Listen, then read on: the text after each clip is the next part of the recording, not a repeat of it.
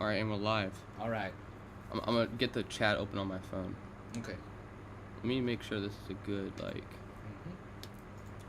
Why is my API up so high? This is a very unappealing camera angle. It makes me look bigger than I actually am. Oh, yeah? Yeah. I promise you guys, it's the camera. The camera, it's 10. It's the camera, How big man. should this be? Let's make it like that big, that's fine.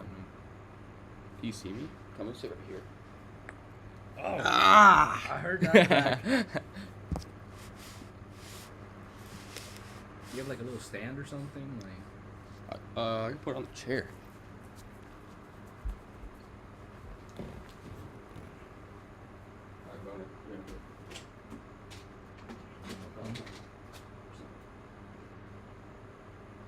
Don't you know I still believe? Hold on. Don't you know I still believe? There we go, that's better. Okay. My lonely. Let me go clear my shit.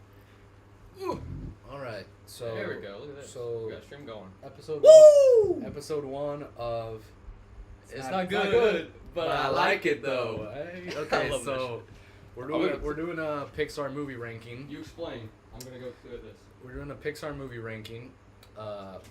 We grew up basically around the same time, so we're just gonna give our fair reviews of these movies, mostly from a biased standpoint, to be honest, because we're not gonna do what every other YouTuber does and just does the general. Thank you, and just do the general consensus. You know, I think that's redundant. Nah, bro. We're This is gonna- all us. This is all us.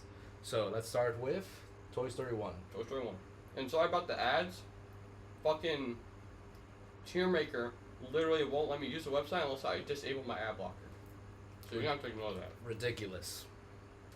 All right, Toy Story 1. So we're going chronological here. Yeah, why not? All right. Makes things easier. Toy Story 1? 40 years old this year. Yeah, 40 years old. So when they were making Toy Story, Yeah. they were like, I don't want it to be a spectacle. You know? They don't want to be like, oh, it's 3D animation. You know, they want the story to be on par with the animation, right? True. They wanted a good story on top of good animation. Yeah. Right? Mhm. And that's why it took them, like, a long time to plan the story. Yeah.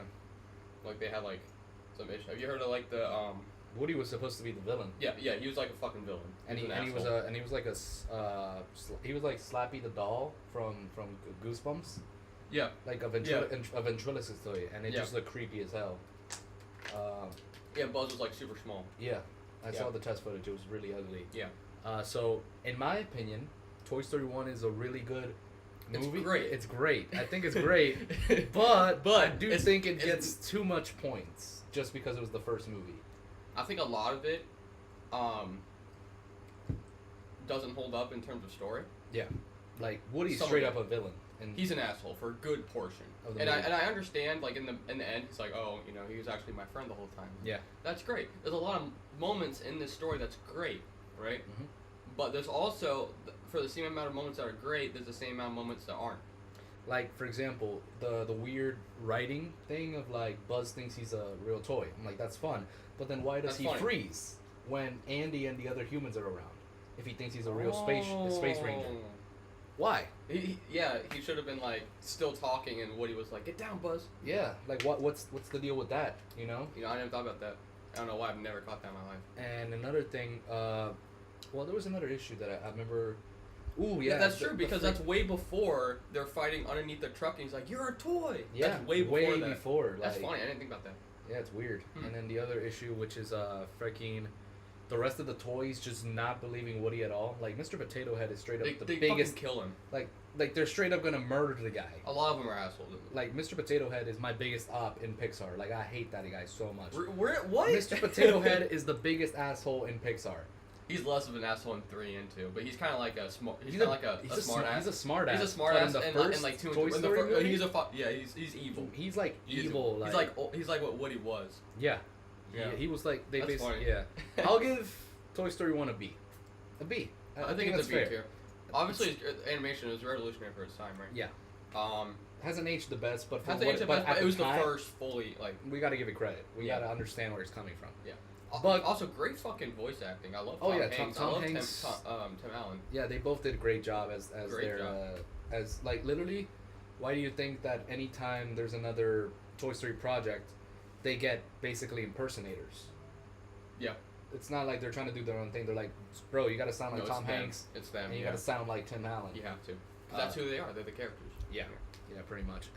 But they're the only good characters. I mean, they're pretty much the only characters that matter in the movie. I think E is too much. I think we need to get rid of this tier. There we go. Okay, so to explain it, S tier. You watch Goated. this movie all the time. Goated. Goated. Some of the best. Memorable. One Always, of the always best quoting stories. it, Always quotable. and maybe you have some merch or something. One of the best stories in all of animation. Right. Yeah. Great fucking movie. A. Great movie. Great solid, movie. Solid movie. movie. It's just. It's not. You know. It's just a little like I don't- there's like one or two things holding it back. Yeah. Right. B. Solid movie, Good that, movie. that you wouldn't put like at the top 5. It's a good movie.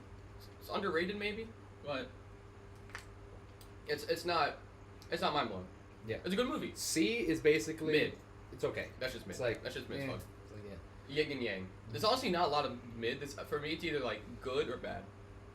Like there's excellent, great, good. There's not really a whole lot. I think it's like one. Yeah, there's like one Pixar movie That's mid. that's like mid, and we'll get to that. D is bad, D is a fucking bad. and That's then a F straight is bad. just shit. So, what I for Pixar, I think D is like it's a bad movie, great concept, not executed though. You know, there's a Okay, couple that's- movies like that. I mean, That's a, F tier is a fucking terrible. That's a Okay. badass movie. You know, that speaks for itself, right? Okay. Bugs Life. I feel like So we got Bugs Life. Bugs Life is the most. Well, no. How long has it been since you've seen it? Honestly, Shit. Last time I saw it was like 2016. last summer, I saw every Pixar movie. You marathoned, right? I marathon every Pixar movie, Mm-hmm. chronological. You forgot Bugs Life right after watching it. Yeah. So I did, and I also what was funny is I went from Toy Story, and I was like, oh, it's time for Toy Story 2. No. You didn't say, oh my god, Bugs Life. I didn't say Bugs Life was next. I will say this. I like the Bugs Life. I Great like concept. I think the idea of it's basically like a real life social economic type of movie because it's basically like the grasshoppers are like the people with power, and they I like that. and they put fear into like the rest of the insects through fear. I like that. It's an like Hopper carries the movie, but there's no memorable characters besides Hopper. It's not really that funny. It's not really that original besides like the idea of like political type. Personally, I just hate the archetype for a character where it's like, oh, he's like a fuck up. You know, he's Yeah. like a bumbling idiot. Yeah. I hate that archetype, and that's what Flick is. Yeah. And then in the end, they're like, oh, We shouldn't have treated you that way. What I think the worst part of this is, yes, it has a Lyra reveal trope, Mhm. which I fucking hate. Which is always really hate, annoying. Always hate it. It's not the worst in this movie. No, it's not the worst. It's not the worst. You can there's- see there's why. there's like the worst one is like arguably like Madagascar 3, where they're like, you're a zoo animal, like That was you pretty lied bad. to That was us. And then one scene later, they're like, you know what? I kind of want them back. Yeah. Madagascar 3. We'll do that later for That's later. DreamWorks. When We'll do we that do for DreamWorks, DreamWorks. when we do DreamWorks is episode Ooh, 2. DreamWorks is gonna be tough. But because there's so many more movies. Okay. Anyways, Bugs Life. Bugs Life. So a Bugs Life, I like the concept. It's great, you know, but the worst part of it, I feel like, is not just the light reveal trope, but the thing about how the circus bugs are supposed to be like Warrior Bugs. warriors and superheroes or something, Yeah. and like the warrior bug and like the circus bugs don't like say anything about it, and like they put on like this fake show, and then everyone automatically is like, oh my god, the warriors are gonna save us from the. Yeah. It goes on for too long. It goes on for way too long. Hasn't aged the best. Like it's really a forgettable movie if you think It's about very it. forgettable. It's like there's not that one scene that you're like, wow, that That's a really stuck. Pixar. That's like It's honestly for early Pixar. If you look at early Pixar, I'm talking like pre-Cars. We got Incredibles, Nemo, Monsters Inc., Toy Story 2, Bugs Life, Toy Story. It sticks out so hard. because it's the one that's like, if there was a person that said Bugs Life was their favorite, they were weird. I'm not gonna lie. Like if you exactly like if you go just 90s, just like before just these three. then you're like, okay, right?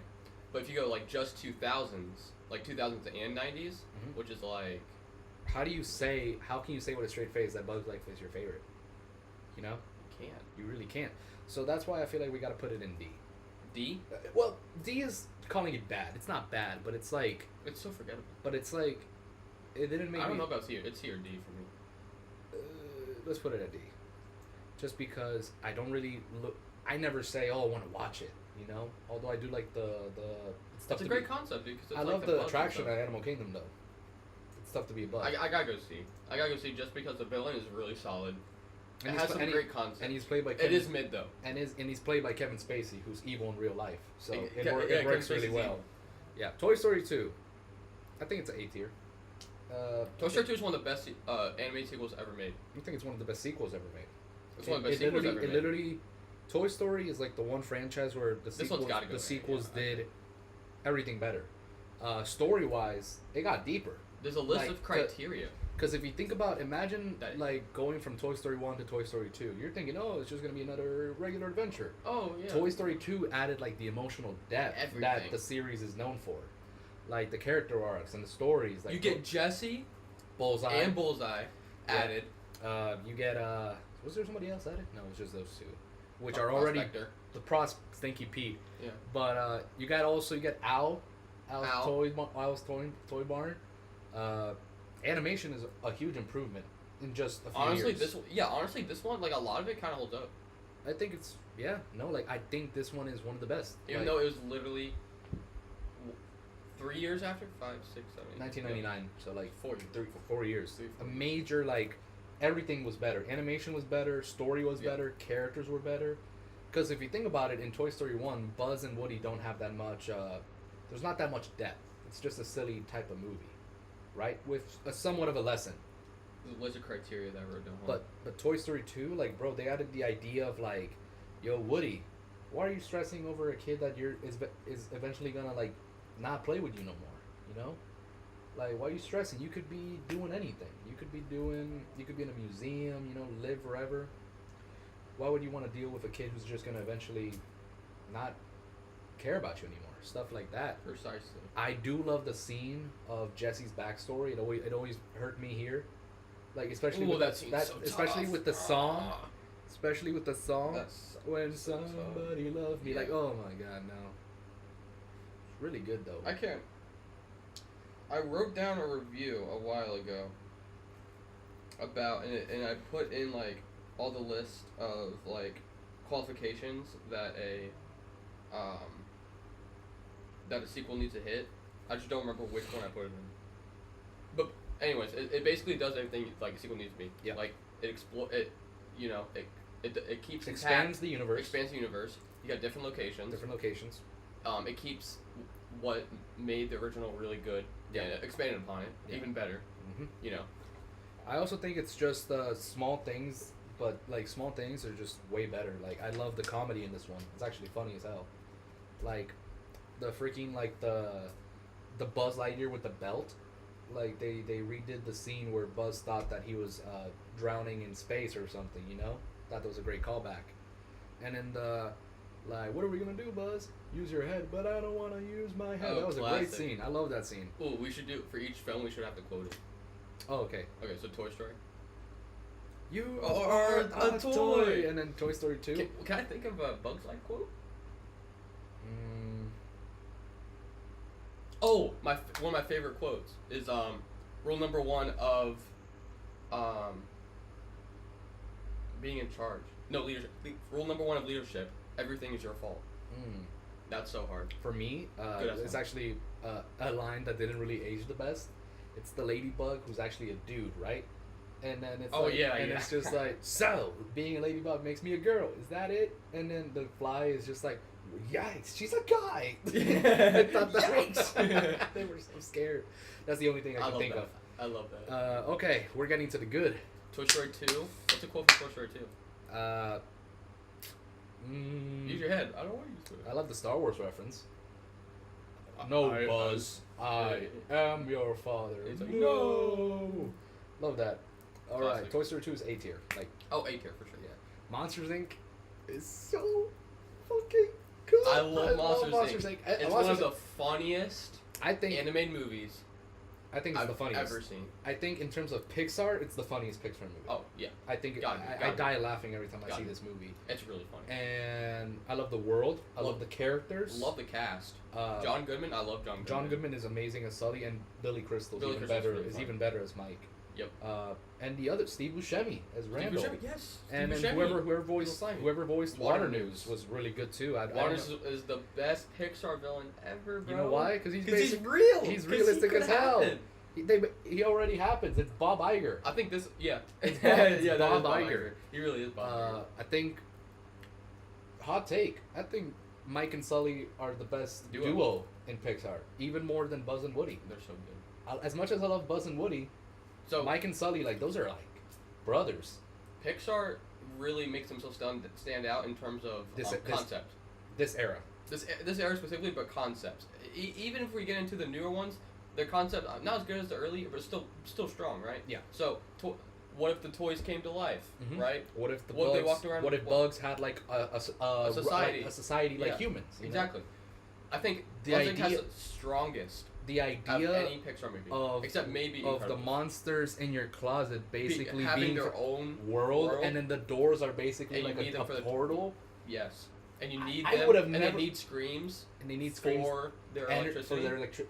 Who the hell thinks like that? You know, whoever had the idea, I want to be smoking when he's smoking. like at that time, like people say that was like the most original idea they ever It's had. so good. And still to this day, I think it is kind of the most. Well, Well, I think it's really strong. One of the strongest for sure.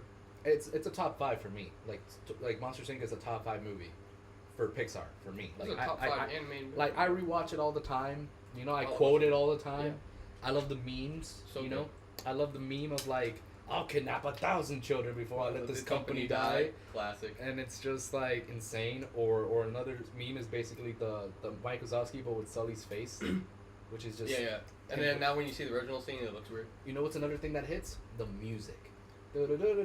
This is like one of the yeah. I can't play it because then you get copyright striked. But then it's like I had the DVD. Da-na-na-na. I would always. Oh, the replay, DVD was so I would good, always bro. replay the menu, bro. And they had the best Pixar short, Mike's New Car. Dude, I laughed. That was the funniest shit to me when I was little. It really was. It really was. This had one of the best jumps of animation. Like again, like we're getting like good jumps of animation like as it goes on, like 95 to like 2000. This is like 5 years, right? 2001, yeah. That scene when they go in and all the doors. Mhm. I don't know how the fuck they did that in the year 2000. Hell, like Late 90s, early 2000s. I don't know how they did that because it looks so good still. yeah. Also, emotionally, it hits. Like It does like, hit.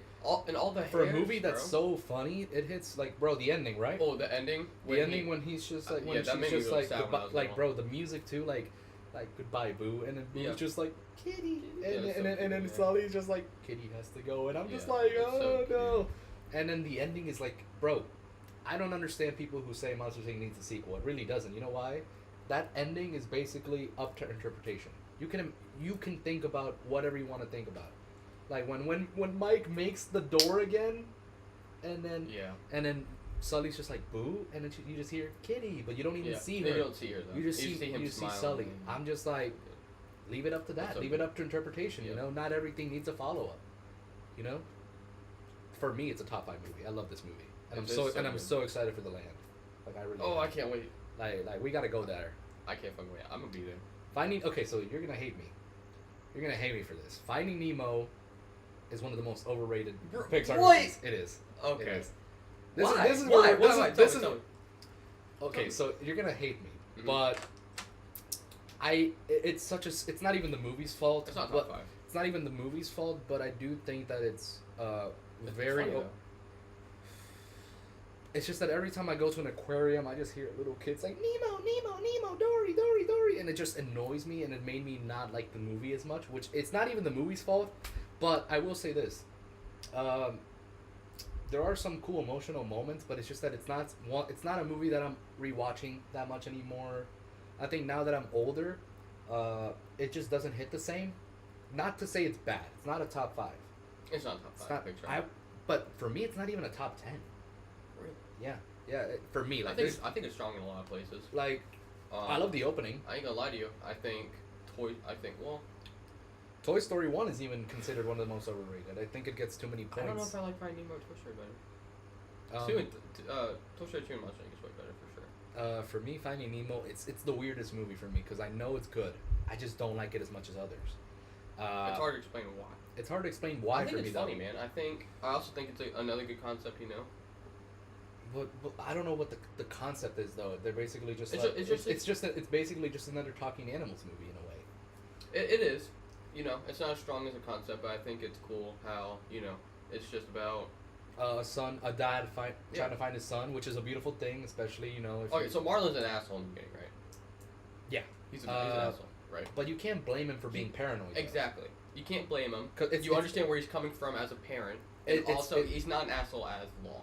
It's different when you're younger watching the movie to when you get older. Because when you're younger, you see Nemo's point of view. Yeah. Like just let me explore the ocean, but then you're older. Like, let him go. But then you're older and you see Marlin's point of view. You're like, no, I get it. You got to admit this has this one and Up have the best openings in Pixar. Because bro, how traumatizing must have you can't blame Marlin for being the way he is because bro, you saw all them damn kids he had, and for only one of them to survive, and he's disabled. Which is a beautiful thing. Which is a constant reminder to Marlin about what happened. His little fin, bro. And I love how they don't make it a big deal. Bro. I love how they don't make it like, oh, poor him, he has a little fin. Like in the beginning, they do make it like that. A little bit, yeah. But then I love the inclusion of the character Gil, because he's like, that didn't stop me, because he barely has a fin left. Gil, he's played by Willem Dafoe, the Green Goblin. Yes, bro. Oh my God, I love Gil. Gil's so funny. I do love a couple of scenes. Like I do love the scene in which they're with Crush, the sea turtle, who's my favorite character in the movie. Mm-hmm. Just because he's such a vibe. I love Crush. Yeah, dudes. Yeah, dudes. I think he's played by the director, right? Yeah, he was. Low Tide. Crush is hilarious. Dory. She's great. She's great. I love Even Dory. though she's played by Ellen. But this was way before. Oh yeah. And I do think that Dory is a great character, a great inclusion in this movie. Am I the one that thought like the concept of Dory was like super random? Just short-term memory. Yeah. Well, if there's one thing about Finding Nemo is that it's very inclusive for people with disabilities. Both the first movie and the second movie. Like Nemo has a small fin, Gil had a small fin. I think Marlin Hank is a septopus. I think Marlin has PTSD and OCD. Oh yeah. He's like controlling in that type. And Dory has short-term memory loss. It's like the most inclusive, and they never outright say it. Like, no. Like it's very subtle with the way subtle. They include disabilities and people who are not as But as a movie though, I don't know. Like here's the thing, right? I can credit it came after Monsters Inc. but before Incredibles. So it's yeah. I feel the same way. A lot of people feel the same way about Cars. It came after Incredibles, before Ratatouille. Yeah. So for me, Finding Nemo is it's B. It's a B, but like it's a low B. It's a low B. Like, cause at least with the first, I like it though. Cause at least with the first Toy Story, even though I could say Finding Nemo is a better movie, I'm always watching Toy Story. It's quotable, it's funny, it's hilarious. Finding Nemo, I the only scene that is in my head is the one you wouldn't even think about. It's when they're doing the ritual at nighttime. Walk, eat up, oh yeah. Trip me like hell. When I first saw it, I like that one. I mean, it's one of those things. I kind of like the concept where like the flow of it, where they go to like they start in one location, like they have a start and end, but then they go to like different locations throughout. Like first they start like they get in like the trenches, right, where it's dark. And then they go up and they meet the sharks, and then after the sharks, they get lost with Hank, and then with Crush, and then like they go into different locations and shit. I think it is really funny. I don't think it's showing you many different areas of the ocean. Yeah. Types like it's cool. It's a beautiful movie. It's even better if like you're into aquatic life and all that stuff. Yeah. It's a good flow, and they jump to the B plot, a lot. It's way more memorable than Bug's Life. Way more. Bro, how many times... I can tell you. When was the last time... Scenes, bro, clothes, people see a clownfish and they're like Nemo. Or they see a blue tank. Oh, yeah, still. And this movie's like, what, 20... It's probably like 25 years old next 22, year. 22, 23 years old. Came out 2003. And more people... Like, bro, when was the last time you saw somebody say, oh my god, look at ants like Flick? No. No one said that, or bro. or a caterpillar like Heimlich. No one said that. Never. You see a clownfish, everybody says Nemo and Marlin, or you see a blue tang, and everybody says Dory. You know. Yeah. More than people actually calling it the name of the actual fish. No. Now. We got quoted. No, we got quoted first. Finding Nemo. Yeah. Wait. What? Touch the butt. Oh yeah, he did. I'm gonna see if I For me, it's just like I never knew my father. like that's when Bruce from Fish are friends, not food. Fish are friends, Not not food. Also, they're Australian, which I think is really funny. Like, this was the most Australian animated movie of all time at the time. They were. Yeah. I love the fish that like form shapes and shit. That's so fun. Yeah. It's funny. I can agree with you to some point. That's a little overrated. Yeah. It's also overrated, but like at the same time, no one raves about it like they do other Pixar movies. So I think not as much as they used to. Like, it's one of those movies that you love when you're little. It's all over Animal Kingdom. Yeah, all over. The seas and Epcot. Oh, yeah, Epcot. Yeah, Wait, both the Animal Kingdom show and then over there at Epcot with the seas. Yeah, Total Crush. Which is the biggest issue with the park. They can't remove that because they would have to relocate all those damn animals and rebuild the whole ride because literally the ride is built underneath it. It's in the ocean, like literally. If they were to ever replace it, they would need to. Yep. Which I don't think they should. I don't think they like. No, I think Nemo's fine. It's where it is. Yeah, it's fine. Okay, so we're getting to a top three for me. Hey, It's The Incredibles. The Incredibles, though. I'm gonna quote it right now. Honey, where's my super suit? Where is my super suit? So good. It was always one of my favorites when I was little. Like, cause I love superheroes, right? Of course. And here's the thing, right? Sorry to cut you off. But what's funny is my family loves Disney, right? Yeah. Disney or like the whole Disney. After you think Disney, right? Mm-hmm. What's funny is that they love Disney so much, but they have the worst Disney takes I've ever heard. Really? My mom and my oldest sister don't like Incredibles. Yeah, they need to be looked I know. at. You know what's my mom's favorite Pixar movie? What? Brave. All my sisters love Brave. I think it's because what's up with that? Okay, so and they shit on me so hard for not liking it. We'll get to that. But The Incredibles, so good. Again, concept. What if superheroes had to be put underground and like live a normal life and actually have actual laws and stuff? Mm-hmm. Because as much as I love Marvel, so fucking good. Because as much as I love Marvel and DC, their stories so that they don't lock themselves to a system. They basically kind of do whatever. But The Incredibles was like the first popular. Brad Bird, the GOAT. I love Brad Bird. He's an underrated filmmaker. The GOAT. It was the first movie in which I saw. Yeah, what if the superheroes had to be like forced to live in regular society? You see them as not superheroes. Like the whole time when you're looking, like when you're watching this, like Bob Parr and Helen Parr and Dash. Frozone. You're not looking at them as superheroes. You're looking at them as humans. People. As peepins. And it's funny because all of them took it differently. Like they did. Like Bob he took it misses hard. it. He took it because he loved being a superhero. That was him. Helen, she kind of lived with it. She was upset. She was upset, but she's okay with moving on. She's like, I have to move on. And Frozone, he reminisces, but he's okay with where he's at. I mean, I don't know what type of money Frozone makes, but he makes way more than Bob because he makes good money. Because he has a penthouse apartment. And I love the way they just talk about it because they're like, I remember the one time this one villain was like, I'm just like, bro, you're doing the whole speech. I'm stopping you right now. It's so good. I love the friendship between Bob and Frozone. First interracial friendship in Pixar. Beautiful. And they didn't I make love a big Frozone. deal. Frozone's great. Great fucking character. I love when him. Disney Plus was made, I wanted a Frozone Disney Plus show. Frozone would be awesome. Frozen. Like prequel or like after? Either way. Samuel Jackson also is perfect. I love Samuel Jackson. Yeah, love Frozone. The whole movie. Where is my super suit, motherfucker? I'll tell you what this movie does great. Everything. First off, the characters. I love the characters. I love the villain. They're so related. The villain is my Syndrome. Is the my Underminer? Favorite. No, not the Underminer, but Syndrome is my favorite Pixar villain. He has a connection with Bob, and it's such a good plot twist that you don't even see coming when you first see the movie. Like you just think, oh, this kid is just some fanboy, whatever. It does a great time skip.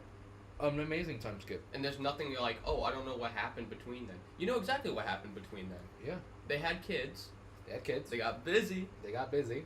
And they just had a normal life.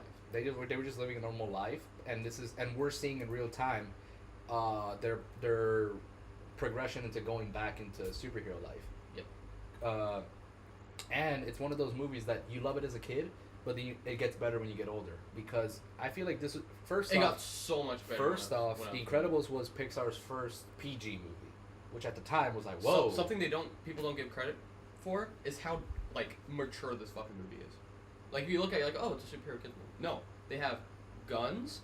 They have Bob almost fucking kills his boss. Mm-hmm. Suicide. Mm-hmm. Fucking Order 66 as termination. Mm-hmm. Supers are a whole fucking race. A guy tries to kill himself. We see a skeleton. A dude tries to kill himself. Skeleton. Bob is in fucking court. The kid tries to, like, the Syndrome tries to abduct the child, and make him his personal. His intention was to take the kid and raise him as his own to fight against his family. Yep. And the way Syndrome dies. No capes, and he gets sucked into a turbine, so he gets sliced. He's fucking dead. He turns into juice. He got blended. Right. He literally got blended. There's a fuck ton of explosions in this movie too. It's a pretty violent movie. I mean, it is. It's so mature. And the idea that Syndrome was okay with blowing up a plane, even though the pilot was saying, "We have children on board. We have children on board." He was like, he did not care. Fuck. He didn't care. He didn't care at all. No, there's so much to say about this movie. Like, it's just so good. It's so cinematic. Like presentation wise, it's one of the best. Like, oh yeah, you can imagine this. Like every shot is like so beautiful, and you can tell that it had a lot of cinematic thought because it's a superhero movie. It has to be cinematic. Like like by definition, a superhero movie is cinematic. Yes. And they really emulated that well with the animation, which I don't think was done before. I can't really tell you an instance was done since. I mean, it was the first Disney. I mean, not Disney. It was the first Pixar movie to have like human characters as like the main. Yeah. Yeah. Because they were kind of putting them off because they couldn't really. Because they couldn't render them right. Yeah. But I think they do a good job of being cartoony and human. Yeah, I mean, I love the character designs in this movie. Yeah, I think Frozone looks great. Syndrome looks great. Edna, I think is great. Like the character's so memorable. Like I can quote this movie all the time. Also, the music is incredible. I didn't mean to do that. The music is incredible. The music is incredible. Dun, dun, dun, dun, dun, dun. You know the one. Dude, did you have the DVD? Hell yeah. Remember when you moved the DVD and it did like the the silhouettes where they're like punching and shit, and then it plays the music. It's memorable. S tier. S tier for sure. It's so good. Is it better than Monsters Inc? Yeah, for me, yeah. So. For me, yeah. I think it's mostly. I mean, no. I think for me, because I love superheroes so much, a little bit. It's like a top 3 for me. I can see it being interchangeable, but I think it's a little bit better. Yeah. Cars. Now this is gonna be This is hot take. People don't like this movie, bro. People fucking hate this movie. People say that this was their first quote unquote not good movie. Have you seen A Bug's Life? I'm like, have you seen A Bug's Life? Do you remember when that shit came out? No, I wasn't born, but like, you know what I mean. But like, by the time I was born, everybody forgot about it. Except for like the Animal Kingdom attraction, like that was like just the Animal Kingdom. It's like that's it. Only precedence. Like there's no merch, there's no memorability. There's a reason.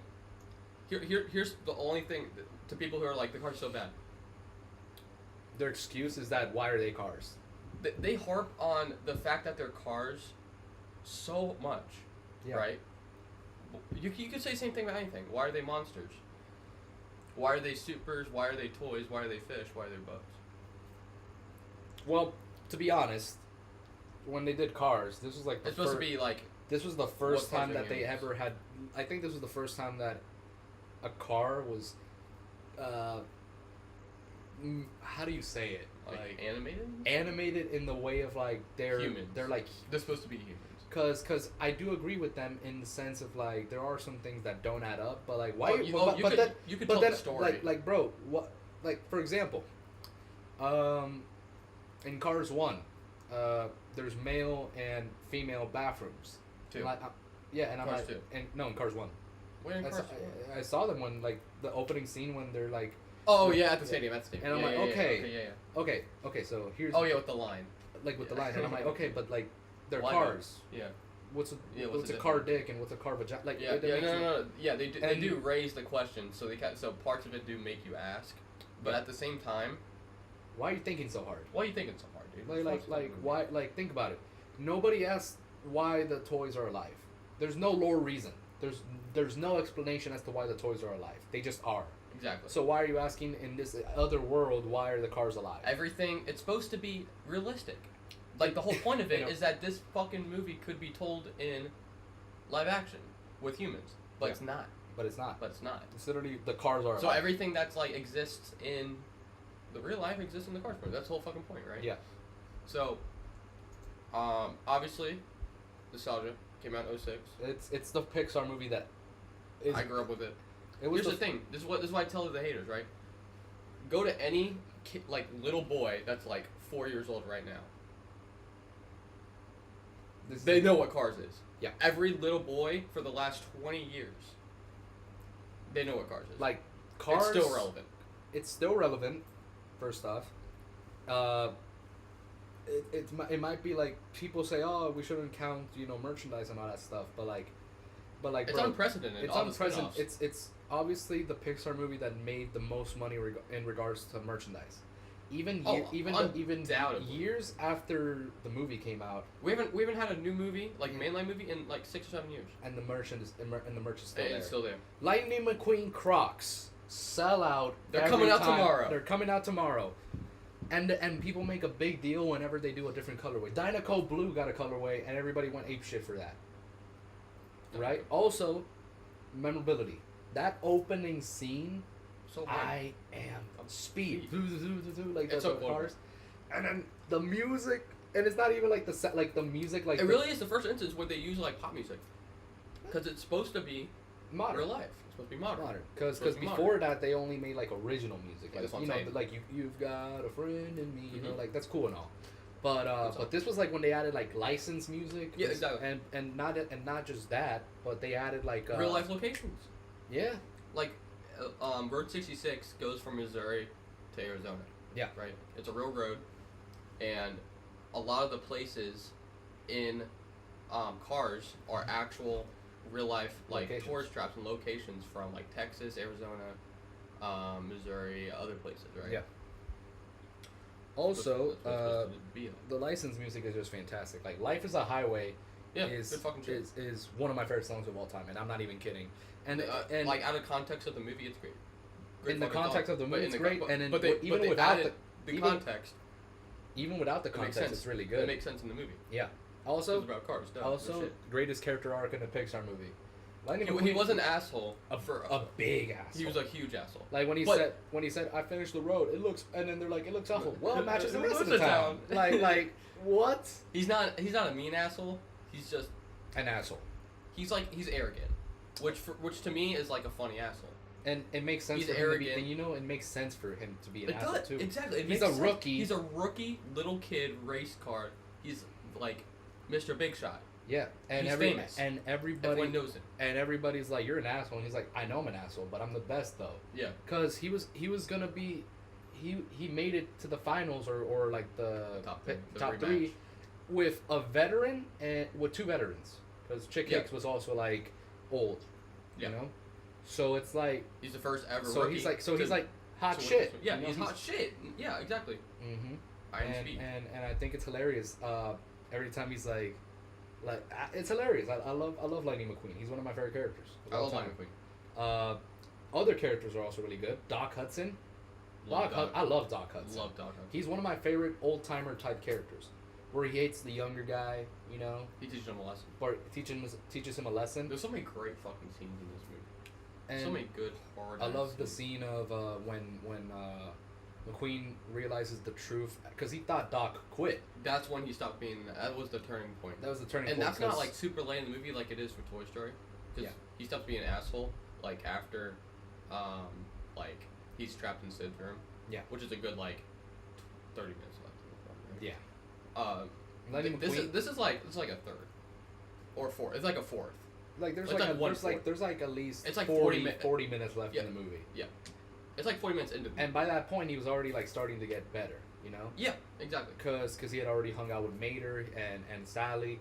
Also, there's small lines in this movie that just hit you here, you know. Yeah. Like, you know what's one of my favorite lines in the movie? It's after the hangout he did with Mater, right? in which he did it because he didn't want to feel bad because Mater was like the nicest guy to him, right? Yeah. But then he realizes, wow, I actually had a lot of fun with Mater, Yeah. right? And then Mater just says, I knew it. I know that I made a good choice. And then McQueen is like, and McQueen is like, in what? In what? And then Mater's just like, my best friend. I'm like, and then you see Lightning smile. like no words, Good. just like that's like So nice. one of my favorite Pixar duos. McQueen and Mater. Mater and McQueen, yeah. They're literally opposites. Opposites. He literally establishes early in that film that he's racist towards Rusties. Oh yeah, I love this car racism. Yes, car is I real. hate Rusty's Oh, cars. the fucking Rusties. And then they give you your big break. I hate Rusty cars. Yeah, and then his best friend is a Rusty car. I love Mac. Mac is so funny. Oh, Mac is good. Mac is one of my Every favorite. fucking characters are so unique. I love. It's a good ensemble cast. Even though some characters in the background don't have much importance to the plot, you still love them. You still love Like them. I love Fillmore. I love Red. Fillmore is basically just a hipster. Yeah, he's a like, Volkswagen van. He's Yeah, supposed to and be hippie, his paint job is literally like his little like plate looks like one of those chin like beards that hipsters have. Yeah, oh, Like, great characters. It's my Yeah. good You stuff. should have some of my Organic fuel, man. Yeah, and then Sarge is Yeah, pretty so- funny too. Ramon with the paint job. At first, Yeah, they're all unique. Flo, Hispanic car. Ramon. W, Like, hey. representation. Yeah. Who's the Red is really cool. I love yeah. Red. Red is Luigi and Guido. I love them. Luigi and Guido. Guido only speaks Do Italian. you know any Ferraris? Oh no, they race on the European circuit. I'm in Luigi the only- Cup. Luigi only talks to Ferraris. I love that. Also, the King is a pretty underrated Mr. character. the King. Mr. the King. Chick Hicks is one of the best Pixar villains of all time. Mhm. Played by Michael Keaton, Batman, and Yeah, the yeah, Vulture. Vulture. Yeah, man. And then I love the ending, by the way. I think it's a great ending. Oh, that's one of the hardest scenes in any Pixar movie. He could have It's- won it. He could have just crossed the line and went back. But it wasn't about that at that point. It wasn't about that, yeah. Yeah, he learned about friendship and shit. So yeah, when he stops in front of the fence line. I can keep yapping about this movie, Oh, but yeah, like of course, yeah. it's my number one Pixar movie. It's my favorite. It's my. It's not the best though. Oh no, I can agree that it's unbiasedly it's not the best, but Not it's the my best. favorite. I can see why people don't like Like it. biasedly, it's my number one. Yeah. It's my favorite Yeah, Pixar movie. Me too. So I would put it S tier. S tier For biases. for biases. Yeah. Yeah. I'm comfortable with that. Now this is my back to back. Ratatouille is my number 2 favorite Pixar movie. I love Ratatouille. You just talking about the incredible run they had. Like I'm talking like like Finding Nemo, but then Incredibles, Monsters Monsters Inc. Inc., Cars, Ratatouille. Ratatouille, Wall-E, Up, Up, Toy Story 3. That was what people. That's no. Cars That's 2. what people considered Toy Story 1 all the way to Toy Story 3 like their classic era. Like you know how Disney has different eras. Yeah. Oh yeah, that's their People hard run. consider that the classic era, where it's like they were doing. This was hit- the fucking reckoning. Yeah, that was, These people said that was like the You know how hard beginning. it was to be a Pixar film fan during this, bro. Yeah, it people fucking people sucked. considered that like the beginning. I don't want to say the beginning of the end. Yeah. Because financially they were still doing great. They're you fine. know? They're fine. But like this was the start of like, Yeah. their sequels and some of their original ideas weren't that good. Anyways, let's get to my guy Ratatouille. Ratatouille. Now I'll tell you this. I had the Ratatouille video game on GameCube, right? Classic. And I played the shit out of that. And this movie, even if not by animation standards, it's just a great movie. Like It's just beautiful. presentation wise, It's just beautiful. it's one of their best. Presentation wise, Mhm. like some of the stuff that they do for filmmaking sense, for script writing sense. It's very rich. It's a very rich movie. very It beautiful. was one of the I heard it's one of the most critically acclaimed animated movies Oh, yeah, ever. the top. Yeah. Mhm. Period. Like Yeah. critically acclaimed. That like, one, like The Prince of Egypt, you know, Toy, Lion Toy Story King, 3 also got a lot of Toy Story great. 3. Like it's one of the most critically It's up acclaimed. there. It's It's up there. I love. I remember for the longest time I considered it underrated because when it first came out, People didn't really talk about it. nobody really until- talked about it like- until the Food and Wine Festival, and Epcot when they Even when they- then, the masses didn't really get to it. I would say it wasn't really even talked about until, like they had the ride in Paris? in Disney World Paris for which a while. makes sense. Which makes sense. They've had it in there for a while since the park opened. Mhm. not since the park opened, but they built Like it a while after. They put it a little bit after. But Really? I don't even think like people recognize Ratatouille until I feel like 2018, 2019, like right before COVID. I feel like not enough people gave it the credit it deserved, and now Yeah. I feel But like now, but now it's now now it's a magnum. I mean, I see merch of it straight up. It's in Epcot, It's which I love. in Epcot In Paris, where it makes sense, Where where it makes most sense, and Remy's the unapologetic mascot of the Food and Wine Festival at Epcot. Yep. Which makes so much sense. Also, Remy's one of my favorite Pixar characters ever. Little Chef. Little Chef, played by Patton Oswalt. Go. Also, the memes, and it's not, I'm sorry, bro. Like, memes are crucial to my ranking of a movie. Memes are pretty much represent memorability. Yeah, cause when was the They don't have a name one Bugs Life meme. Trick question. You can't, cause there isn't any, cause it's unmemorable as hell. There is one with the Hopper, but I can't remember.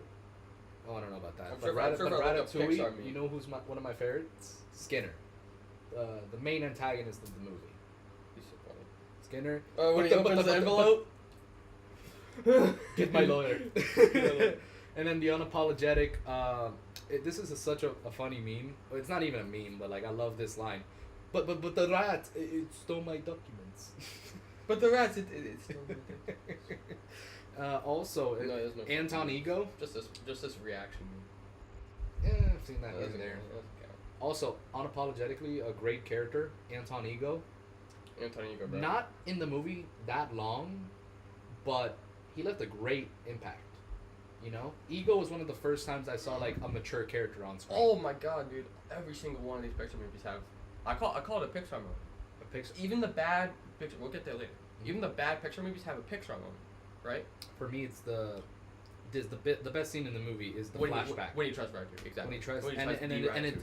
and most chefs, like most actual like chefs who have Yeah. seen the movie, said that's literally It's real. that's the realest thing that a chef or a critic can have in that moment, where it's like you brought me back to my mother's It's real. to my mother's. It's real. Have it's you the- ever had that experience where you're like tasting something they haven't tasted in a while? Not just like nostalgia thing, but specifically you tasted something that Yeah. made you nostalgic. Not recently, because but If you ever have that experience, it's literally exactly like that. But like it's a weird way to. Some people say it's just a movie about food, but It's more than that. It's more than that. Everyone like, can cook. It's what the. Also, that's literally. That sentiment doesn't just apply to food. It literally. Everyone can cook. And that's what Ego realized later, because Ego in the beginning was kind of an ass. He is an ass. He was like. That's his character. He's a like villain. literally, I mean, a critic and a harsh critic, right? He said, Monsieur Gusteau left a great impression on food, alongside of another memorable chef, Monsieur Boyardee. I'm like, damn, that was a tough. That's what I was gonna quote. But then when he tries the ratatouille, he says, "I now realize what Mr. Chef Gusteau was trying to say. Not everyone can be a great artist, but a great artist can come from anywhere." Yes. Something like that. I like that. Yeah, that's pretty And much then, it. and then I remember even as a little kid, I'm like, wow. Yeah. Like, yeah, not everybody can be a great cook, but a great cook can come from anywhere. It's very inspirational. It's very Like, very look at smart. Remy represents that. Yes. He's a fucking rat from the streets. And he He made the best thing Yes, he that wanted to Ego had ever tasted, had ever tried. Yep. You know.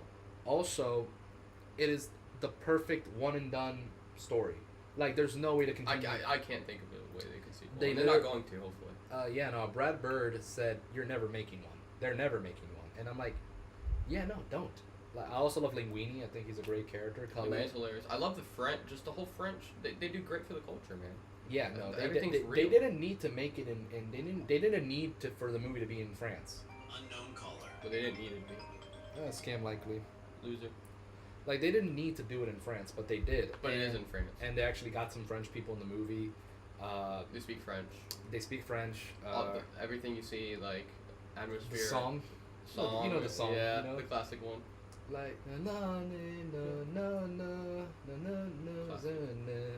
na. They have great. I love the ending. montages. It leaves everything great. I mean, they had to close down the restaurant because rats, but then they made a new one called Les Ratatouille, and then the rats Beautiful. are.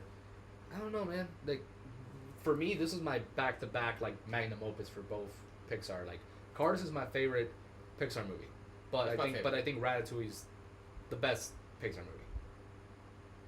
Which might be a hot take, because my top three are Incredibles, Cars, and Ratatouille. I still feel like The Incredibles is a little bit better. And then Specifically because Ratatouille. Ratatouille, the only problem I have with it is that like it meanders a little bit, like when Remy goes back to like his family and stuff, and then there's that like point where Remy gets captured, and stuff like that, and then like the chase scene. Like those aren't bad, but its flow isn't as strong as The Incredibles. Obviously, it's one of the best. You know, what I mean. I do agree with that. A complaint that people had is that there's a long while where you forget that. Oh yeah, Remy talks. Remy is the main character. Sometimes he talks, sometimes he doesn't. Yeah. Like there's a good portion in the movie where you forget that he talks, cause you're kind of in Linguini's shoes in the moment. You're just but he doesn't want to talk to the human yet. Well, I mean, he can't even talk even if he wanted to. He just sounds like a rat. Exactly. Squeak, squeak, squeak. Yeah. Also, when it's another one of those movies where it gets better when you grow up. You know why? Because when you're a little kid, you're like, why don't they trust Linguini? Why don't they wanna still cook? But then you're an adult and you're like, damn, Linguini sounds like a fucking idiot. Linguini sounds like a fucking psycho. You know? Also, I'm gonna quote this movie right now. I killed a man with this thumb. Horse. Amazing character. Love that guy. Great side characters. Yeah.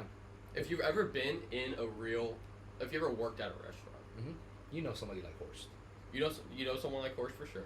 Yeah. And everything, all the lingo and all the workflow and stuff is 100% accurate. Oh yeah, no. In terms of culinary, like in terms of like, I was in culinary class, and Ratatouille it was like perceived as like one of the best movies to watch, like because it makes cooking look fun, but it's also like this is before the bear. You know? Yeah. Like this is insane. Like because like like the little montage where Colette is teaching Linguini. Yeah, that's what I'm saying. Like this movie has great use of montages because there's a couple of them in the whole movie. Yeah. And they're used in different ways, and I think the way that they use them in the context of the movie is appropriate. I think it's great. Yeah. That scene is basically Linguini needs to learn the basics, but not just Linguini, also Remy. Also, the basics of the kitchen, the rules of the kitchen. This is a narration. Narration? Yeah, the whole movie's a narration. The whole movie's a narration. Yeah. And that hasn't been done before. And it makes great use of the narration. It does. Because you just think he's kind of like telling you as the movie's happening, but then by the end you're like, oh, he was telling the story to the rats, you know? Exactly. Yeah. Yeah. Makes you think, you know? It's because not every movie that does a narration does it well. Right. You know? I feel like it's one of the best to ever do it. I love Emil. The Emil, yeah, his brother, yeah. Yeah, Emil's fun. It's a great Don't just hork it down. God, I laughed so much when he's like, hey, I brought you no, spit that out right now. I thought that was funny as hell. But I do love the line of like, we eat garbage. That's what we do. No, it's like, what is that? And then Emil's just like, I don't really know. You know what? Yeah, he's like, and then Remy's like, you don't know, and you're eating it. Great line that they used in the teaser trailer. Yeah. I own a lot of these DVDs, by the way. Me too. And I loved how each DVD had like a DVD exclusive teaser trailer. Yeah, I remember that. And because I had Monsters Inc. that had a teaser trailer for Finding Nemo. Yeah. I had Finding Nemo, teaser for The Incredibles. Yeah, because Incredibles, teaser for Cars. They re-released Cars, them on DVD. Teaser for Ratatouille. Yeah. It was amazing because then it was kind of like a collection. It was like a little thing of like, oh mom, we gotta get the next one. Like when they came out on VHS, like they would market like the newest one, but then eventually when they stopped like after Cars, like starting with Cars, it was exclusively on DVD. Then they would do like the next movie, you know. So after Cars, they would market Ratatouille, Wall-E, Up. Yeah. I remember the Cars 2 trailer in Toy Story 3. I watched that one a lot. The Monster University short was in the Brave DVD. Yeah. And shit like that. So yeah.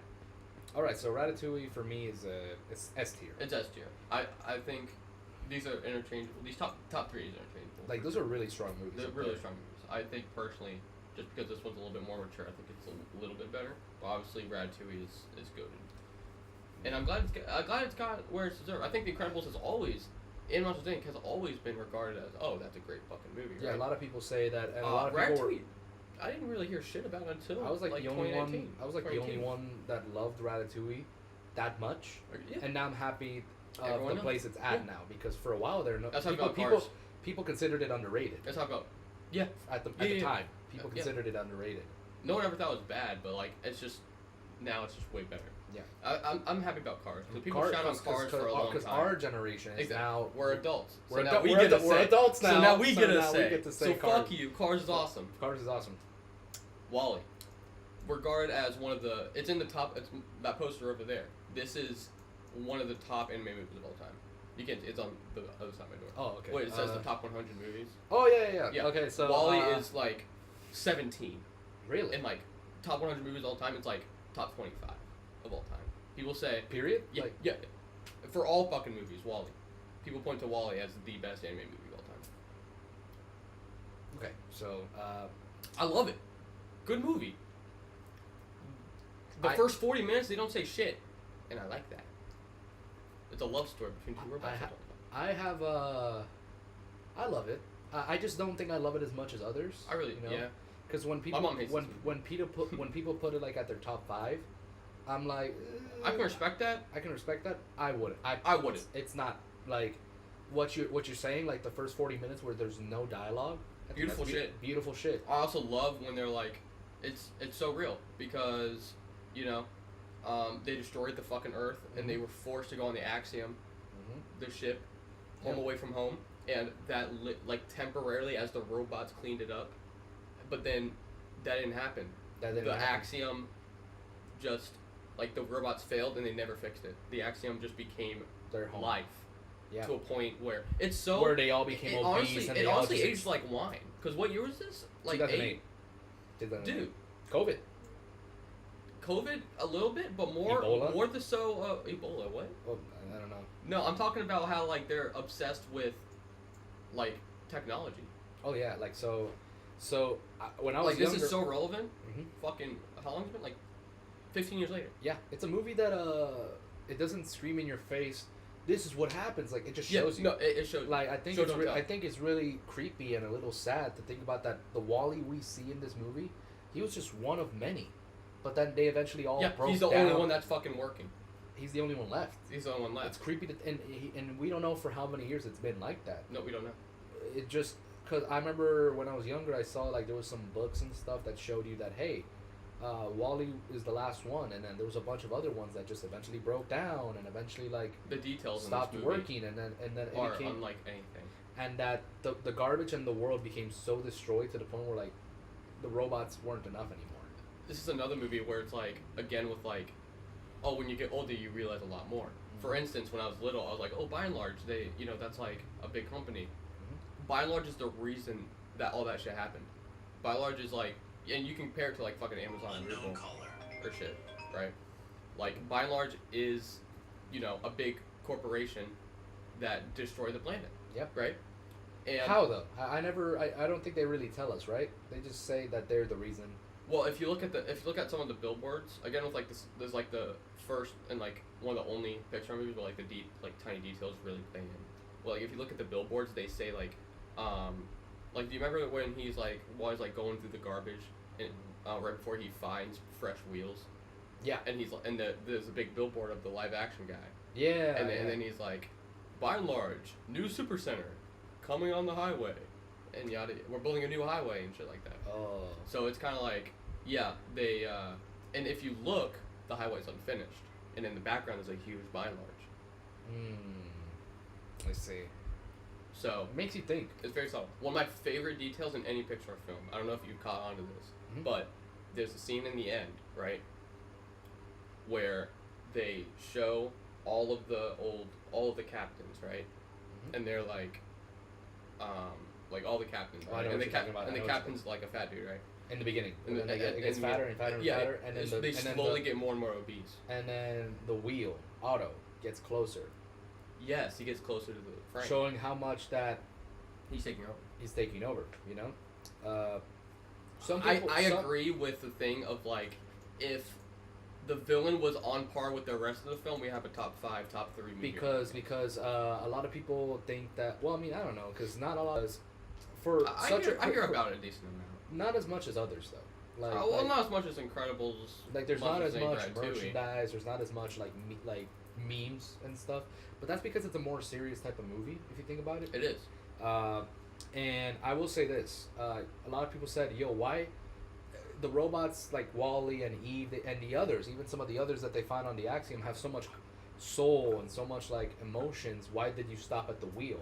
And I'm like, I was about to say and I'm that. like, but if you think about it, that's a good Because choice. they're so they have so much character and they're so unique. All the robots, not just like Wall and Eve, because they're like opposite, right? Yeah. I'm talking like even like the guy who sweeps, Mhm. right? And then you have He's like fed the up with proto everything. droids, and then you have all of them have great personality. But I think that the idea of making Otto the most robotic works in a way, showing He's supposed to be evil. He's supposed to be stick evil. to his programming. Like, why would he emotionally become evil? Like, he's just following orders, you know. When the other Yeah, I don't think that's a bad thing. I don't think that's a bad thing. I don't know. A lot of people Negative have an captain. issue. Have an issue with that, but it's like I don't know. That's literally what a robot does. Does what it's told. You know, if like I do love the romance between Wally and Eve. I think it's really beautiful. I think the cutest part is when It's beautiful. I think the most beautiful part is when they're flying in space. Yeah. And then they like kiss, but it's just Yeah. like electricity, and then Yeah. and then Wally's He's just like yeah, it's beautiful. Wally's the cutest, one of the cutest. uh, He's the most adorable main character. He's so adorable. He's so goofy, and he collects little knickknacks, not because it's part of his programming, but because he likes it. he likes it. He thinks it's The funny. Rubik's Cube, Rubik's Cube, the bra. the He puts a bra on. and the movies. Yeah, and he collects movies, and it shows him that He's a very that there's life somewhere, or there used to be life, yeah, right? and it's creepy to think about. If you think about it, like that used to be some kid's Rubik's Cube. That used to be some kid's Ring. woman's bra. There's you know? a ring, There's a ring. The lighter. the lighter. Yeah. Stuff like that. Yeah, this movie has aged like I think feel it's like it's super an A. relevant. I'd say it's an A. Just because I don't.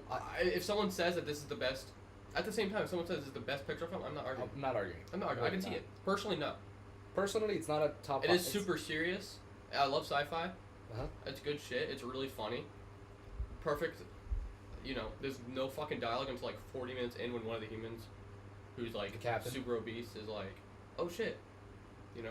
Another small detail. If you look in the background of like all the advertisements, and do you remember when the one girl's like, "We have a pool," you know? They didn't even know. They didn't even know. But if you look at like, what's really weird is that there's a lot of live action in this movie for some reason. It was the first Pixar movie. Yeah, included. it's weird, the right? movies and I do think it's very eerie. The scene in which the captain is like realizing that even though he's the captain, he wasn't told about the actual He doesn't know the mission. the actual real mission because Yeah. the original intention was yes Yes, bring to them come back back. to Earth, but then the people like the by and large people said, "Yo, no, don't come back Yeah. to Earth. We're fucked." And then he puts on a gas mask, and it looks very eerie because then it's like a politician type of thing.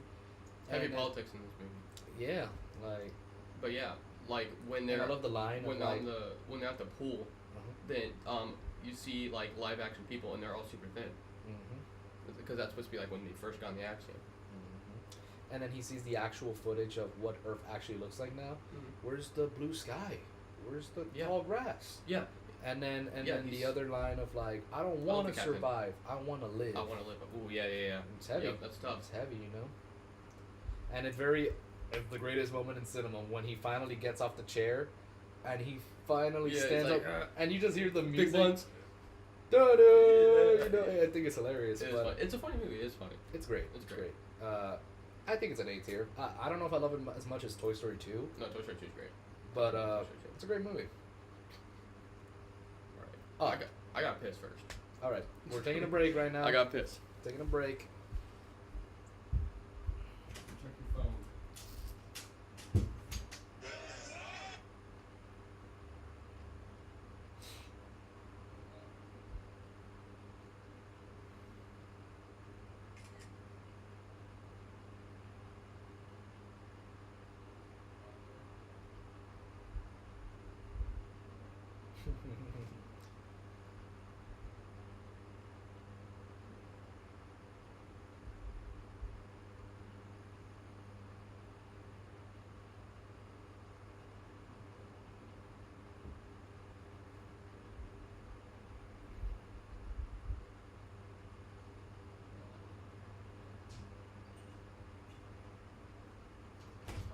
Our podcast.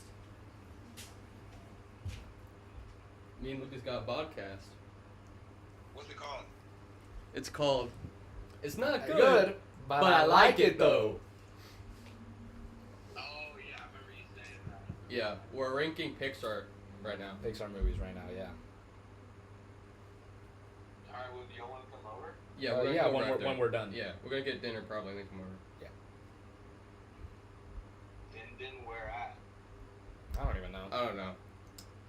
We'll find something. We'll figure it out. Kind of hungry. I think we'll be done like 45 minutes. Because we're going really in depth with Yeah, we're going these, in depth. like film students. Yeah. We're gonna act like we know better, Yeah, for real.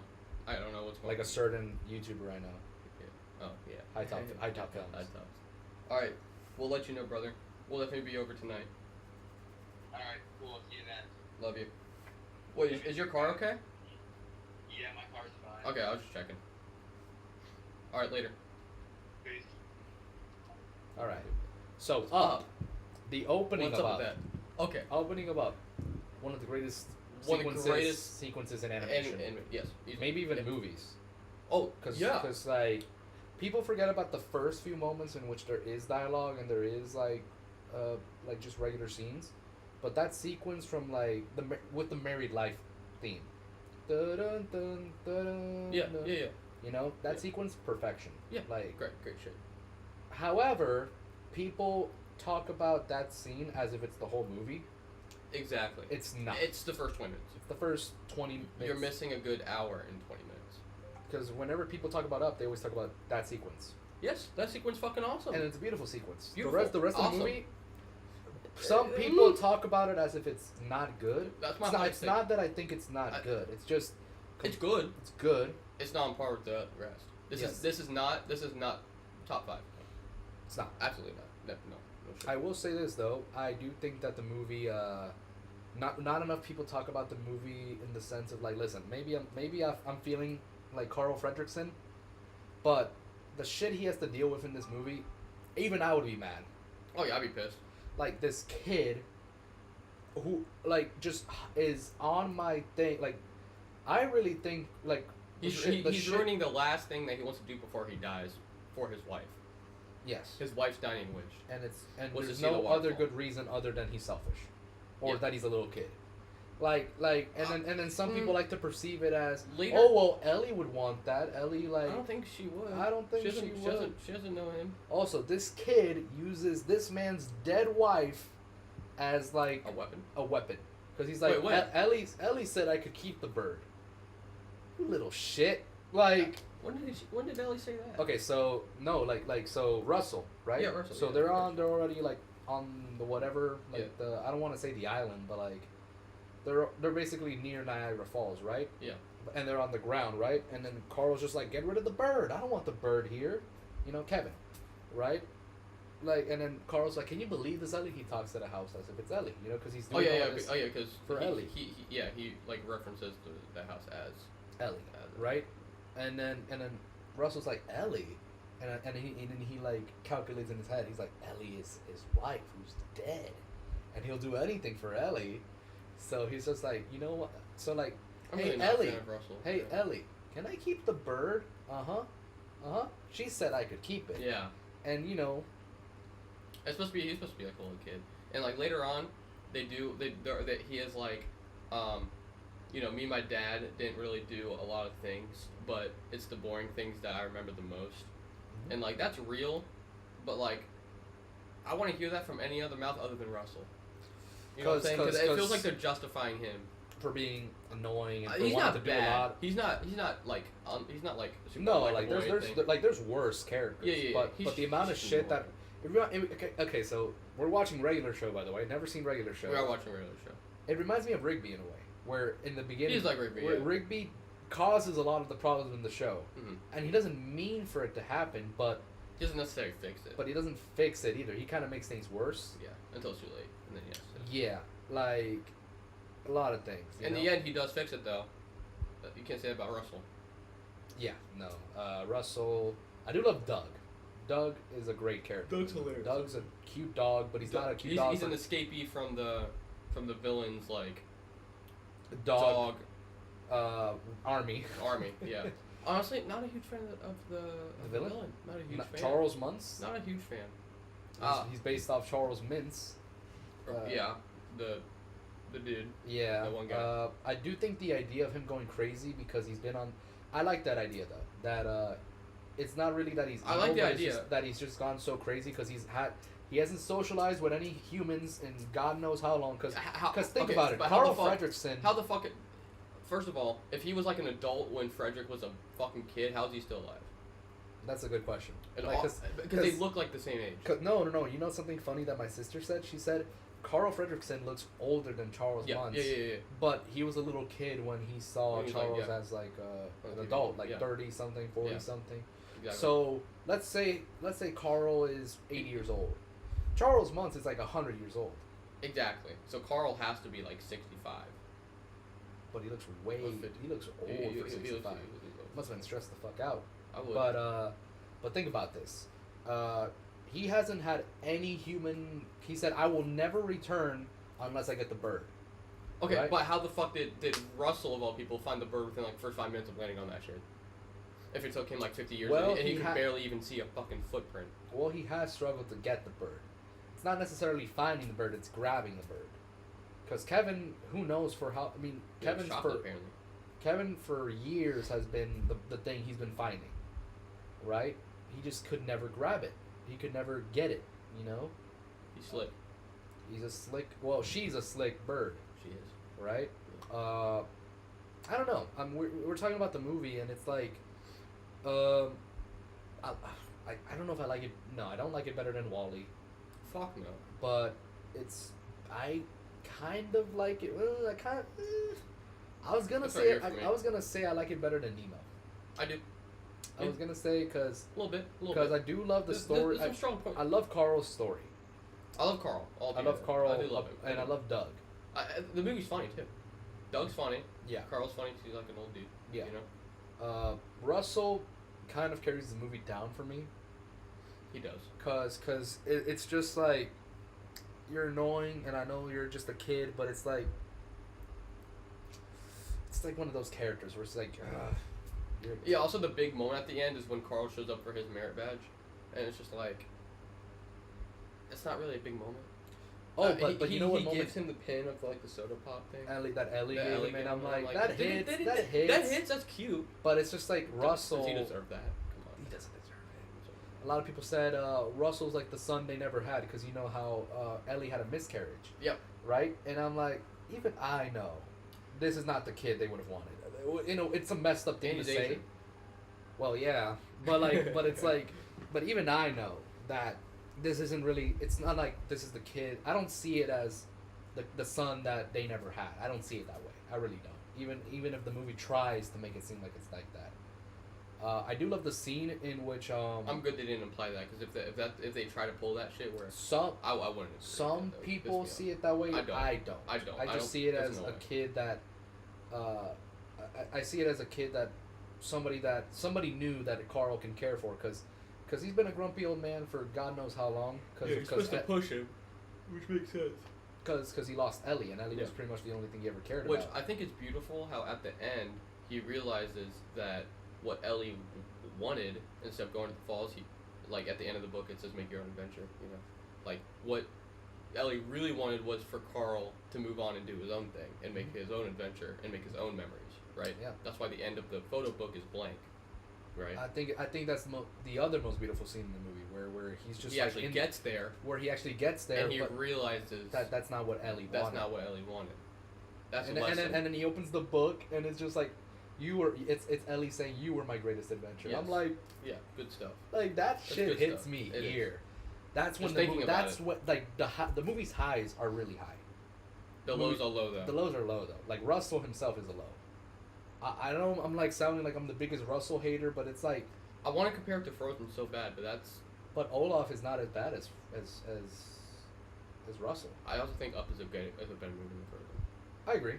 But they're similar in terms of the bads outranking the goods. It's a yin yang movie. Yeah. Up's still better than Frozen, but like, Up is just. It's a great fucking movie. It is a movie. It's a great movie. It's a good movie, but overrated as fuck. I can't. Yeah, a lot of people like just watch the opening scene and put that on the pedestal, and I'm like, as individual scenes, that's a Pixar moment. Yes. That's a Pixar moment. That is the Pixar moment. But you But- gotta look at the whole package, man. Well, what's the Pixar moment for Wally? We didn't talk about that. I think the Pixar moment is when Eve makes Wally remember. Because remember how they basically had to reset Oh my Wally? god, yes. Oh my god. When he like, yeah. And And he's like, and Wally comes back to Wally, life, but Wally. Wally doesn't remember anything. yeah. Right? And it's the scariest thing I've ever seen because he's so stiff. He's doing his job. He's just a robot, right? But then Ellie like does the electricity kiss, and then he's like, Eva? And Eva. And then yeah, she gets like super excited. it's Yeah. I love it's the cutest thing I've ever seen. One of the best romances of all time, by the way. Yeah. Two robots falling in love. How could they do that? You know? It's great. I love great. it. Wait, we're not talking about Wally. Well, we're talking about Wally. But Up. Up is I like it better than Nemo. I do. Not as much as the first Toy Story though. No. For me, because at least Toy Story gave me a bunch of funny scenes and stuff. Up Up is decently funny. I like the squirrel running gag. I think that's a Squirrel. Like He's funny. squirrel. Oh no! He- The funniest. he's the up on funniest the thing. No, the Remember funny. Yeah, get off of his roof. Yeah, No, yeah, but the yeah, funniest yeah. scene for me is actually, well, it's actually the funniest running gag. It's with the black dog, how he's the scariest looking dog, but he has the broken voice, and then Oh, the other yeah, dogs, it's and then the other eyebrows, dogs yeah. are like, your voice sounds funny. Yeah, Like yeah. I love that. I love That's that. fire. Yeah, Up is good. Okay, Toy Story 3. Wait, hold on. One more thing about Up is at the beginning when the construction guys are trying to get the house, like buy the property and stuff, and he's like, "Tell him you can have the house." Really? Really? When I'm dead. Up until he gets in the in the air. Mhm. It's a great fucking movie. It's also a realistic movie. Trying to take the property of an old man. Exactly. It's real. Better They're trying to build Better their Call own. Saul had a scene like that. It happened in real life. It happened in real life. And I've seen like similar stories Many in China and stuff. many times in real life. Yeah. Trying to take the property of an old man Okay. for a bad price too. So for Toy Story 3. Now, when I did my marathon last summer of all the Pixar movies, right? Mhm. The one that shocked me the most when it came to, holy shit, this is better than I remember. Toy Story 3. Toy Story 3. Toy Story 3 is one of the best sequels I've ever seen. It's really fucking good. And I think it's probably the most underrated film In the Toy Story series, in the whole Pixar. I remember being okay. So I saw it in theaters too. It was 2010. I remember it. That I shit was remember. I crazy. remember when I was younger, right? It's 15 years I had the ago. first first two Toy Stories on DVD, right? Yeah. And I remember thinking to myself, there's like, why isn't there a Toy Story 3? Because I was living in a world, we were living in a world where It was 11 years after. Toy Story 3 was 99. 99 Yeah, and 11 came years, out yeah. 2010, right? Yeah. So there was a big back gap. Like it was like, we were living in a world where there was no Toy Story 3, right? And I remember when the announcement happened, I was watching the Up DVD and they had the Toy Story 3 announcement, like trailer, right? Oh yeah, when there's like Toy Story 3 and then like The Buzz jumps across the screen and he has like the zaps it. HD, Yeah, like, yeah. I remember Yeah, that. right? I remember that. Yeah. So I remember just automatically being excited, right? But then I saw the movie and I'm like, oh my god, this is great. But then I see it as an adult, and it's even better. It is even. It's not just good as an animated movie or it's just as a Toy Story movie. It's just a great movie, bro. It's a good fucking movie. First off, the tone. I think obviously it grew up with the audience. I agree. It grew up with It the grew up with audience the because a fucking lot of the people who saw the first two were kids. Yep. Now they're They have going- they have their own fucking maybe children at this maybe point. some of them were going into college. Maybe some of them were grown. You know, right? And it's literally the perfect movie at the time, right? For Mhm. them. And also look at the way the movie is shot. Look at look at the saturation from Toy Story 1's Andy's room in Toy Story 1 to Toy Story 3. It's super realistic. It's gray. It's soulless. It's kind of dead. There's like Mhm. no life in it. But isn't that how It is funny. But isn't and a that happy how movie. people? But isn't that but- how people feel when they grow up? Like now they're Yeah. grown. Now they Yeah. gotta do college. People like that now. all the time. They're like everything's super unsaturated. Nothing's colorful. Like look at Andy's room in Toy Story 1 compared to Toy Story 3. There's like, and also look at how many toys and stuff Andy had in Toy Story 1 and 2. everything. He had like the little. He had all the toys. He had the little people. He had like the, now he has like a computer and a laptop, and all of his toys are in a bin. and it's only, like I don't want to say a handful, but it's like only like Just the OG. just the OGs. Like they said in the lore, a lot of them got packed up in the attic. A lot of them got packed like a lot, or they got given away. Oh, they got given away, and Like literally different they have, milestones and shit. also they're really smart with they were also really smart with the way they wrote off some characters, like Bo Joe, Peep. like Bo Peep. The reason they wrote her off is because they realized, hey, if we're gonna have, she's made of porcelain, so if she's in the incinerator, she's gonna melt. Oh, that's why you think? No, that's what they explained. Oh, actually? Yeah. I didn't think Like that. the writers said, hey, we're gonna have the incinerator scene. She's made of porcelain. We've lost people along the way. Wheezy, Edge, Bo Peep, Yep. Yep. Even Bo. Bo, and you know why they wrote off Wheezy and Etch, right? They're both played by Joe Ranft, Oh no. who died. Yeah. Yeah, who was a great OG. Oh yeah, from Weezy Pixar. was great, bro. He was like Frank Sinatra, bro. He could sing. And shit. Yeah. Toy Story 3 also, the voice actor for Slinky died between 2 and 3. and they replaced them. Yeah. He was a friend of the guy who died. Yeah, They couldn't really get rid of Slinky. they couldn't. Like Slinky's he, an OG. He was a core. He was a core. Slinky, I like to believe in my canon that Slinky was Woody's best friend before Buzz, or just a Oh, really for good, sure. or just a really good friend. They play checkers, bro, They play checkers together. They play checkers and they yeah. and they're OGs. Yeah. But I will say this. What's the word? It's more mature. It is because they it's- call back to the old movies a lot, but they're like it's different now. It's different now. Like Andy's grown up the whole Andy's- time. Like Andy's grown up. We he's have to never move on. gonna play with us. We have to. Woody does not want to move on. Well, in his heart, In his heart, he doesn't want to move on. he doesn't want to move on. But He's like, you guys are just gonna throw Andy away. You're gonna go to daycare. But he's- what if but- he needs us? And he's like, he's going to college. He doesn't fucking need us anymore. But like I do think it's ridiculous how after all those years they still don't believe Woody. Yeah. Like they're all so against, especially Mr. Potato Head, You that and Mr. instigator, and Ham doesn't help either. He's kind of an asshole too. Yeah, bro, I can't. But here, so I also love that because in his heart he doesn't want to move on, but he knows he's the leader, so he's got to keep the group positive.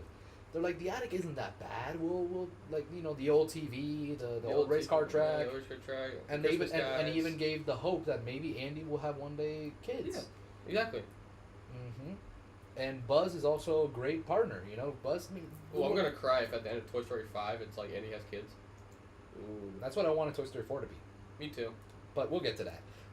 So Toy Story We'll 3 get to also that. gave us one of the greatest villains of all time, Lotso. Lotso Dope. is W. even when I was younger, I had a shirt, right? I had a Toy Story 3 shirt, and Lotso looked angry, and I'm like, why does he look angry? Is he like bad or something? And then he was bad. Yeah. Also, you know why Lotso's such a good villain? Because he's tragic. He's real. He's tragic, he's real, and he's also what Woody would have been if life turned out differently. In what way? In what way? He couldn't handle the fact that he was replaced. But he went. That's true because he got replaced by Buzz, obviously. Mhm. Space toys. Yeah, but Space toys.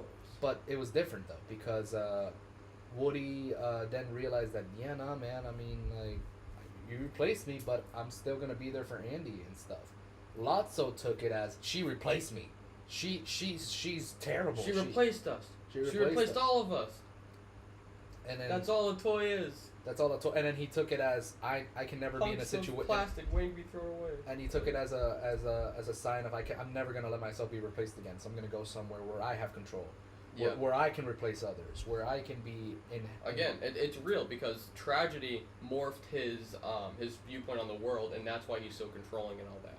Mhm. And that's why he has his goons and shit. That's Yeah. why he's like the big boss because he's experienced tragedy, Mhm. and that's what turned him into. And he manipulates the villain. other toys, and Yep. that you don't want to be where I was. Yep. You don't want to ever be. You're here. You're never gonna be replaced. Yep. Even if in his own messed up way, he's making the others suffer. Like his excuse for why his group of toys are not in the caterpillar room is because we're a bunch of old toys. We can't handle that type of playtime. Oh, he had a big front. But they weren't. It wasn't. It wasn't a twist villain technically, but I would argue that Lotso he wasn't exactly fooling anybody. Like he fooled them when they first came in there. right? I mean, Woody was always on edge. Exactly.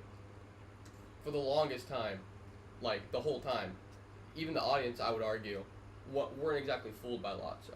Like you knew something was up because he's running the daycare. He's running the daycare. He's the and leader. the movie was marketed as a daycare escape. Exactly. It's a prison escape movie. Yeah. It's also a prison escape movie. Great fucking prison escape. Because you feel like this is not an easy place to escape from. That's why I like about National Treasure. You know that movie Nicolas Cage. Yeah, of course. And Toy Story 3, is that they have a plan, but every step of the plan doesn't necessarily go right. It really doesn't. And they have to improvise. They have to improvise, and the improvisation is great. For example, they're supposed to capture Evil Buzz, which, you know, great fucking scene when they capture Buzz and they turns turned him Hispanic. It turned him. Well, no, before that they turned him evil. Remember? Yeah. They did a factory reset on him, and they held him down. Right? And he became, he became evil, which I always thought was weird. Yeah. Because like demo mode. Well, no, because what's funny is they manipulate him. They manipulate him because they were like, he gets hey, reset. The space toy can be part of our crew. You know, he could be a goon with like Ken. Yeah. And stuff, right? And he gets and then it's really like, smart the way they do it because he gets reset into thinking he's a space ranger again. Yeah. And they're like, yeah, we're Star Command. And, and then they manipulate him. Yeah. And then they're like, do this mission for, they work for Zurg or something. They call it. He says, allies of Zurg. You know. Yeah. You're a sworn enemy of the Galactic Alliance. You know. Yeah. I'm an OG. I love the Buzz Lightyear TV show. Yeah. I also think the movie's really funny. You know, but Spanish Buzz is hilarious. You know, it is really funny. As a little kid, I understood everything he was saying, even though his Spanish is different from my Spanish, because that Buzz was Spaniard, so he's from Spain. Spanish. He was Spanish, not Hispanic Spanish. Right. So it was different. It also did the, what's the word? Emotionally, it's a heavy movie. It is heavy. Like I said, the whole time, I think it has like an opening scene on par with Up in a lot of ways. Obviously not the same, but if you've ever experienced a childhood and then moving out of your childhood like room and stuff, or like having a parent, or like if you're a parent, if you had a kid who, like, because like just that scene where the whole like where his we whole see room is video empty. Where we first see video opening. footage. Yeah. Like, oh my god, I forgot about the opening scene where it's all on Andy's head. That was awesome. That was an awesome opening scene. Yeah, and it's all callbacks. You know, One-Eyed Marge and Mr. Dr. Evil Pork Chop. Dr. Evil Pork Chop. Like if it was real, like what he was imagining. That's what in Andy's head, what he was imagining, and that can be seen for many different kids. I remember imagining Spider-Man versus Batman, even though it made no sense. Right. And then we just and then we get to the scene where he's just playing with his toys, and it's just the most beautiful. And look at the way it's filmed, so much life and soul. Yep. In the saturation is just, and then You Got a Friend in Me. I'm glad they never did like a remix or something. Like that song is just so perfect. It's been unchanged since the 90s. It's in all of them. It's in all of them, and it hasn't been changed at all. Like it's been there since the 90s, since the first movie. Yep. Our friendship will never die, and then it just cuts. Because that's the basis of the films. You Got a Friend in Me. It's about friendship. It's about friendship. It's about family. It's just a great movie, and I love Toy Story 3. And it was the perfect conclusion to the franchise. Not whatever they. I don't like. I call it the Toy Story trilogy, not franchise, not series, trilogy, because that's what it was always. That's what it was supposed to be, and even though Toy Story 4 isn't that bad, I consider it as the end of the series. Everything else is just epilogue. Everything else is just what else happened. We'll get there.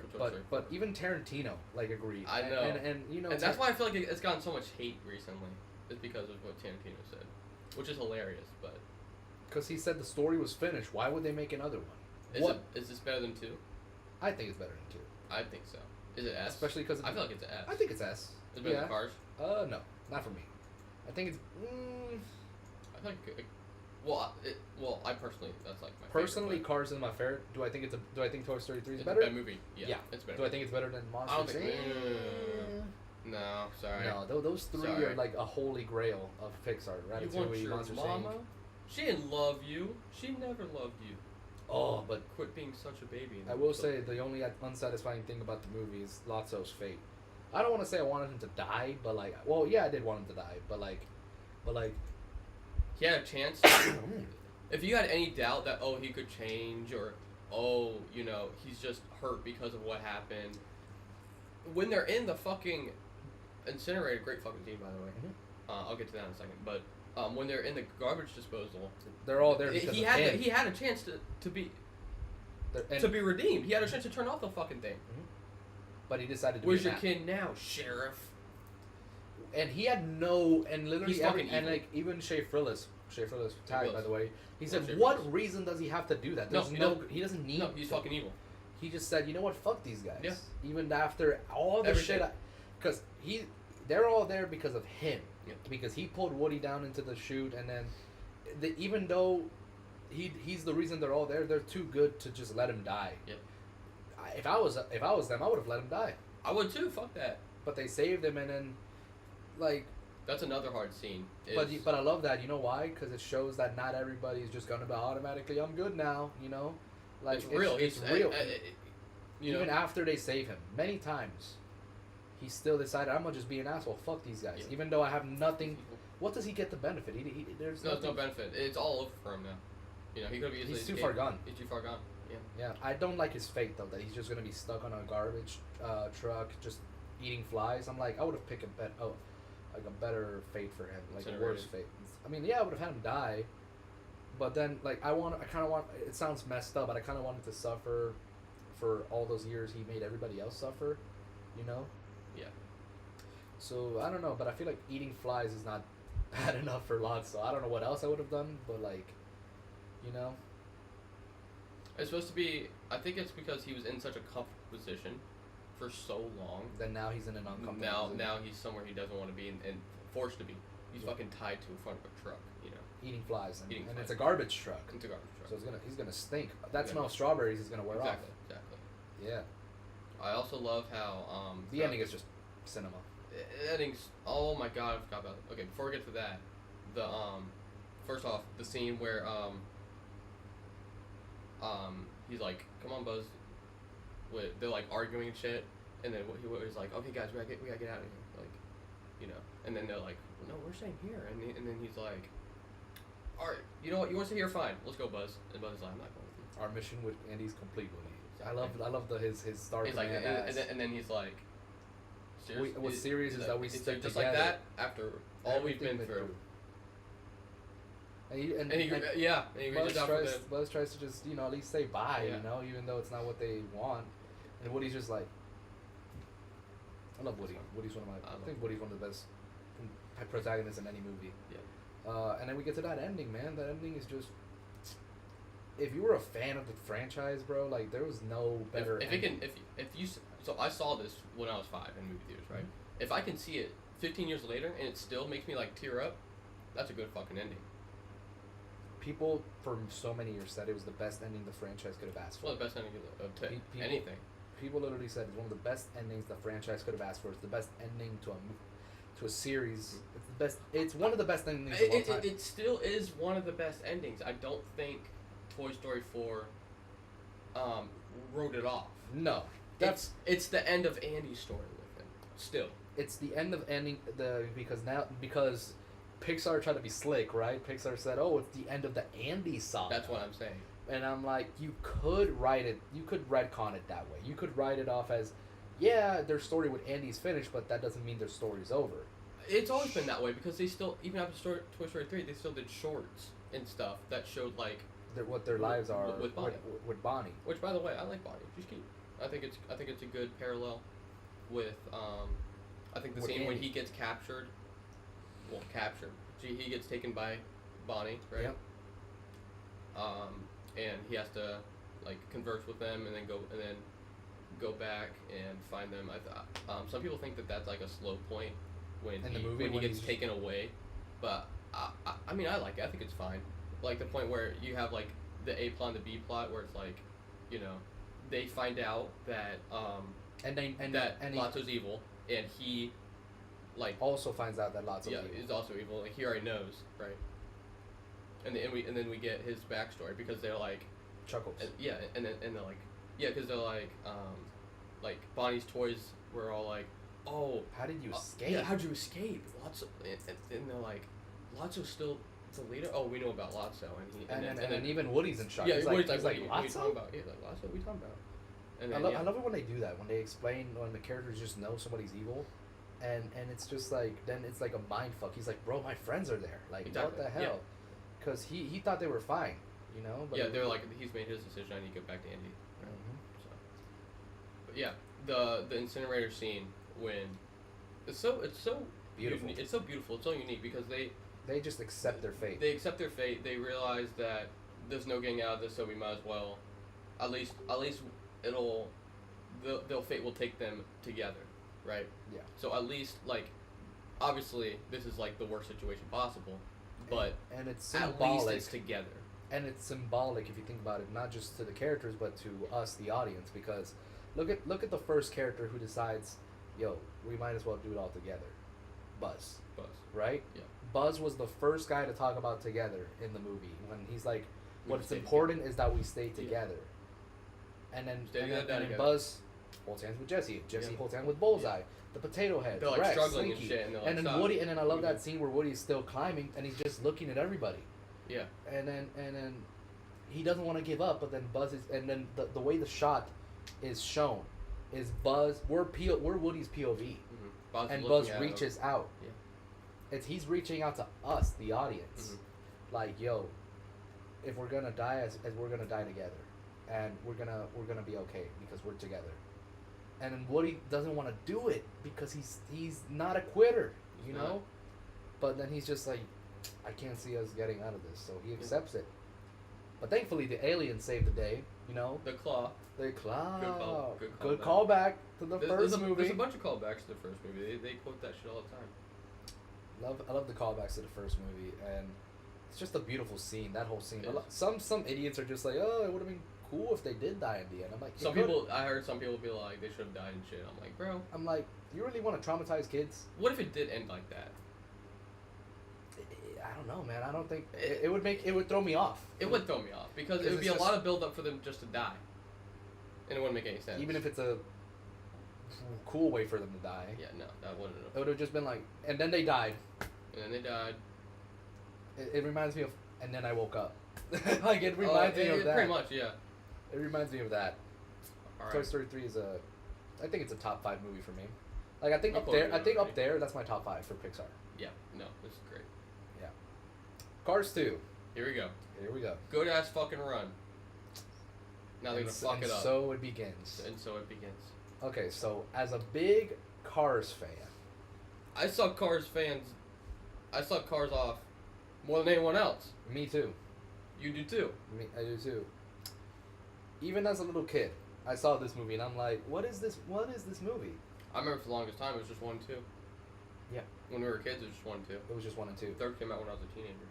Yeah, third was like our Toy Story 3. It really was, yeah. Yeah. I remember seeing Toy Story 3 in theaters, but like But I like- was, but like- I like. But like I I was already there for had, 1 but and 2. I already had the Toy Stories like on DVD. Exactly.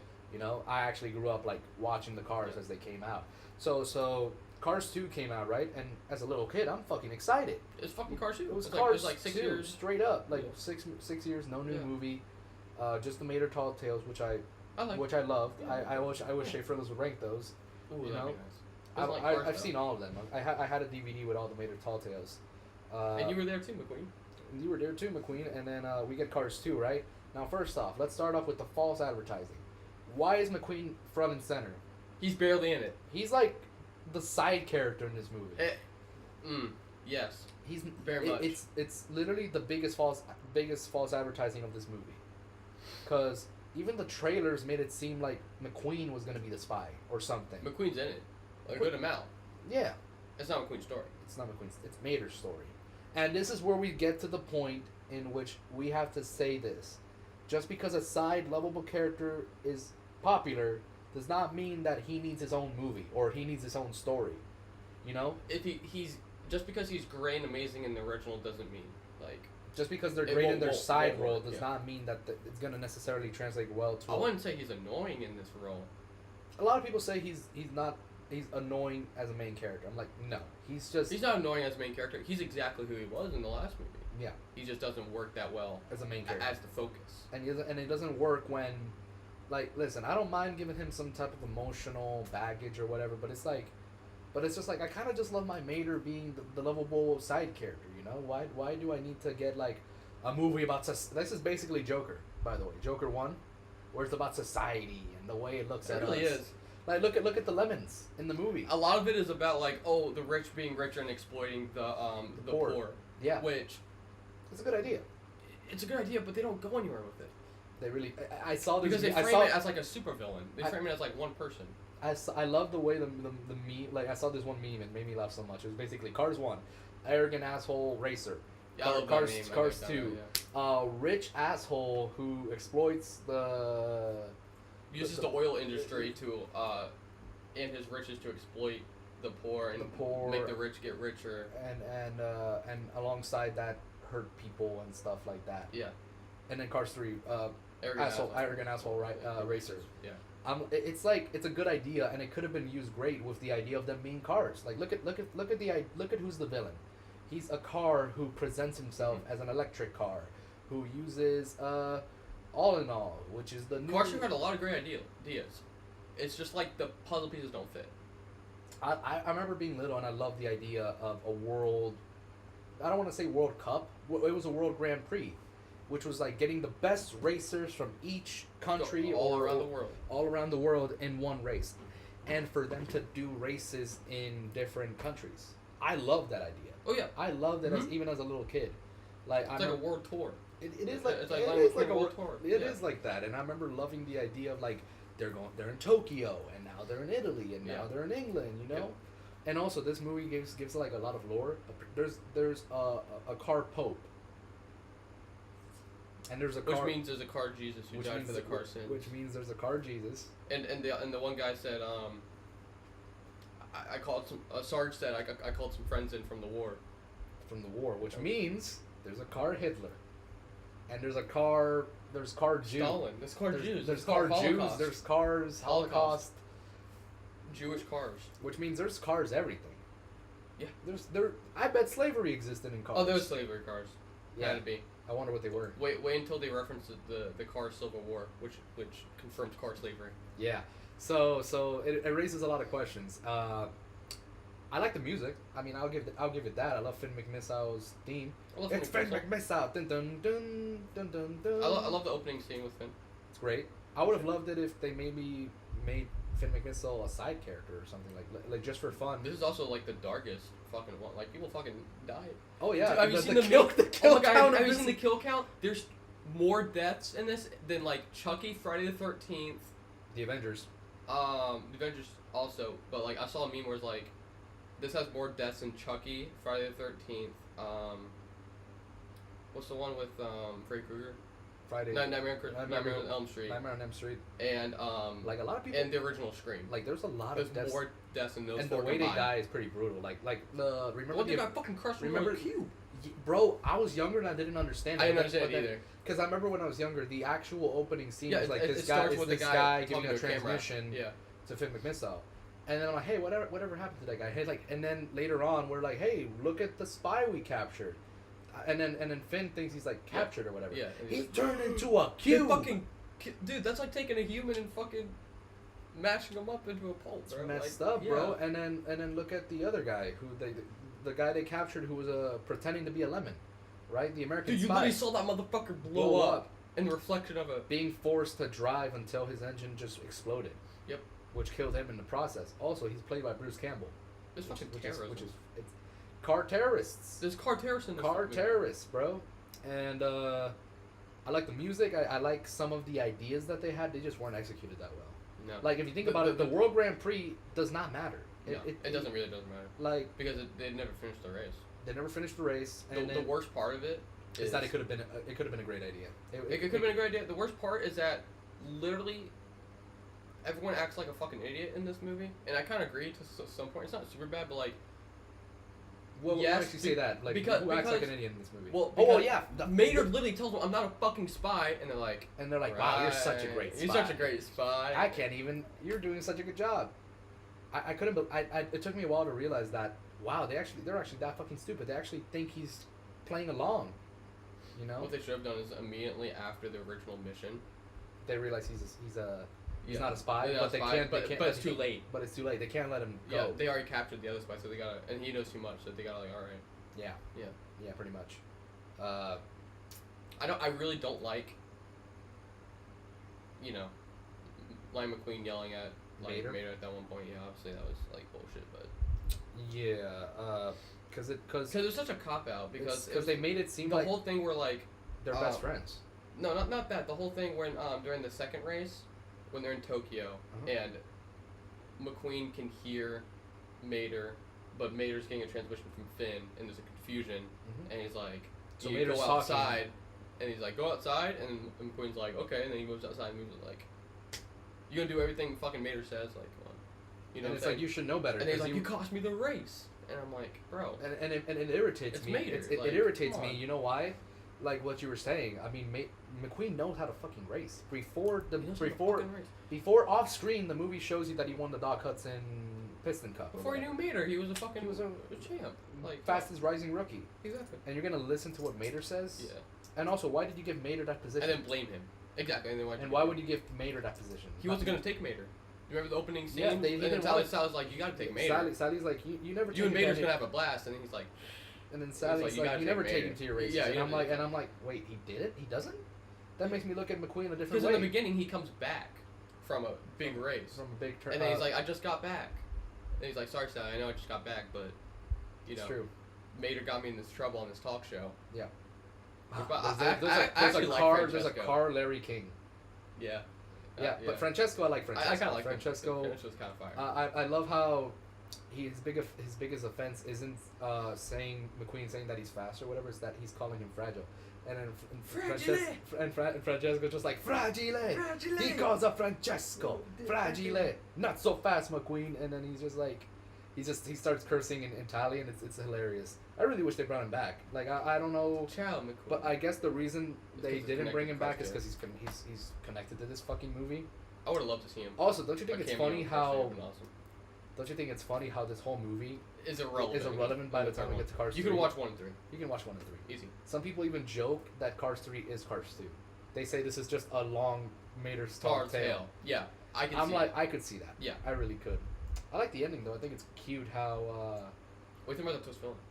What? What do you think about the twist villain? I didn't expect it. Honestly, I was a kid. I was a kid, so I was dumb. Yeah.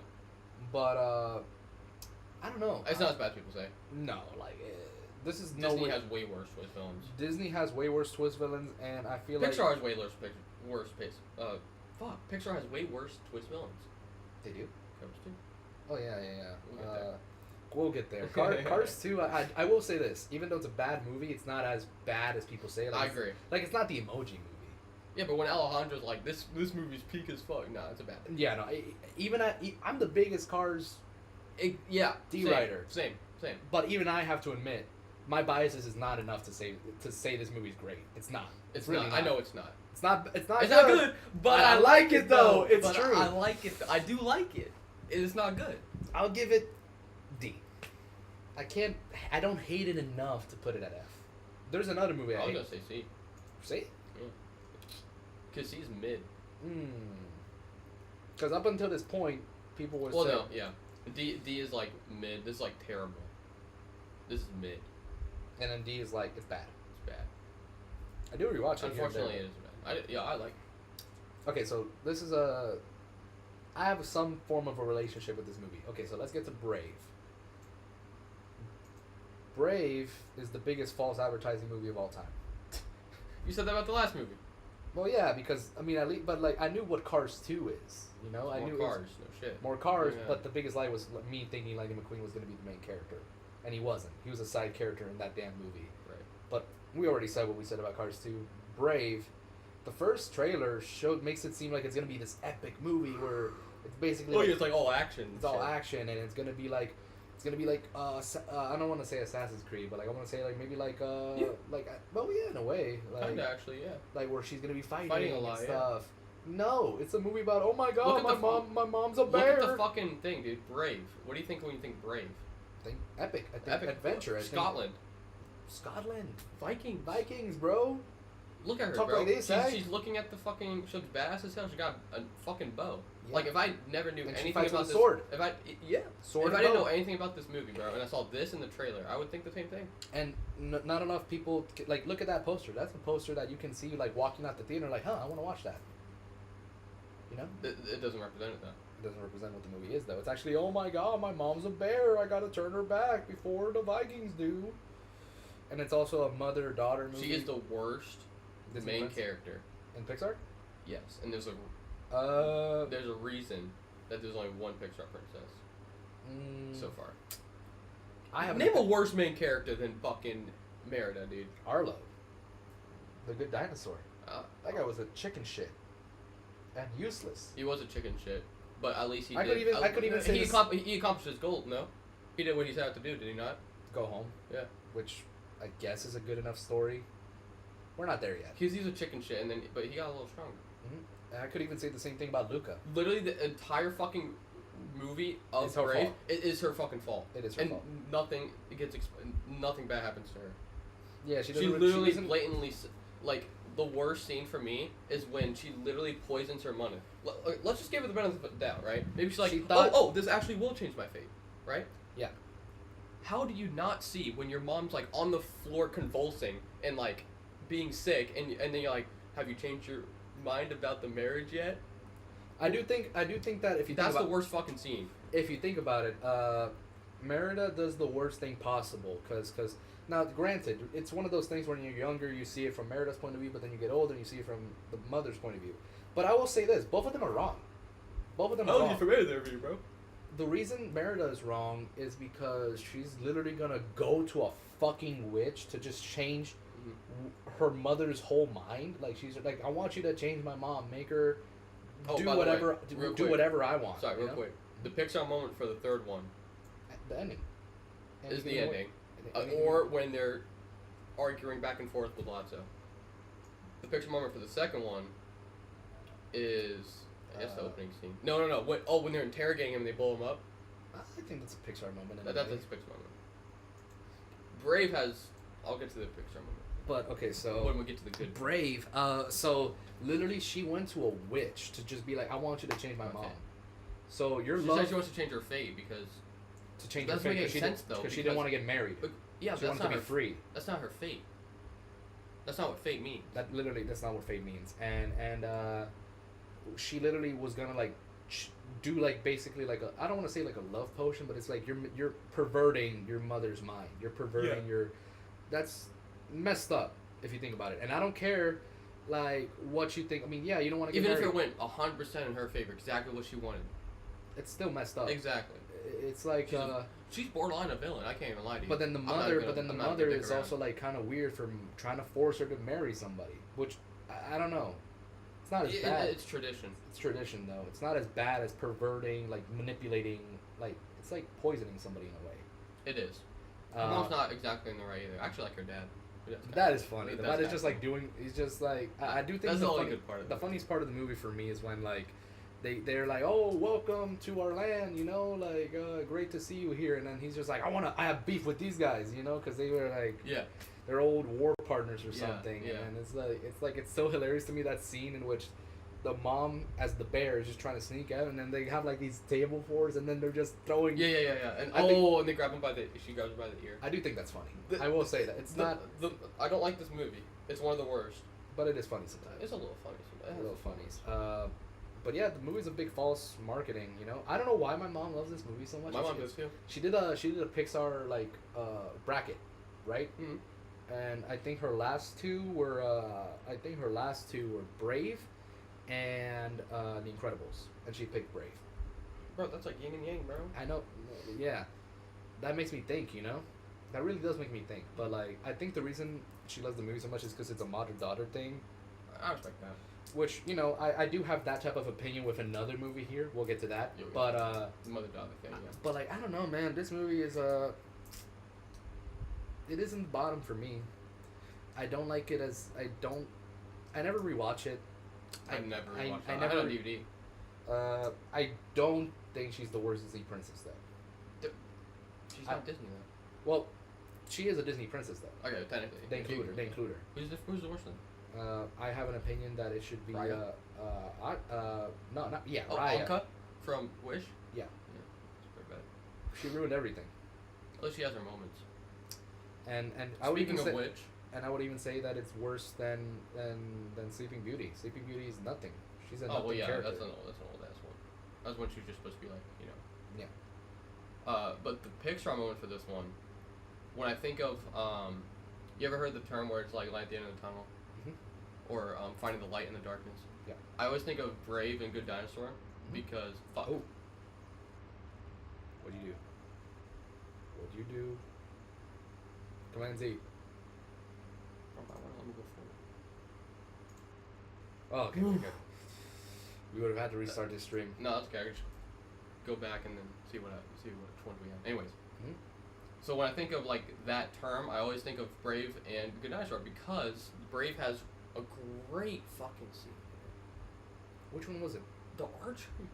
Oh yeah, the Yeah, archery. dude. Yeah. When everyone's like, all the guys who are supposed to be her suitors, you know, Yeah. like fighting for her. and she's affection. fighting for her own hand. Which by her own hand. which is I'm a- gonna be fighting for my own hand. I'm gonna be fighting for my own hand. And then the she mother bullseyes just them gets and splits the last arrow the last arrow in half, which is and then the and coolest then, thing and then it pans back and she gets a bullseye on all of them. Yeah. And then it's really and she goes good. face to face with her mom, and it's like very and tense. and then because and it ends with her having the arrow pulled back, and then she looks to the left and she's face to face with her mom. Yeah. It's a great fucking scene. Yeah. Definitely the Pixar scene of that movie. It's the best scene in the movie. Best scene in the movie. Which it's isn't the only saying good which, scene.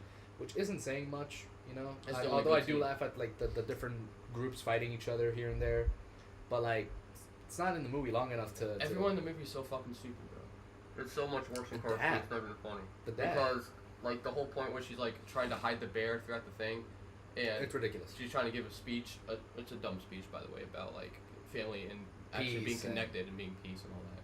Super drawn out. And then she's like giving her the words, which I'm like, how does she know what she's saying? And also, how do you not see a fucking bear? Bear moving. There's like, there's 100. And I don't give a damn if There's it's a 100 cartoon. people in that fucking room. You're not telling me not one of them like Notice broke the their glance bear. away from and the whole time she gets no repercussions for what she did. Like I said before, like as her mom's like dying and shit, what she thinks is dying, she's like, have you changed your mind about the marriage? And then she gets turned into a bear, and then she has And then to, she says, "It's not my fault. I did not know I was gonna do this." she acts like it's not my fault. How was I supposed to know? And shit like that. And So then that's for the instructions, bro. yeah, no, my God. And then she Because and then again, I mean because then again, the witch did not really give instructions, but I like the witch fine. Witch kind of, the only good thing about this movie is that it's literally the fucking Pixar the theory. cornerstone of the Pixar theory, exactly. Which that's fire. Because the It's- Pixar theory time implies travel. that she's Boo. She's Boo, yeah. I don't think like so. My thing with the Pixar theory is that it's fun. I don't think that I don't like There's 100%. huge jumps. So that's like the I don't problem. 100% believe it's canon. You know, like for me, it's not like oh my god, yes, it is confirmed. Like I see it as a game. I see it as for fun. You know, it's a good. It's Half a fun. of me believes it, half of me doesn't. I think it's fun to look at. You know, I think it's a fun thing to just think about.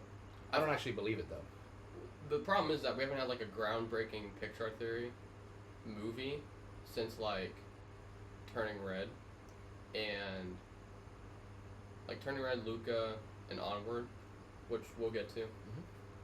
But those filled in like a really big gap. But like we just haven't like Lightyear didn't do anything. Elemental was like, where does Elemental take place? At the very beginning, because they're elements, or like way after? And Inside Out 2 just takes place after Inside Out. Yeah, and on Onward, people say it takes place on a different planet. Onward has one of my favorite connections to Pixar theory. We'll get to that. Yeah. Brave, D. No, F.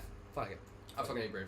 I hate that show. I don't hate it, but Most I don't like it. unlikable. The opposite of But the it- show. No, it's really, I don't like it, but It's good, but I hate it. It's good, but no, but for me, it's just like, I hate it though. for me, it's like, it's not the worst thing of all time, but it's just not good. You I know, hate I it. never rewatch it. I never think about it. I keep forgetting about it, you know? Like, which is one of the worst things you could ever do as a movie for me, you know? Oh, Like, if I forgettability. never want to rewatch you. Yeah. Monsters Forgettability is the University. Monsters University. People say I've seen this I thought this was like, ever since like 2022, this is such a bizarre thing to me because my whole life you're like, oh, Marshall University, yeah, like it's one of those things that the teachers throw on in the background. Yeah, yeah. My teacher actually did. My teacher did that, and one time when we went camping with my dad, the whole like campground had this like movie night, and they played Monsters Inc. I mean, sorry, Monsters University, and it's just one of those movies like, oh yeah, that happened, and then nothing much, right? Yeah. Recently, like since like 2024, there's been a resurgence in popularity. There's video essays that blew up on YouTube that literally say Monsters University is the best Pixar movie. It is the most underrated Pixar movie and is like top 3, if not the best Pixar movie. It's okay. So here's. It's good. It's great. You really like it? I love it. I think it's great. I think you know it's why? Because I was there when the hype began for the movie. I remember watching like the trailer, and I remember as a young kid I didn't really understand prequels. You know, I didn't really. Oh yeah. This introduced me to the concept. This was like the first prequel I actually saw. You know, yeah. Even before Star Wars prequels and Lord like the fucking Yeah. So I remember thinking to myself, what the hell? They're young. So this is before Monsters Inc. Even though they said, you've been riding my coattails since the. You've been jealous of my look since the 4th grade, pal. Yeah. So it's a retcon. But whatever, you can do that. You can write that off. Yeah, you can write that off. Yeah. So then. Like he's just making a joke. And then the marketing of the movie was basically that Mike and Sully weren't always friends, which I always thought was a cool idea. Yeah, because in the first one, they're so. Like close. They're so close. They're basically like brothers. Pretty much brothers. They live together. They go to work together. They eat help together. each They other. sleep together. Mike trains. It's like how Mike each monster has like a trainee. Yeah. Mike's literally the trainee for Sully, and they know each other like close after work. Like when I was a kid, before I saw Monster, I thought they were like they grew up together. And Sully which they imply is not the case. Yeah. And then Sully got Mike those reservations at Harryhausen's for him and his girl, which I thought was like, that's a bro. It's cute, right? Yeah, bro. That's good stuff. And that scene in which where Mike is just like, I'm not going with you. You're on your own. That broke me, bro, because it's like such a quiet and serious scene, and it's actually in Monsters Inc. when the abominable snowman says where they could find the door to go back to the monsters world, I'm not going with you. and Mike is like, I'm not going with you. Like, you ruined I everything. would even mention how this movie juggles 2 fucking villains perfectly. Yeah. Yeah, great fucking movie. We already talked about the movie though. We gotta move on. Sorry. So Monsters University, I was there when the movie was like coming out. I was there when I was at Hollywood Studios actually, and then I remember when they were starting to put like they did a Monsters University meet and greet, and I met Sully. Oh my god, they had like the jacket. Sully was wearing a varsity jacket, and Mike was wearing like a regular hat. Yeah, right? I do remember that. And then and I remember like Hollywood Studios used to have like these buildings that just were like just there for marketing, like in the animation courtyard. They just had posters of like whatever were their biggest projects at the time, and it was Monsters University. They still do that, but they only have like one poster. It was Monsters University and the Lone Ranger. It was the funniest thing I've ever seen. Oh my god, that was the same year. Yeah, and like around the same time too. Oh my god, that's... Yeah, they were both on Disney Infinity. Yeah, they were both in Disney. Yeah. Anyways. And I remember that was the first movie that like I bookmarked. Like I remember watching the trailer and it said June 21st. And you're like, I want to see that. I'm gonna see that June 21st. Yeah, you're like, I want to see that shit. And we saw it, and I loved it. Like I loved it, I really did. And I love the music. By the way, on par, right? On par with the first movie. And my mom, I saw it with my mom, right? And my mom said, Lukey, this is a great movie for you to watch, for you to maybe learn the college life and show you what, like it's a good movie for a college person to see. You know? It is. I watched this when I did my PIxar marathon. I watched this right before college, and I'm like, oh shit. And it shows you the different aspects of college. Like Mike was a studious ass guy, like straight A's, top of his class. That's true. Yeah. You studied all the fucking time. Yeah. Yeah, and he didn't. Sully. But Sully was a slacker. Wanted to party. Wanted to slack off. Yeah, right. And it shows you how those two clash. Part of me when I first watched it, I was like, they get like Mike is obviously like you show him as like a little kid and shit, and then part of me was like, what about when Sully was a little kid?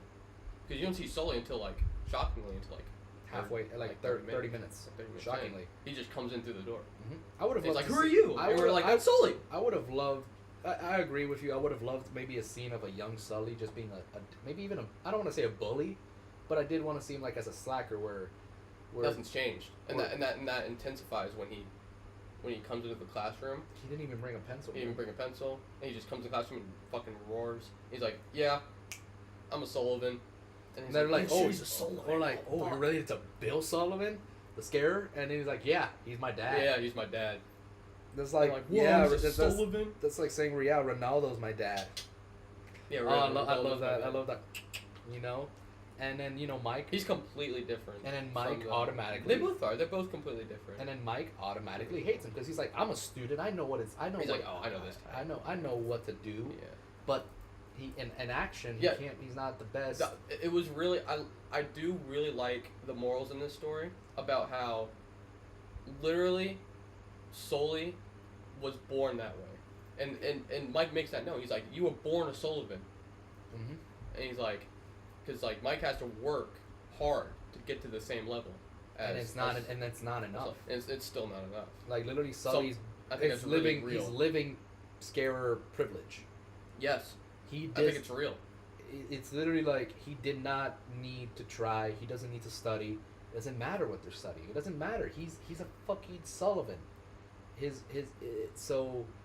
It's really sad because that's pretty accurate to people in real life. There might be some people, like let's just say a dude who's trying to be the best basketball player he can be, but he gets gassed, or maybe he just Short. doesn't have the skill, He's short. right? But then you got the other dude, who's a slacker or whatever, but he's fucking good at Yeah, basketball. he's tall. That's the guy they're gonna pick for the league. That's Yep. the guy they're gonna It's pick true. for the team. You know, it doesn't matter how hard you try. What matters is the final result, I guess. Yeah, it's real. Yeah, and But he also said, he's like, "You were born a Sullivan." He's like, "That's right, I'm a Sullivan. I'm the Sullivan that didn't bring the pencil in the first day of school. I'm the Sullivan that flunked every test." so they bring out the best in each other They do. because Sully is basically the type of scared that Mike would want to be. Like just no like they both help each other because Mike knows all the details. Mike knows all the skills. Mike knows all the like scary feet. Yeah, scary feet, yeah. This kid's asleep. like stuff, drills and stuff. He's a Yeah, great yeah. coach. He's a good coach. Mike is a great coach and he knows everything. Sully is the guy. He's the base. Like he's Yeah, when they first joined Uzma Kappa, so like they're like against each other. Remember the first one where they're like they're competing against each other. As and if it's a the shine the spiky the ball. glow urchins. The glow urchins. And I then- want to touch them. I want to touch it, and then he touches it all. I and love the it's new just- characters, by the way. They're so Yeah, I would have loved it if. fun. I want to touch them. I think it would have been really cute if like maybe the movie ended and it's like they're all older now and they see each other again. But we don't really Yeah. need to. It doesn't need to be. Yeah. But I like how in the first challenge they're like against each other, right? Mhm. And Sullivan's like, "Man, fuck out of here. I'm a Sullivan. I know what to do, right?" Yeah. But then later on, he's like, "Okay, I'm gonna listen to what Mike has to say." Mhm. And Mike, trains them, Mhm. and they do drills and shit. And they know exactly what to do. Yep. And it works out perfectly. They They excel. execute. They Yeah. excel great in the games and all that stuff. Yeah. And not just in the games, but like in real times, like they're just great with each other. They're great for each other. Like it's a great dynamic. It's as strong as a dynamic as it is in the first one. Yeah. It's not stronger because we get lore. Because we get lower, and then there's I feel like what I think is the real Pixar moment in this movie, the lake scene. Like The scene in which like that before one before or that, after they win. Because for me, do you remember when he's like the finale. Also, I love the lore. It's basically like Wicked, but for Monsters Inc. Because we know why Randall hates Sully. We know. oh okay, I see what you're saying. We know that Ross was always a CDA spy. Yeah, she did get the cameo at the end. Yeah, and then we know Water News was like. Well, I mean, we knew Water News was always the boss and stuff. Yeah. If only they knew. Oh yeah, he has a cameo at the end. His too. afro. He has afro. Does that make Water News black? Maybe he's played by that guy. I don't know. I don't know, But like right But, like, after the- they win, the scene when he's like he works harder than anyone else on the team. He's like, "Do you think he's scary?" And he's like, And he "He's can't the say- heart and soul of the whole Do team." you think he's scary? Sully can't say He's yes. like, no man. It's a tough hard. scene. It's a It tough is scene. tough. And then, but I do think that the Pixar moment. Because after all that, is he scary though? Like yes, he took a bunch of losers and made them champions. Mhm. He's heart and soul of the team. All that. Is he scary though? No. Nope. He's still not scary. No. You can't change that. can't change it. There's some things you And then can't the teach. scene after they win the finals, like when they're finally back in the scaring program, they won the trophy and everything, and then Mike is just like, he's just like just playing with the thing, right? And he's like, wait, something's off, what the hell? And he Ooh, looks that scene's down. tough, yeah. I remember that scene it. hit me hard Yeah. when I was younger because Yeah, he's- because like they trick you because he gives like a real scream. And then you know why they that's a win. brilliant scene? Because they don't show you it. They don't show you beforehand that Yep. Sully rigged the thing. Yep. You know? Mhm. And then But if you go back and watch it, there's a scene when it's Sully's turn. You know, he like bends down in front of the thing, and it like zooms on his eyes, and then it shows like them. And they're like, "What's taking him so long?" Right? Mhm. And then he gets up and he jump scares them. Right? So if you go back and watch it, like, "Oh shit, that's when he messed with it." yeah, and then it hurts because he's just like, no, don't play with that. You probably broke it. And he's like, did you do this? And it's Yeah, he's like, "Oh, "Did- Mike, I don't think you should be messing with and that." did you do Yeah, this? did you do this? And then he says yes. Yes. And then he's like, why? And Why then would Mike you just suddenly realizes, you don't think I'm scary. And then it's just like Sully's trying to explain, and then he's like, I could scare circles around you. And then Sully says the tough thing, what was I supposed to do? Let the rest of the team lose because you don't got it? You got it. And then Mike is so You feel for him. He runs off, and He he runs finds off, that and the door. rest of the team- because the whole movie, he's trying to prove to everyone that he is scared. that he is scary, and he realizes that the one person that he thought he could trust didn't. still doesn't think he's scary, right? He And really- again, when he goes into the thing and he scares the children, you know, I thought that was gonna be the end of it. I thought he was gonna they were scaring the children, and that was gonna be the end of it.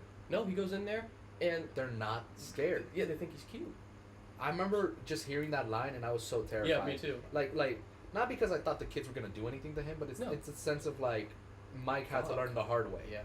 Mike, cause listen, I respect the you know the what's the word the self confidence. I respect it. Yeah, but then he had to learn the hard way. he had to learn the hard way. That like Unfortunately, because they said you're funny looking, and he's like yes, he's like, it's just he has no words, and during that time they think the kids are toxic and all that stuff. So he's like, I'm gonna fucking die. yeah. And then the whole school like is on lockdown and stuff, and then they had to like put What's the principal's name? hard scrabble. Hard Scrabble. Yeah, Hard Scrabble. I like that they didn't make her a Get villain. out now. Some people think she's a villain. She's not. She's a realistic force. You know, like some people like because if she was a villain, she would have done anything to not put them in the class. She gave them a fair shot and a fair She deal. did give him a fair shot, and they exceeded her expectations. You Yeah. did the one thing I thought wasn't possible. You surprised me. Mm-hmm. Yeah, but then we get to that scene in the lake. It's just so real. It is good. It's real, and then we get the scene in which they both play with each other's strengths. Like literally, it's like putting together a Yeah. play on football. It's like we're gonna do this. Yeah, we're gonna do this, that, and they we're gonna do execute that, perfectly. and then the scene is even better because it's probably at that time, maybe it's for the school, the biggest scare that has ever been done. Because it rigs. Oh my it, god, it, that it scene where explodes all of them go the- up. Ooh. Yeah, Awesome. and then the door blows up yeah, and the, shit. And the door comes on. And even Sully's like, these are adults. I can't scare them. And then he's like, yes, you can. Yeah, Like, and you then can do it. and then they're back in the monster world. The thing is exploded. All of them, the canisters are broken, and then she's like, she looks at Sully, and she's like, how did you do that? And then he's Like, like, it don't wasn't look me. at me. Don't look at me. Yeah. And it's Mike, and then the CDA come in, FBI open up style, arrest Yeah. the two, and then he's like, where are they taking them? We're gonna put them in arrest for now, and I promise you, there's gonna be a lot of paperwork for this. I remember, I'm always Yes, watching. it's Roz. Yes, right. always watching. I love Roz. And then we get the ending, and it's very beautiful because you know that in the end, yeah, Mike is not going to become a scarer. But that doesn't necessarily mean that his career is a failure or that. I also think it's great how the whole time they're trying to be scarers, right? Mhm. And then it turns out like they start in the mailroom of the factory. The factory. They start in the mailroom, and then eventually, after years, they had tryouts, and they Yeah. got to where they were. I think they it's interesting started. that It's literally started from the bottom. Now we're here. yeah, it's literally like even you still got to your end point, you just took a different path. Yeah. And I think that's beautiful. Because they never finished college. They didn't. Yeah, they got that. Mailroom, Freshmen lunchroom, expelled. janitors, whatever. tryouts, and then they did it. So And so Hardscrapple's not a villain. Then it would mean Johnny would be the villain. Johnny Worthington the third. Worthington the third. I see him as a privileged brat. He wasn't necessarily a villain though. He was a villain. He just wasn't. He was like a Chick Hicks type of character. He's not as good as Chick Hicks. No, of course not. He's not Michael Keaton. He's not Michael Keaton. He's not He's Batman. not Batman. No, but I think the only good scene is when he embarrasses them. He's like, bring out the stuffed animals. no, He's you know what made me laugh a lot? You don't? The One where scene, the scene that got Money for charity? That's not cool. Oh yeah, that's the scene. Yeah. Where he's like, "What are you Yeah, well, doing?" stop it. No. We're like where he's just like, "We're trying to raise money for charity." Well, yeah, well, stop it. You want us to stop raising money for charity? That's not cool. This guy hates. Oh yeah, I love that. Yeah, this guy hates. Yeah, no, Much and then it's also a good movie for you to look at life at a young It's age life, because dude. imagine like yeah. God Yeah. forbid something happens to us in college. Yep. Maybe we don't graduate or whatever, but we can look for there's a different path to maybe There's get always where a we're path, yeah. there's always a path, you know, and it's beautiful to see. Try the mailroom. Starting well, yeah, but like hopefully that's not the path we have to take. Hopefully not. And I do agree that this is one of the best Pixar movies. Is it top 5? No. It's not top 5. For me, it's a top 10 though. Oh yeah, it's A tier. Yeah, A tier. It's A tier. I like it better than Wall-E. You do really? Personally, yeah. Okay. Personally, like that's just me. I respect that. Inside Out. So after so obviously, we had Brave. We had Cars 2, right? Ass. Brave 2. Brave, even worse. Mhm. And then we had Monster University, which was good, Mm-hmm. but when it came out, it came out, it didn't wow anyone. It really didn't at the time. So when Inside Out came out, I remember when it came out. I was there. I saw it in theaters. Yeah, when it came out, Everybody like, "Oh, said, shit. "Oh shit, this this Pixar, is a break. This is the comeback." this is a comeback." Only for a few months. And later. then they got downhill a little bit, but we'll get there. Bro, Pixar's literally Marvel at this point. Cause like we're so like it's over. We're so back. It's over. It's over. It's over. We're so back. It's over. It's over. It's over. We're so back. yeah, We're so back. We're so back. It's over.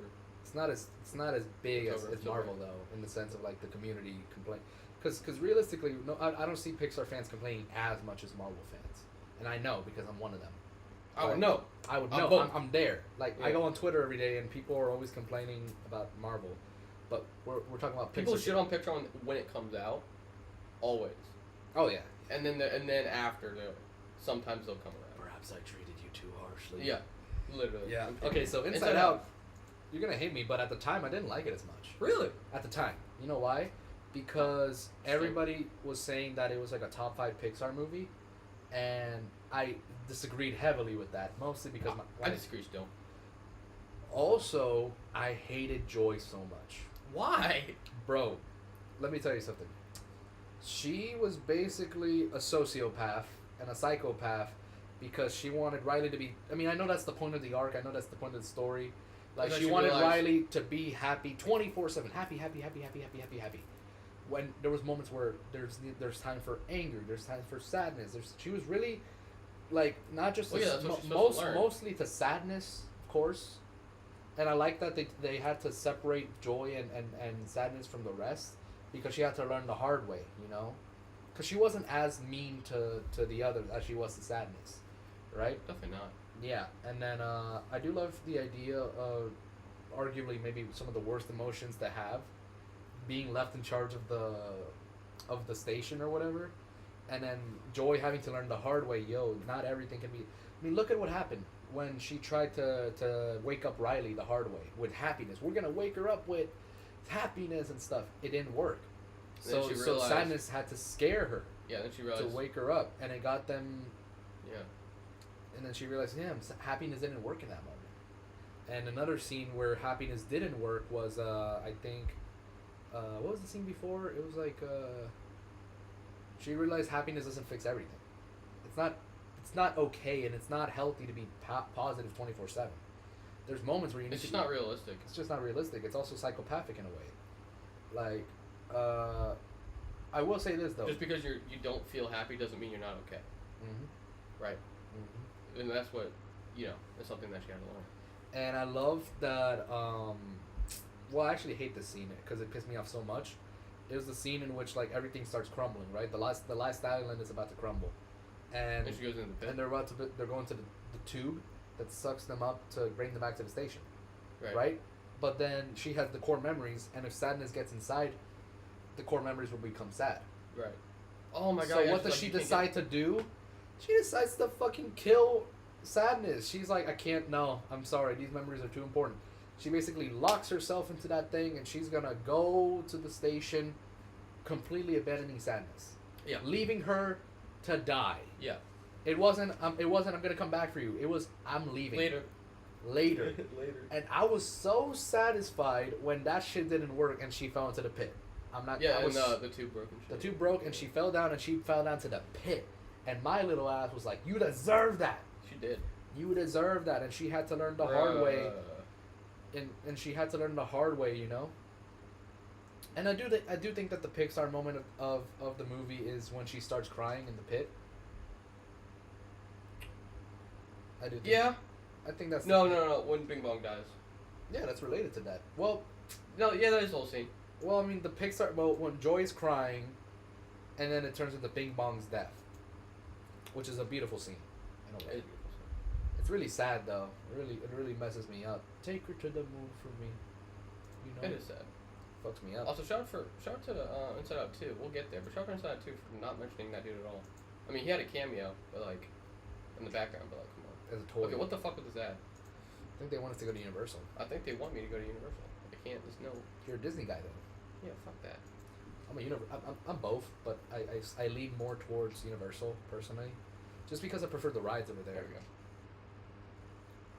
That's a different podcast episode, my boy. Yeah, but Inside Out. Yeah, Inside Out. Inside Out for me, me personally, it's not in my top 10. It's really not. It's B. Well, no, it's a great movie though. I would put it at B. It's a high B. It's a high B. It's not one of my favorites. I do think it's a little overrated. I love the. I prefer, love I all prefer the the emotions. sequel. I prefer Inside Out 2 is better. Inside Out 2 is better really by good. We'll a get there. large margin for me. We'll get there. We'll get there. But I do think that people were overhyping it to a high caliber when it came out. Like people It was were really not, good though. like people were not shutting the fuck up about the movie. It kind of reminds me as like when Encanto came out, and at Disney Plus, and everybody was I love Encanto. Yeah, Encanto held up though. Encanto, I love Encanto. Held up As a to Colombian, you know, I'm pretty biased, but like even I knew, I'm like, Jesus Christ, bro, enough. It's enough.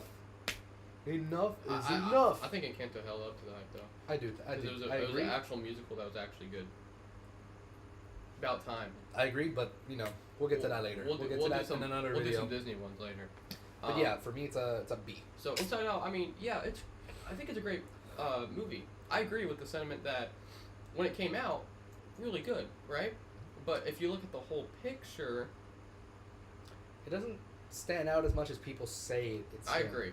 I love Joy. You know, My favorite character is Anger. Anger's fucking hilarious. I love Disgust. Fear. I love Fear. You know, all those characters are good. Riley is a great character. Mhm. She goes through a whole emotion. I love the scene where she's like growing up and stuff.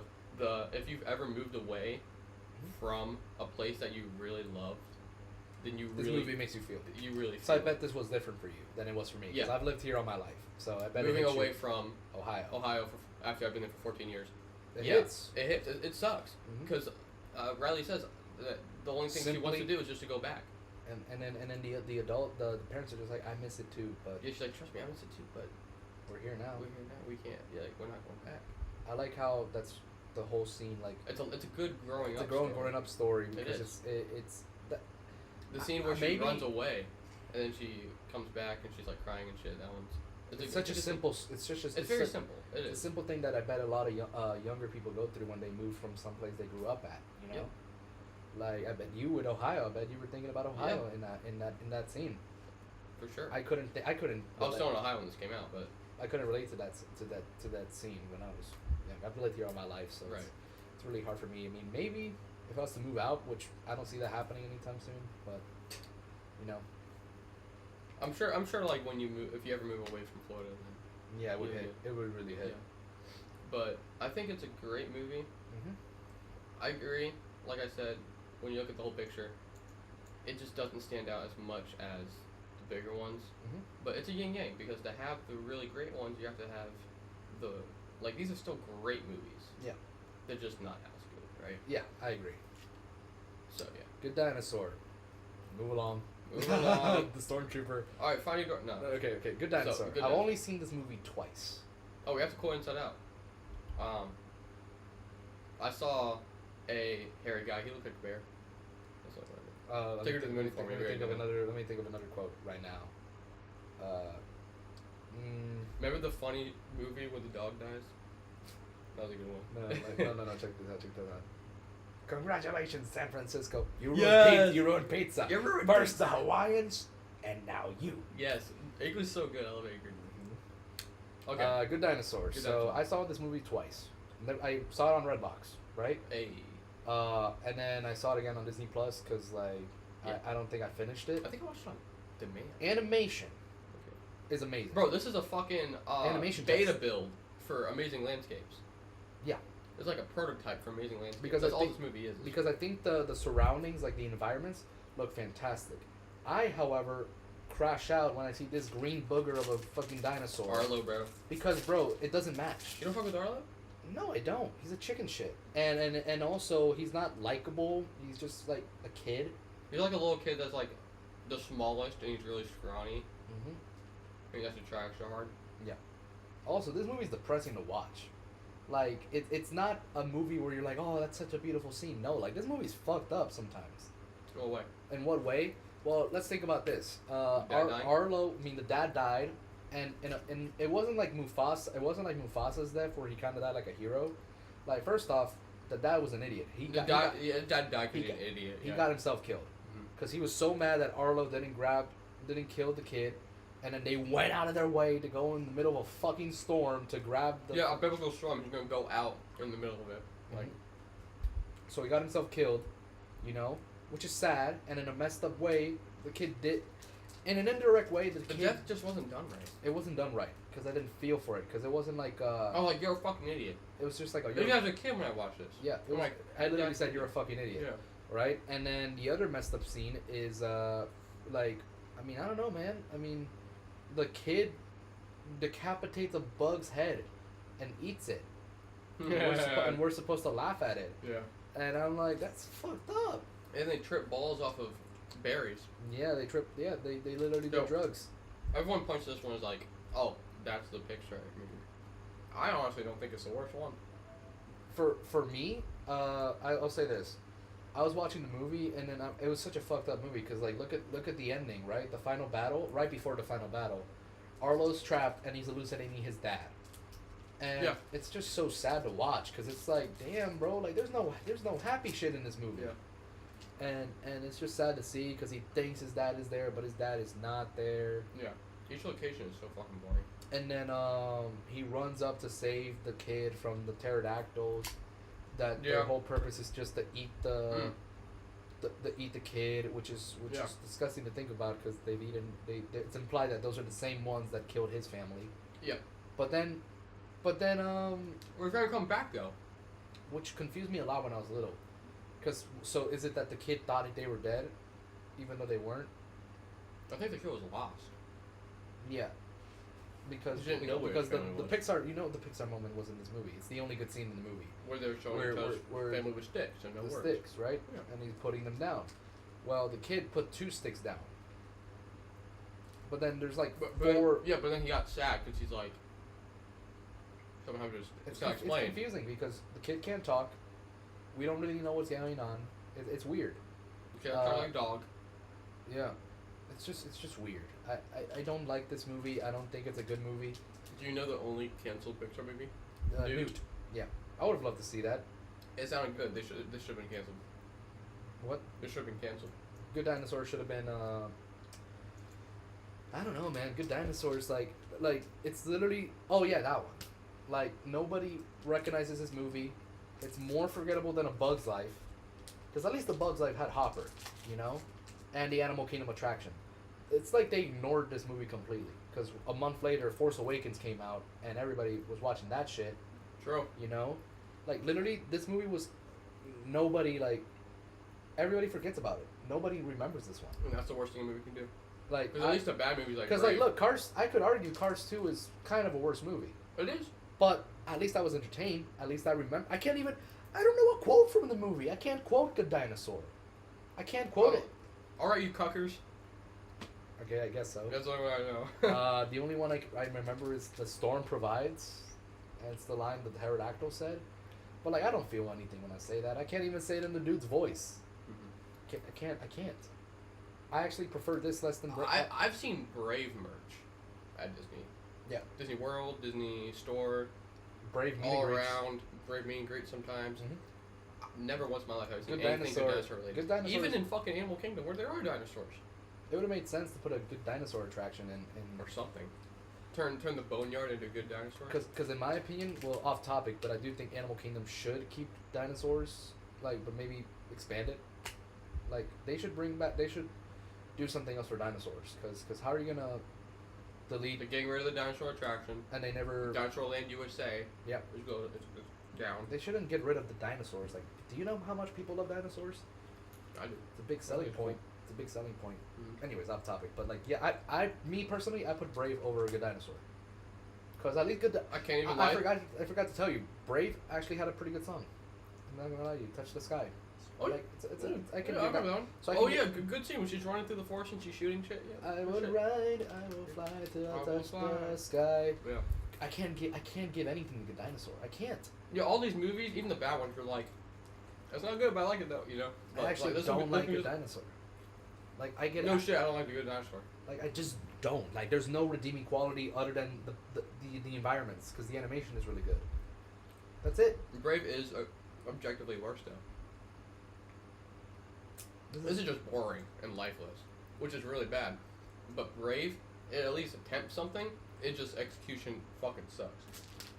But I don't know though, because there's a lot better good Stuff. Brave stuff. Because like bro, Good Dinosaur had one good scene, one, Yeah, and the animation is good. I'll probably watch Brave more now. Brave at least has the song. Brave at least like I don't know, funnier. Because there's no funny scenes in Good Dinosaur other than the tripping ball scene, which isn't even funny. It's not funny. It's not funny. It's just weird. Mm-hmm. I want to stop talking about this movie. Like Me too. this is the most anybody's talked about the movie ever. Yeah, you're right. Shay Frillis didn't even talk about it this long. Yeah, he's just like, oh my god, this movie's so boring. Yeah. All right, Okay, Finding Dory. Finding Dory. This is where we get into the sequel era. This is a sequel era. Because I consider Cars 2 all the way to. I remember people, out of any Pixar movie, I remember people having the fuck out of this movie when it came out. Yeah. What year was this? Like 2016. 2016, yeah. Great fucking year. I miss 2016. Yeah, 2016 was such a good vibe. But Finding Dory, fuck. I remember it coming out and everyone, I saw it in the theaters. I think I did too. You know why people were so excited? Because it's the been so movie- long. Yeah. It's a Toy Story 3. Yeah. It was a Toy basically. Story 3 situation. Nobody was Not as really good, nobody was really asking for another Finding Nemo though. They really weren't, no. After this, I was like Finding Dory, and I was like, I'd rather have Finding Marlin. I remember thinking to myself, okay, so Not a big fan of Dory. because for me, I think they did Finding Dory because Dory was such a likable character and iconic and stuff like that. Yeah, I was like, okay, Dory got lost. Like, no shit, she has short-term memory loss, you know? It just didn't make any sense to me. Like, I get it. Like, it was in between. I wouldn't say it was unnecessary. Like, you can expand the universe, right? I guess so, but it's But like, I who wouldn't was really, but who was no really- one wanted that. No one was asking for this. nobody was really, When it came out, they're like, oh shit, a new Finding, you know, that's cool. and people But loved it. No from one their was childhood. asking for it before then. Exactly. I was, I'm like weird with this movie because it does a lot of good. There's nothing much that I can say that is bad about the movie. Like there's not a scene in the movie or something in the movie where I'm like, yeah, no, that's terrible. Right. But it's like the highest high of the movie is that scene, The highest high is That like the scene in- Pixar movie. It's the Pixar moment. which is the shells. The shells. Great. That's like top 5 movies. For me, I remember watching Beautiful. the movie in the theaters, right? And I remember being entertained, but then again, I'm a kid, so like anything Yeah, entertains me. That's But I lights on the remember screen. this before the shells, that scene in which we're told that yo, they're dead, Your and parents we are get a dead. panic attack scene for Good Dory, shit. and it's from her POV, where she's like, everything is blurry, everything is echoey, everything is shaky, and we just see Hank that's like like shaking and he's trying to escape or whatever, and then Dory is taken by the drain and she's now like in the ocean again, right? And Yeah. she everything is dark, everything is faded Just or feels whatever. alone again. She feels lost. She feels alone again. Yeah. and it's quiet for like a good 5 minutes. Like there's no dialogue. There's not even music. Yeah. But and you just see her going through the water, and then you just see a shell, and then you see another shell, and more shells, and then she follows the shells, and then she sees like the little home or whatever, and then she turns around, and then it's her parents. And her dad With had a a bunch of receding hairline. Yeah, and they had like a bunch of shells, right? Going everywhere, every direction. Yeah, every direction, and then they're like, "Hi, I'm Dory," and then Dory, and then we Yeah. get a slow motion where she realizes she's that like- she found her yeah, parents, yeah. and it's a beautiful Great fucking ass scene. It is, That it's is the great. height of the movie. It's the It's a ending. beautiful scene. But I feel like the whole movie before that is just, dancing around semantics and just like dicking around, It is a bunch of dicking around if you think about it, like going because here they from actually here and stuff. arrive to the facility pretty early. They actually do, yeah. They like I thought maybe the shenanigans were gonna be before And then like 20 minutes in, we're there. 20 minutes after they arrive, like the initial, because the initial mission is that Hank needs the little ticket to Tag. go to Cleveland, Uh-huh. which is in Ohio, Which is in Ohio. to go to Cleveland, and then Dory wants to go back to the tank where she's from. Yeah. Right. To find her parents. So 20 minutes in 20 minutes after going to the court, we're done. He takes the tag, he has her in the coffee pot, and he dumps her in there. That's it, right? But so when you're going in, you're like, okay, so that's the mission, right? The mission's done within 20 minutes, and then you're like, okay, what's next? Well, And then she meets a whale, her whale friend, and then the beluga who's played by Phil Dunphy, Yeah. and Mr. Peabody, Mr. Peabody. Yeah. Yeah. Ty Burrell. Ty Burrell. And then it's like they're just adding extra Yeah. lore. Yeah, they add extra lore, but I'm like, what? Because they give lore as to why Dory knows how to speak whale. Yeah, but then we're like, okay, she's not. Her parents aren't in the fish tank. Where are they? And there's nothing They're happens. digging around. Yeah. And So for a and while, then you're like, what's going on? and Nemo and Marlin don't matter in this movie. They're There's- chasing after her. They're trying to find Dory. They're like, wait, That's the we Finding want to Dory be part part, of yeah. the main plot. Which makes sense because it's Finding Dory, right? They're trying to find Dory and And shit. I get it. They But wanna in give Finding Nemo, Marlin had Dory to Nemo bounce was off. Nemo was in one spot. Yeah. Nemo was in one spot. But he had other and characters then to bounce off. Marlin was trying to find him. Yeah. Here, it's like they're both moving, all over the place, Mhm. in the same fucking aquarium. Yeah. So it's just not as satisfying. It doesn't feel like Finding Dory. It feels like chasing Dory. I get it. You know what I'm I saying? get it. Because Like, imagine, it's if the just story, not- imagine if the story was that she went off on her own, and then she's on the tank, and then now it's Marlin and Nemo, father and son. They gotta go on the adventure that Marlin and Dory tried doing. But then that would be a repeat of the first movie. That's what I'm saying. Yeah. So it'd it's be the like they same had a shit. lot of difficulties doing this, probably. That's why. I 'cause they meant tried what making I it mean. different. Finding Dory doesn't warrant it. It's That's- not as strong as the original. No, not Absolutely not. what's funny is that I don't even like the original as much. So for me, it's like a C movie. Oh, see for sure. It's better than A Bug's Life. It is better than those. Because even though Hopper's a great villain, he's Actually, like Hank. Hank's played by the old guy from Modern Family, what? who's married to Gloria. No way. Yeah, no, he is. I That's swear. Look it up. crazy. Yeah, look it up. That's crazy. It It's is. crazy. Also, Idris Elba's in the movie. Who's that? Heimdall from Thor. Bloodsport from the Suicide Squad movie. Idris Elba. You don't know Idris Elba? He's Well, no, who's he playing? the one of the sea lions. Oh, I love that. He's like, get off the rock. And he has like a British accent. Yeah. Off. the rock. What's let you sit on the rock? Yeah. Classic. And then what's that other scene? Well, Also, yeah. Sigourney Weaver is the Yeah, is Sigourney the Weaver. voice of the location. Yeah. Yeah. And Thank also, the movie kind of made fun of the tank crew. You remember the tank crew? Gil, the pufferfish, and Oh, yeah. they made fun of them because there's a post-credit scene, right, where they're still in their bags from the first movie, Mhm. and then they get captured again and taken into the facility. Oh yeah. And I'm like, damn, I kind of want them to be free though. Yeah, Like, I feel bad. I feel bad Because that. in the fish tank and they're orchestrating an escape. So it's like. And they've been trying to escape forever, and I feel bad for Gil most of all because all he's ever wanted. His whole character arc is wanting to be in the ocean again, Yeah. and it sucks that Yeah, they that played it kinda off pissed as me a off joke. little bit, It's the Green Goblin, man. Come on, Wow. how are you gonna do him like that? Yeah. But Finding Dory's a C movie. I never. It's fine enough. It's harmless. It's harmless. Like I'm not thinking about that. much, it's like if I'm watching My mom Finding loves this Nemo, movie. I don't necessarily need to watch Finding Dory. Like I'm never like, let's watch Finding Dory. What? Right after What? me. Part of me kind of wants to Finding Marlin. What would it be about though? I don't know. Like I don't fucking like know. what would a third potential movie in the series be? You know?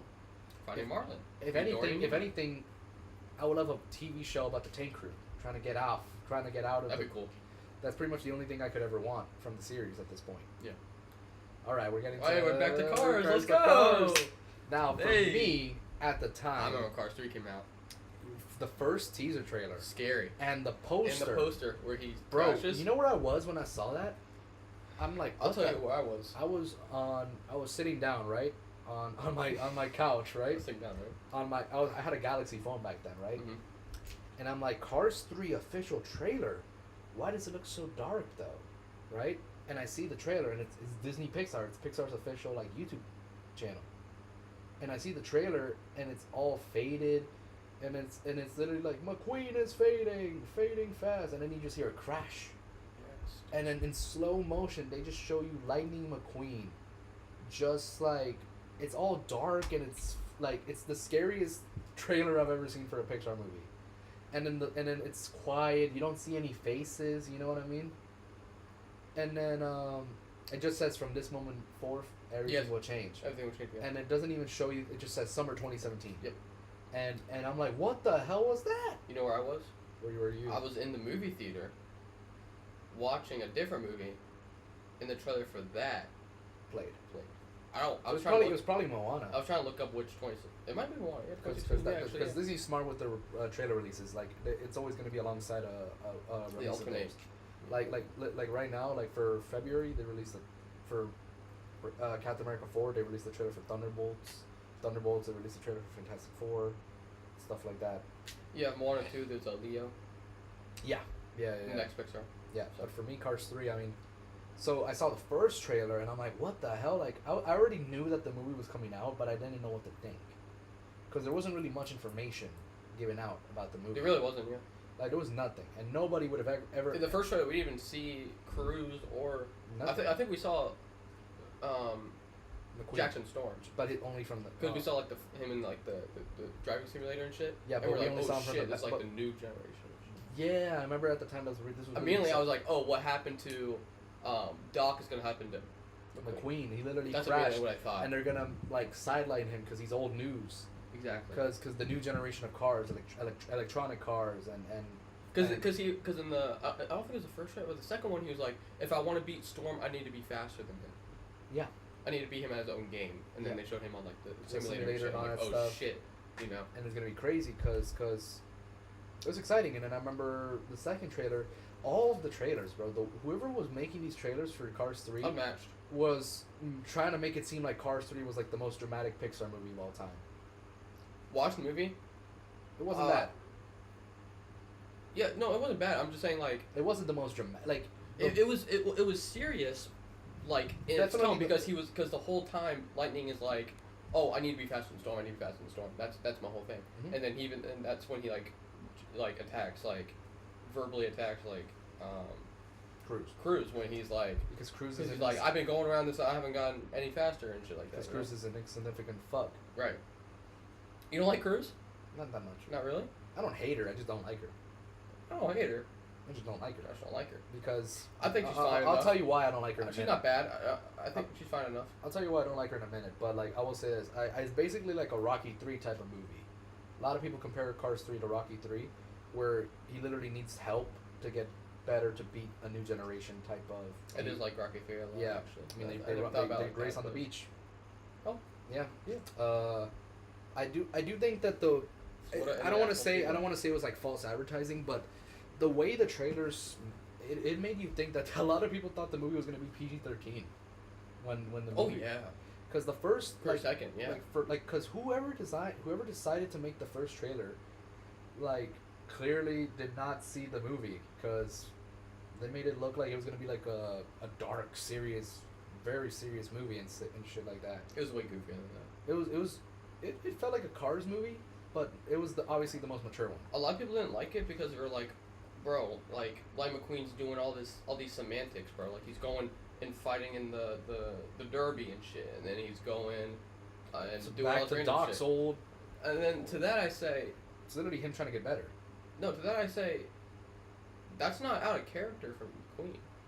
Yeah. Think about the first one. He did the same shit. He literally Right before the big race, he was dicking around. he was dicking around. He's on his famous, exposition where he goes somewhere secluded and he comes back fighting. Yeah. You know? Like he went to Radiator Springs, learned a lot, and came back and he won. Yeah. Same thing in the... Well, not really in the second one, really, but... that doesn't count. That doesn't count. Yeah. But like I'm saying, like him going... I think they call attention to, and like, there's like a... There's like a news clip when they're like, McQueen's just being McQueen, you know? We saw him... a picture taken last night with him at the mud derby or whatever, and they're like, oh yeah, that's just classic McQueen. Yeah, trying his best to get better and all that stuff. There was a lack of characters in this movie. I feel like almost all of the characters are sidelined. Even Mater, like Mater has like I love Mater. Like Mater has like 4 minutes of screen time in this movie. Mater, he used up all of his.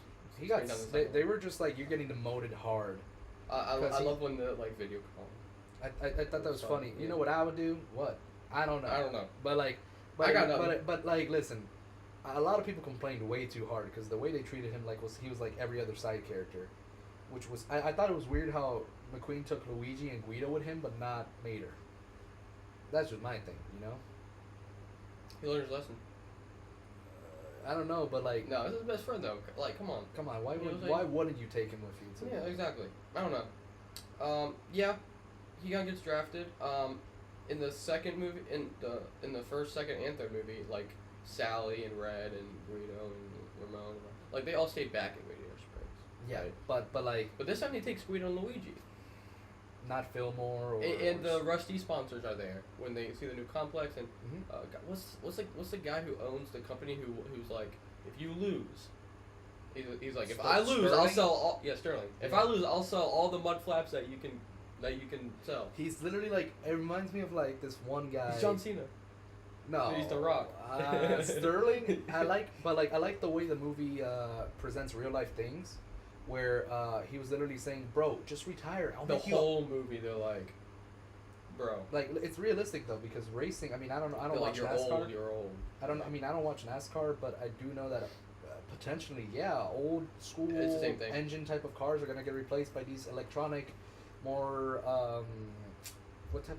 What's the name of the electronic, like Tesla type of cars? You know. Yeah. Jackson Storm is literally like and I love the sounds that they use. Oh, sound design in all the movies has always been fucking because peak. you know, McQueen still sounds like a classic old rev engine car, and then Storm sounds like like that, right? I do think what's the word? I love how it opens. Yeah, it's a beautiful montage scene. Yeah, it's a good montage of like. They brought back the king. The king is, I think it's foreshadowed because the king becomes like a coach for like his younger generation. His nephew. Yeah, his nephew. Yeah. Who they keep bullying throughout the whole movie. We have a list of working with the best racers of all time, except for Cal.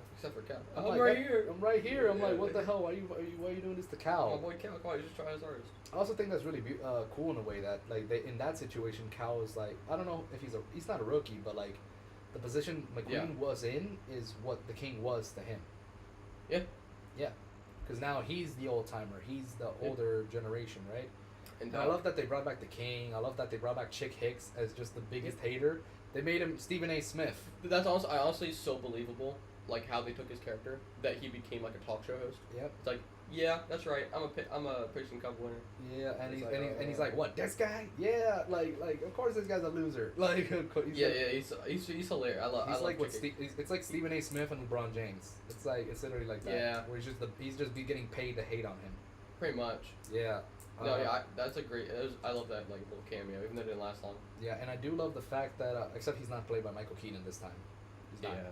Yeah. But I do like the inclusion of Sterling, even though it's not a big plot point in the movie. It's a big enough plot point where you're like, damn, that's pretty accurate. It reminds me of Stan Lee, where in his final years they were exploiting that guy, because he's like, your legacy, bro. You're Lightning McQueen. You know how much merch you're gonna sell? Like, you know how much stuff? That is a lot like Stan Lee. Like, you're gonna look at all this stuff, man. This is all going in your pocket for doing nothing. You know? But he wants him to retire. Yeah, McQueen never really franchised like that, except for Japan. Except for real life, like Yeah, real except life, for real life Disney with the Cars franchise. Yo, in the lore, did he sell out in real life, and that's why we have like all the Cars merch? I don't know. Like McQueen Rito? I don't know, man, but like Cars 3 is pretty good. I just don't like the ending, which is crazy. Why? Why? Because bro, my selfish ass really wanted McQueen to beat Storm. He did. He didn't though. Bro, He did the first part of the race, and then Cruz just has to step in. Oh, I love the old. First off, I love the old guys who knew Doc, who Rust- raced in the OGs. Yeah, what's his name? Rusty. Rusty, yeah. And then the other guys. I mean the other guys. I love the inclusion of that. Yeah, and there's Doc lore. Where yeah, there's Doc lore. I love that, and they use old clips from before the actor died and shit. That's cool, right? Because they didn't want to. Because the unofficial reason why they killed off Doc is because the actor died. It's because the actor died. And the actor died, but and they didn't want to replace it. They imply it's old age. Engine, like yeah. Yeah, but I love the scene when he's like, you need to tell because like she's racing, Cruz Ramirez, and then Lightning's like, you need to tell her that all the little crabbies went night night, and he's like, I'm not saying that shit.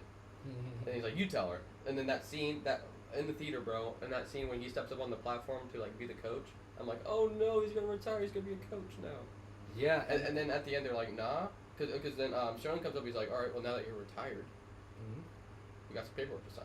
He's like, all right. But fine. then the movie is like, and then he's like, hold up, and then they point at the screen, and then he pops, and then McQueen pops up below Ramirez, and then he's like, you both won the race.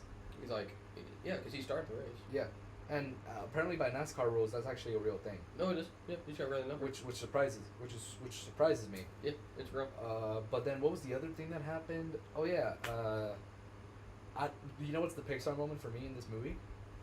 The scene right before McQueen goes back to like racing, right? In which he's with Rusty, and he's just like, for many years Doc never really talked to me. He kept quiet, but then eventually the letters came back. Meaning that Doc started talking to Rusty again. Beautiful. Meaning that Doc started talking to Rusty again.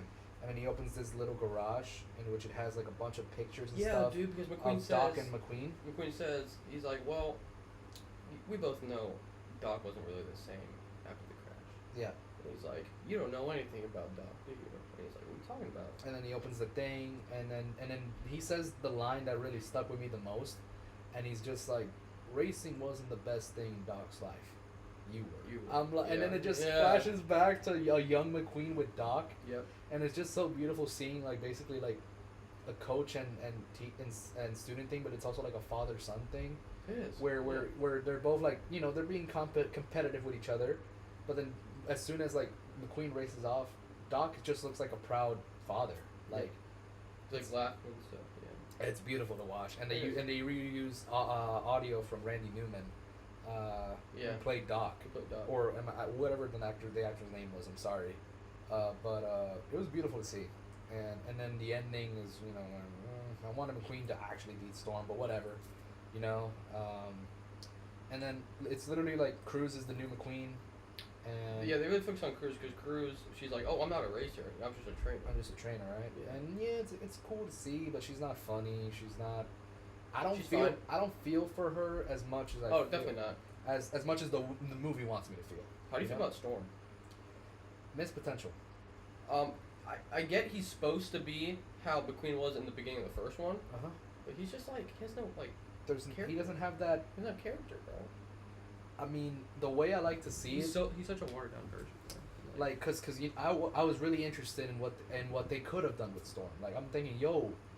Imagine that McQueen basically has to deal with a younger him, you know, who was an asshole, who was basically an asshole and a dickhead and stuff. But the way to make him seem is basically he's just like a manipulator, because you saw how his main ability is just to get inside the heads of the others. Like, hey, champ, you all right? Listen, man, don't worry, you had a good run.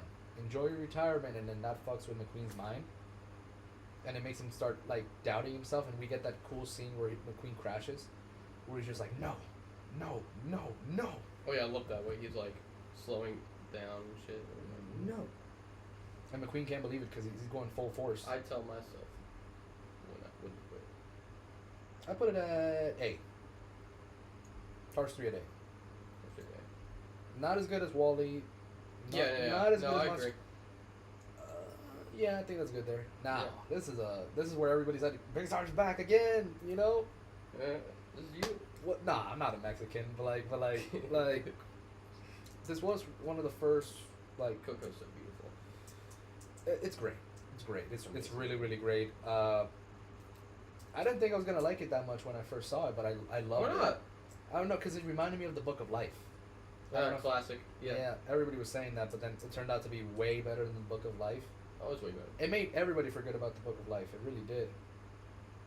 Was that the same year?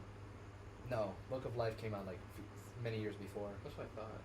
But Coco, like, bro, this movie, like, it deserved the it deserved everything it got The and hype, more. yeah. Like, cause nobody was really excited for it when it was coming out, but then it blew everybody away. Like, people said, this is such a great movie. Like, this is a great movie for everybody to watch. It has so much heart, so much soul into the movie.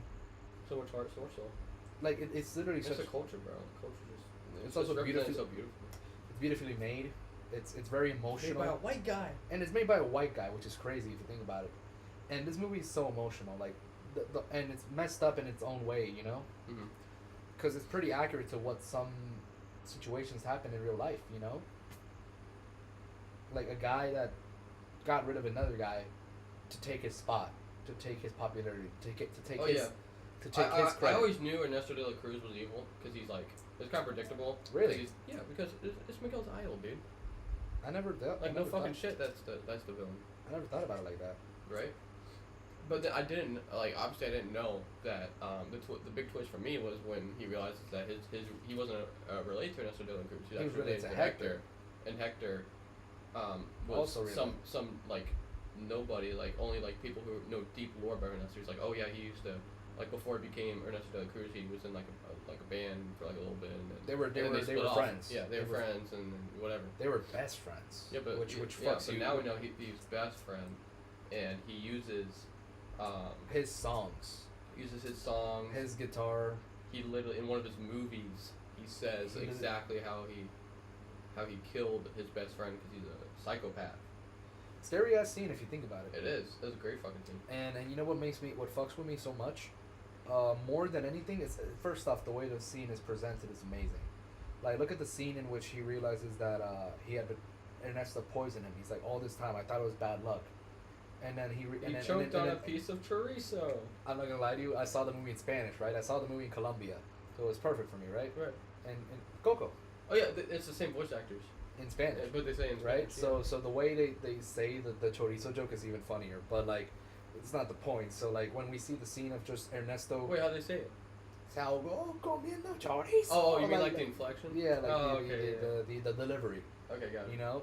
Yeah. And then we get to the scene in which all this time I thought it was bad luck, and then Ernesto just sees a young Ernesto, a human Ernesto, just picking up the book from freaking Hector's dead corpse, and it opens the book, and we just see a zoom in of "Remember Me," Yeah, it's supposed and to he be for his crashes, daughter. and it crashes out Yeah, because that's not a song for the whole world. That's Yeah. a song for his for daughter. his daughter. Yeah. So of course he's gonna crash out. You know, that's all he wanted to do. Yeah. That fucks me up because Hector probably has one of the worst. Like imagine. You can't take that back. He's dead. Yeah. You can't take. He can't get back time back with his daughter. His daughter and with his family. and his mom, like what's the grandma's name? I forgot the grandma, Mama Coco. Mama Coco. Mama Coco, her mom always like her whole life told him like, oh, your dad left us for music. For music, You know.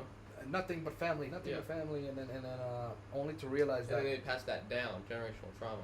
no music, Coco, talking Miguel's mom, is the same way. no music, Because her no, it's not her mom, sorry. and then the Miguel's grandma. yeah, I forgot that grandma's name, but like Yeah. yeah, but like I think it just says Abuelita. but she was the most aggressive one, yeah. Yeah, the one with the chakra. The chocolate, Yeah. yeah. Yeah, exactly. Yeah, no, and it's what's the word? It's just, it's fucked. And then you feel for him, and then when he finally gets to, I never understood why his wife, like Hector's wife, said I can't forgive you after she got the explanation as to why he never came back. It's because he got murked. Like, because you know how she first sees Hector and she's like, you left us. And then Miguel explains, no, he didn't leave you. He was going to come back, but he got murked. He got murked, yeah. And she's like, I can never forgive you. I'm like, Why not? Why not? Yeah, what no. the hell are you talking about? But I do love Like, how... To her, she still had to raise that child on their own. You can't undo that. Which sucks. You Which know, sucks. which sucks. But Hector never meant for that to be the case. He wanted to go back. No, he wanted to go back, yeah. He was only torn for a little bit. He's like, nah, fuck this. And they did a good job of making you hate the villain. Because I feel like not enough... I feel like sometimes society likes villains too much. And I get it. There's a couple of villains that I like. But if there's one good thing that this movie did, it's make me hate the villain. Yeah, no. Like, there's they no don't do redeeming- that enough anymore. Like, there's no redeeming qualities in Ernesto de la Cruz. Like, that guy, he deserved to die. Yeah, people are too caught up in the realistic villains, like ones you can understand and feel for. Like Killmonger and those guys. Joker. And Joker, but even then, like, it worries me a little bit when we're justifying or thinking that the villains are too cool or whatever. Ernesto, like, Exactly. he's the type of villain where, like, I hate that guy, and you want to see him get his comeuppance, and he does. It's so satisfying seeing that guy get murked by the way they took him out. The yeah, death. again, The bell. it's symbolic. He got killed again by the very thing that killed him the first time. Exactly. And the ending, the ending's just beautiful. With the song, Hot take. So this is like a really good like Pixar musical, which we don't really see anywhere else, really. You considered it a musical? It is, dude. What do you mean? There's like 15 songs in that shit. But they don't like sing out of the blue. Yeah, like, they do. They sing when they're supposed to. Well, yeah, it's still a musical. There's a bunch of songs. But it's not like Miguel is just like walking around in Mexico, singing. Just singing, yeah. Just singing. Well, It's, no, it's like they well, sing. it ties into the story, obviously, right? Yeah, But like- there's a bunch of songs like "Remember Me," Like it's and not Poco like Loco. like it's not like Lion King where Yeah, they just sing out of the blue. No, Like, I know, but it's still a musical by Pixar standards. There's a lot of original music. It's the closest thing to a musical. Yeah. But I think the best song is the one at the end that he sings when he gets back. That's the one I was telling you about. Like, I don't know what's the name of the song, but it's like so beautiful because it starts off soft. Yeah.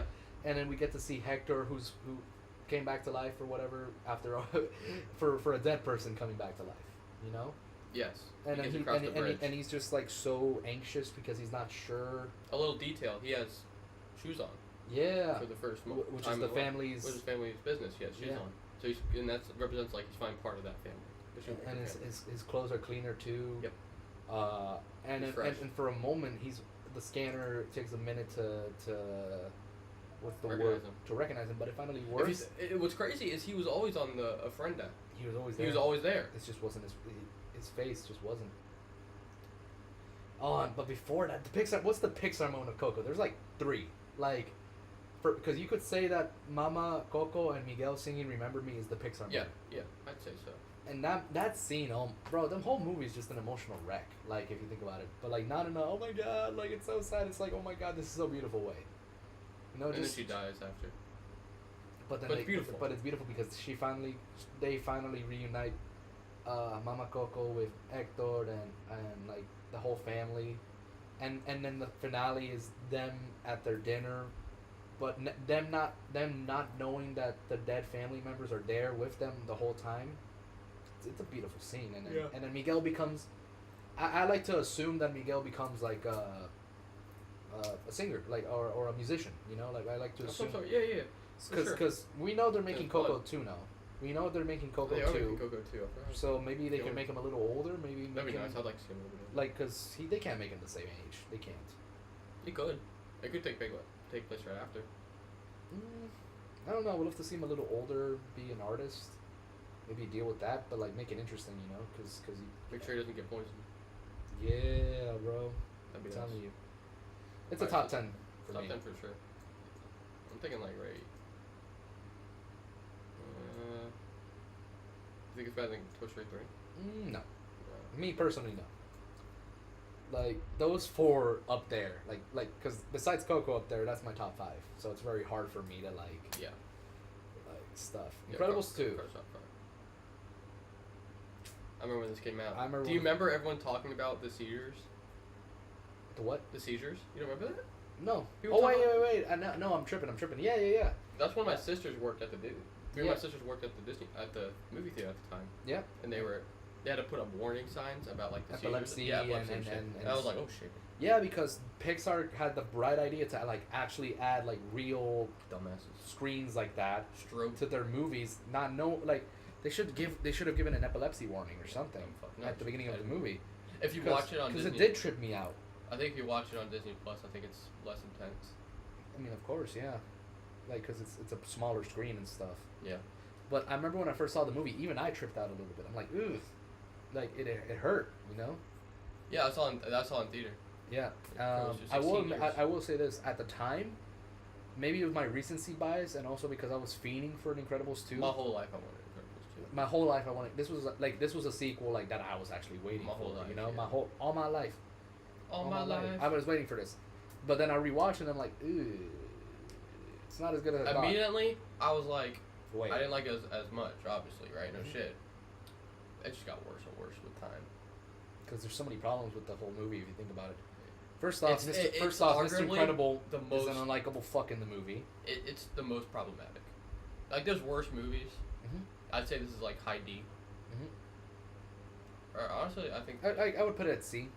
It's better than Bug's Life. for sure.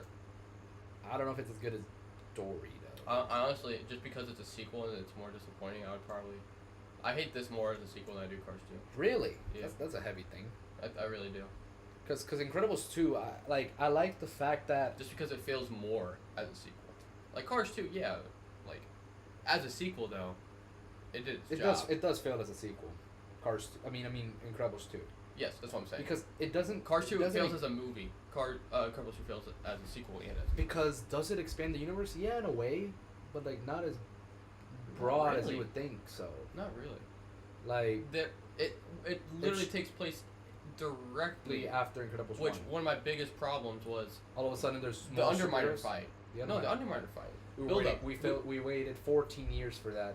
And it was like probably like 20 seconds of them actually fighting, and the rest of it was them trying to stop the train. The drill. And then they were fighting for like 20 seconds, like Mr. Incredible and the Underminer, and then he like sucks him up. Yeah. In the thing. And that's then it. he just disappears. Yeah. The Underminer disappears. And it aggravates me so much because I'm like, we were waiting 14 years for this fight, and that's all you give me? How dare you? You know? And then I will say this though, Music Saul clap. Goodman's in the movie. I and then actually like that and then character. Hank no, not Hank, no, I'm stupid. Mike is in the movie as well. Who's Mike? Rick Dicker. The guy who Oh, Mike. it's Yeah. Mike. It's Mike Ehrmantraut. Mike Ehrmantraut, yeah. We got the Better Call Saul crew Yeah, it is in this Better Call movie, Saul and in it this does, movie, and yeah. it's also really funny because the character Saul plays looks exactly like Saul, He actually does, yeah. and he I doesn't. kind of like that dude though, as a character. He's not bad. Endeavor, yeah, the guy. I thought he was gonna be the villain. That's what they wanted you to think. It's a But- bait and switch. It's a bait and Exactly. switch. It's Helen, not Helen. It's Evelyn. Evelyn. Endeavor. Of course. Who could have thought? You know. People say she's a bad twist villain. She is. She is. I mean, But I don't know. Like the movie fails at like. I don't know, man. Like for some reason they have the bright idea of separating Mrs. like Elastigirl with the rest of the family. I will say this though, I love the idea of giving Mr. Incredible more screen time with him as a dad to the kids, because there wasn't a lot of that in the first movie, and no, he was very disassociated from the family for a while. but it makes sense for the first movie because he was fiending for that superhero life. Exactly. But now, like, he's like, I'll watch the kids, no problem. But it doesn't come off as genuine in the beginning because he's sad that they're not gonna let him be a superhero. They're gonna let his wife be the superhero. Yeah, he's like, I think there's some funny moments in this movie, and one of them is when he's like, the guy's like, I think our best call for our first mission is Elastigirl, and he's like, Better than me? And she's He's like, so sad. Like he's she's like, like- not me. I want to be a superhero. Like, but it comes off as childish at this point because I'm like, I thought after that, I can't lie to you. It's When a did he character stop? progression. No, when did he stop? The whole last movie, he was a fucking superhero. Yeah. So what are you talking about? So I don't understand what He was in this movie. He was just a fucking superhero. Yep. He just stopped the Underminer. Yep. I mean, I think he was upset because he wasn't going to be allowed for another. He felt like he was going to be back in that spot of him not being a superhero, because like up until that point he was superheroing. So when he got the news, yo, we're gonna stop you for now, he's automatic like, Yeah, he's falling back into it. and it aggravates me, even though it's accurate. It's pretty realistic. It aggravates me because I'm just like, bro, you just had a whole movie about learning how to value your family, you know, like and Yeah, it's a lot like and all that superheroing. not as much as Wreck-It Ralph 2, but it's similar because it's not a character Butch, but it is. They both missed the point of the original. Mhm. Incredibles 2 not as bad as the first one. I mean, No. sorry, Incredibles 2. It's not as bad as Wreck-It Ralph Not 2. as bad as Wreck-It Ralph 2, but still misinterprets it. Fuck, I got to play my shit. Like for me, what's the word? It's like we're learning the same fucking lesson we already learned Right. again. Yeah. It makes it look like nothing. Yeah. No, it feels like he didn't learn. It really feels. I mean, and I'm just like, bro, this is like, and then they make it seem like it makes him caring for the kids look ungenuine. It makes him look like, well, I have nothing better to do. Dog, You know what I mean? you have a baby. You have a baby. You have 2 children. I will say this though, the movie is funny. Like when they Math go, is math. when they go to the diner, it's hilarious to me. It's really hilarious to me. It's like, good evening everyone, and then Violet just like like squirts like the water out of her nose after seeing Tony Ridinger. Sure, I would too. Also, did that not throw you off? The redesign of Tony Ridinger? It looked enough like him where it didn't, because everyone else looked Like their original design? like the original design, but But Tony Upgraded. Ridinger looks completely different. You can't deny that. what are you talking about? He looks enough If you, like if you himself. look if you look at a picture of Tony I Ridinger, will say he looks the most different. yeah.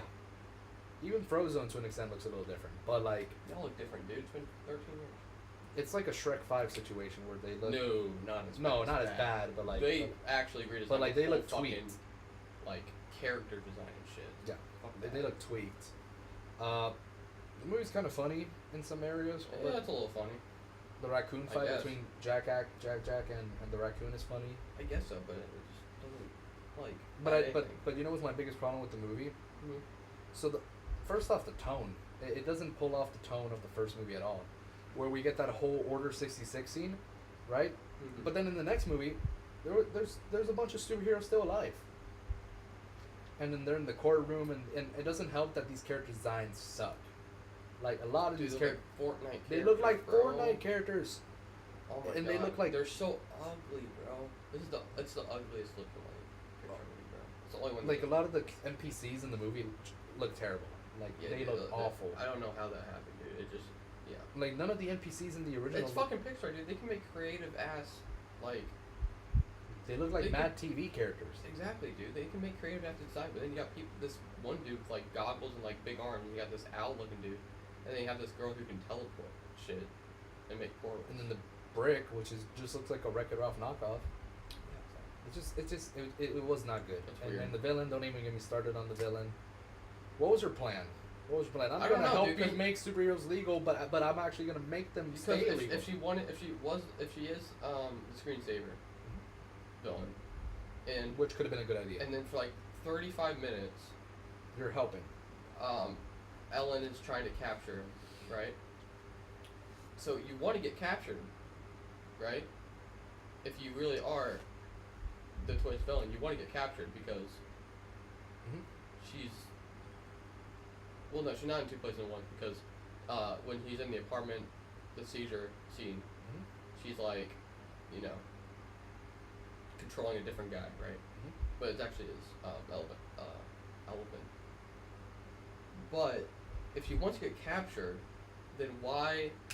If she wants to get captured, then why does she let her, you know, try to beat the screensaver? Like she, You know what I'm trying to say? Like- did she not have the bright idea to like figure out a better solution to keep the screensaver keep going? Also, am I not mistaken? If you take off the goggles off the people who are hypnotized, then they're not hypnotized anymore, right? Yeah. What the fuck with that little girl holding up the sign? Screensaver's still out there. Yeah. It threw me off. Right? It's so weird. It makes no fucking sense because she rolls down the window and she's like, "What does your sign say?"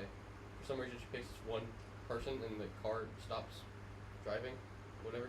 And it's just a normal kid. She doesn't have goggles on. She's not hypnotized at all. She just holds up a sign. Throws me off. It's weird, right? Yeah, no, this movie, I had recency bias when I first saw it just because I was so excited to get Incredibles 2. But now that we have it, You can't say it's lack of action. There's action in this movie. there's good action. It's entertaining. There's a scene where Jack, Dash, and Violet, and Violet. fight those other superheroes. they don't. Frozone in the house. That's a good fight. Frozone, and it's just Frozen was. It's just them, and they have to I'm glad Frozen was still in the movie as much as he was. He's actually good.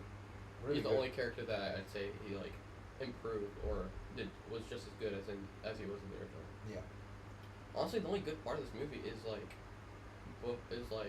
before the screensaver part, like the first 30 minutes, when they're like The Underminer fight. Besides after getting the Undermine fight, when they get in jail and they're in the hotel and they're like supers are illegal and we're like having dinner and shit, like that's a fine enough scene.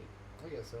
But after that, just fucking goes to shit. Yeah, I'm hoping that Incredibles 3 is better because Brad Bird is coming back to make the third one. I think they know they can't fuck up. It's gonna be like Cars. Yeah. They really got to try their best with the third one because they didn't want to make it, but Oh, obviously not. but hopefully 3 is better. He can't end it on 2 though. No, he can't. I hope not. All right, Toy Story 4. Toy Story 4. Toy Story 4 A lot of hate is a recently. movie that exists. Ah, yes. Toy Story 4 movie that exists. I can't lie. Just the I don't entire. think just it's as bad as everyone says it is. I agree. Clearly, it's the weakest one though. It is. Yeah, it is the weakest one, and here's the thing. It's literally the unwanted child. It feels like that. Like it's literally. Yeah, it feels like an accident. It feels like a messed up way to describe it, but it feels like an accident. Like just that line, Toy Story 4, it just feels wrong.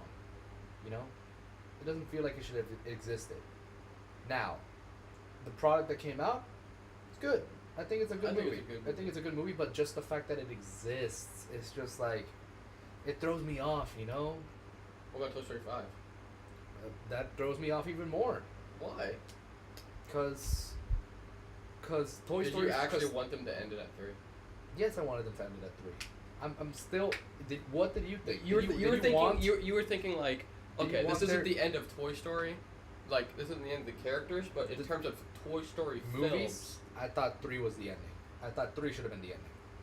You can have little shorts and stuff. That's harmless. That's what they did. That's harmless, which is why we had the Toy Story tunes and the Halloween special. That's harmless. But you're gonna tell me that we should have had more movies? Hell no. hell no. And and Toy Story 4 is even more pointless because so let's say Toy Story the first 3 are the Andy trilogy, right? Right. 4, they said 4 is the epilogue, right? Well, now is 5 the epilogue of the epilogue?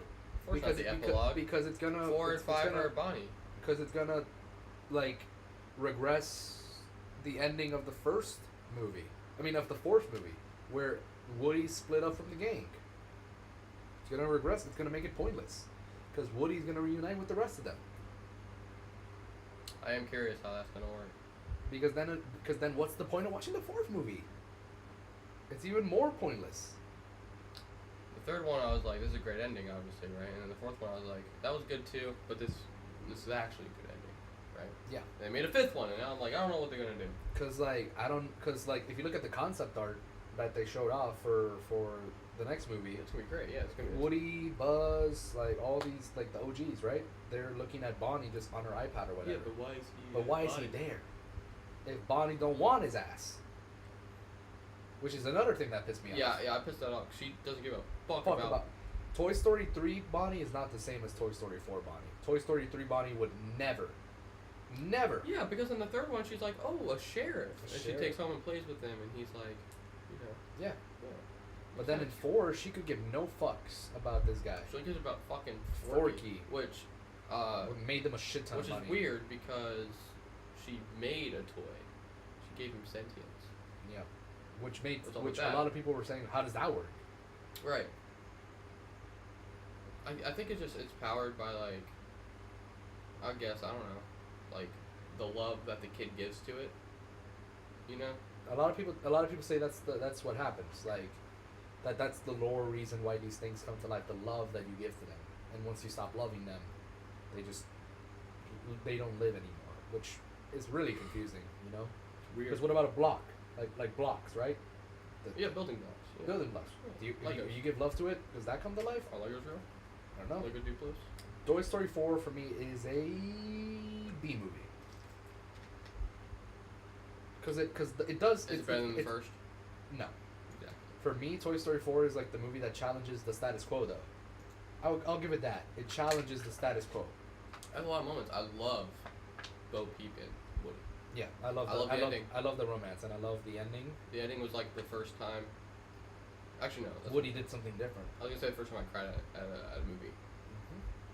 One of the first times, but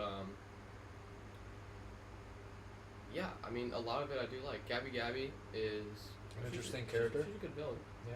But We have not exactly Keanu a Reeves villain. in the movie as Duke Duke Kaboom. And he originally was just gonna be like just in the scene when like in like the party area. Yeah. But then he kept asking questions. He's like, "Why is he upset? Is he mad at Rishon?" And so then he gave him more dialogue, and then he became like a A bigger character. Duke Kaboom. Duke Kaboom. Keenan and no, not Keenan Oh, and I Kel. love Bunny. I'm so stupid. I said Keenan and Kel. No, It's no, not no. Keenan and Kel. No. It's Keen Michael Key. Keegan Michael Key and Peel. Key and Peel. Peel. It's Key and Peel. Yeah, as Duck and Bunny. Love Ducky and them. Bunny. Hilarious. Yep. They're great. So You know Shore you is- know is who was a fucking weird hilarious. character in this movie? Buzz. Buzz was such a weird character. in this They movie. fucked him up, dude. He looked like an idiot. Okay, in so this movie. we have Woody like venturing off to find Forky, right? And he's gonna meet the gang back at the bus, right? But then Buzz goes out on his own. So then we Find have like Woody. 3 groups, but then Buzz finds Woody. no, he finds Ducky and Bunny. So then it's like a bigger group, but then Woody runs into Bo Peep. So then it's like, you know, a bunch of groups going on. Yeah. But then they all come together eventually. Yeah. And I love the ending, but I don't think they if you forget that literally the only people who have seen Bo Peep is Woody and Buzz And that whole movie, yeah. until the end. Until the end, they're all surprised to see her again. Like Yeah. her and Jesse. I'm glad they brought her back though, cause like, not gonna lie, I mean, I think Woody I was pretty hyped when I saw the posters. that she was coming back. That she was coming back. Yeah, that was really exciting. I remember that's what Toy Story 4 was originally like. It was supposed to be a road trip movie about Woody finding Bo Peep again, and then they gave it an extra year of production, and then they kind of changed, but it pretty much stayed the same. Good movie. It's just it's a victim of circumstance. Like it feels very unwanted, but it's not its fault. Like I feel bad for the creators because it's like they worked so hard for a movie that nobody wanted. I love the line when they're like, where Buzz was like, "Why do you have to go back? Like, why do you have to find? Why can't you just come back with us? We can't go back in there. If we go back in there, we'll die." And he's like, "It's the only thing left I have to do," because he feels like if he doesn't do this, then he's worthless. If he doesn't go I do love that. find Forky and bring her back to Bonnie, then he's worthless. Because to him, he is worthless. He is worthless to Bonnie. Exactly. That's the only thing he has left to do is to make Bonnie happy, and the only way he can do that is to get Forky back. I remember I also saw the movie in Spanish in Colombia. It's funny. I remember it was the argument between him and Bo. It was literally that scene, and it comes off still as powerful. He's like why, and then she's like, because I have nothing else better to because I have nothing more to give, because it's the only thing I have left to do, something like that. Because you can see that in the movie, like Woody, when he doesn't have a purpose, he doesn't know what to do. Like he feels weird. He feels odd. When he's in the closet with the other toys that aren't being played with, he's like, he can't stay still. He doesn't know. It's like what do you call it? Like what do you call that? I like the opening scene. What's the word you can use to describe Woody when he feels like he has no paranoid? Like he feels like Yeah, he's a little paranoid. He's a little worried for sure. I'd say.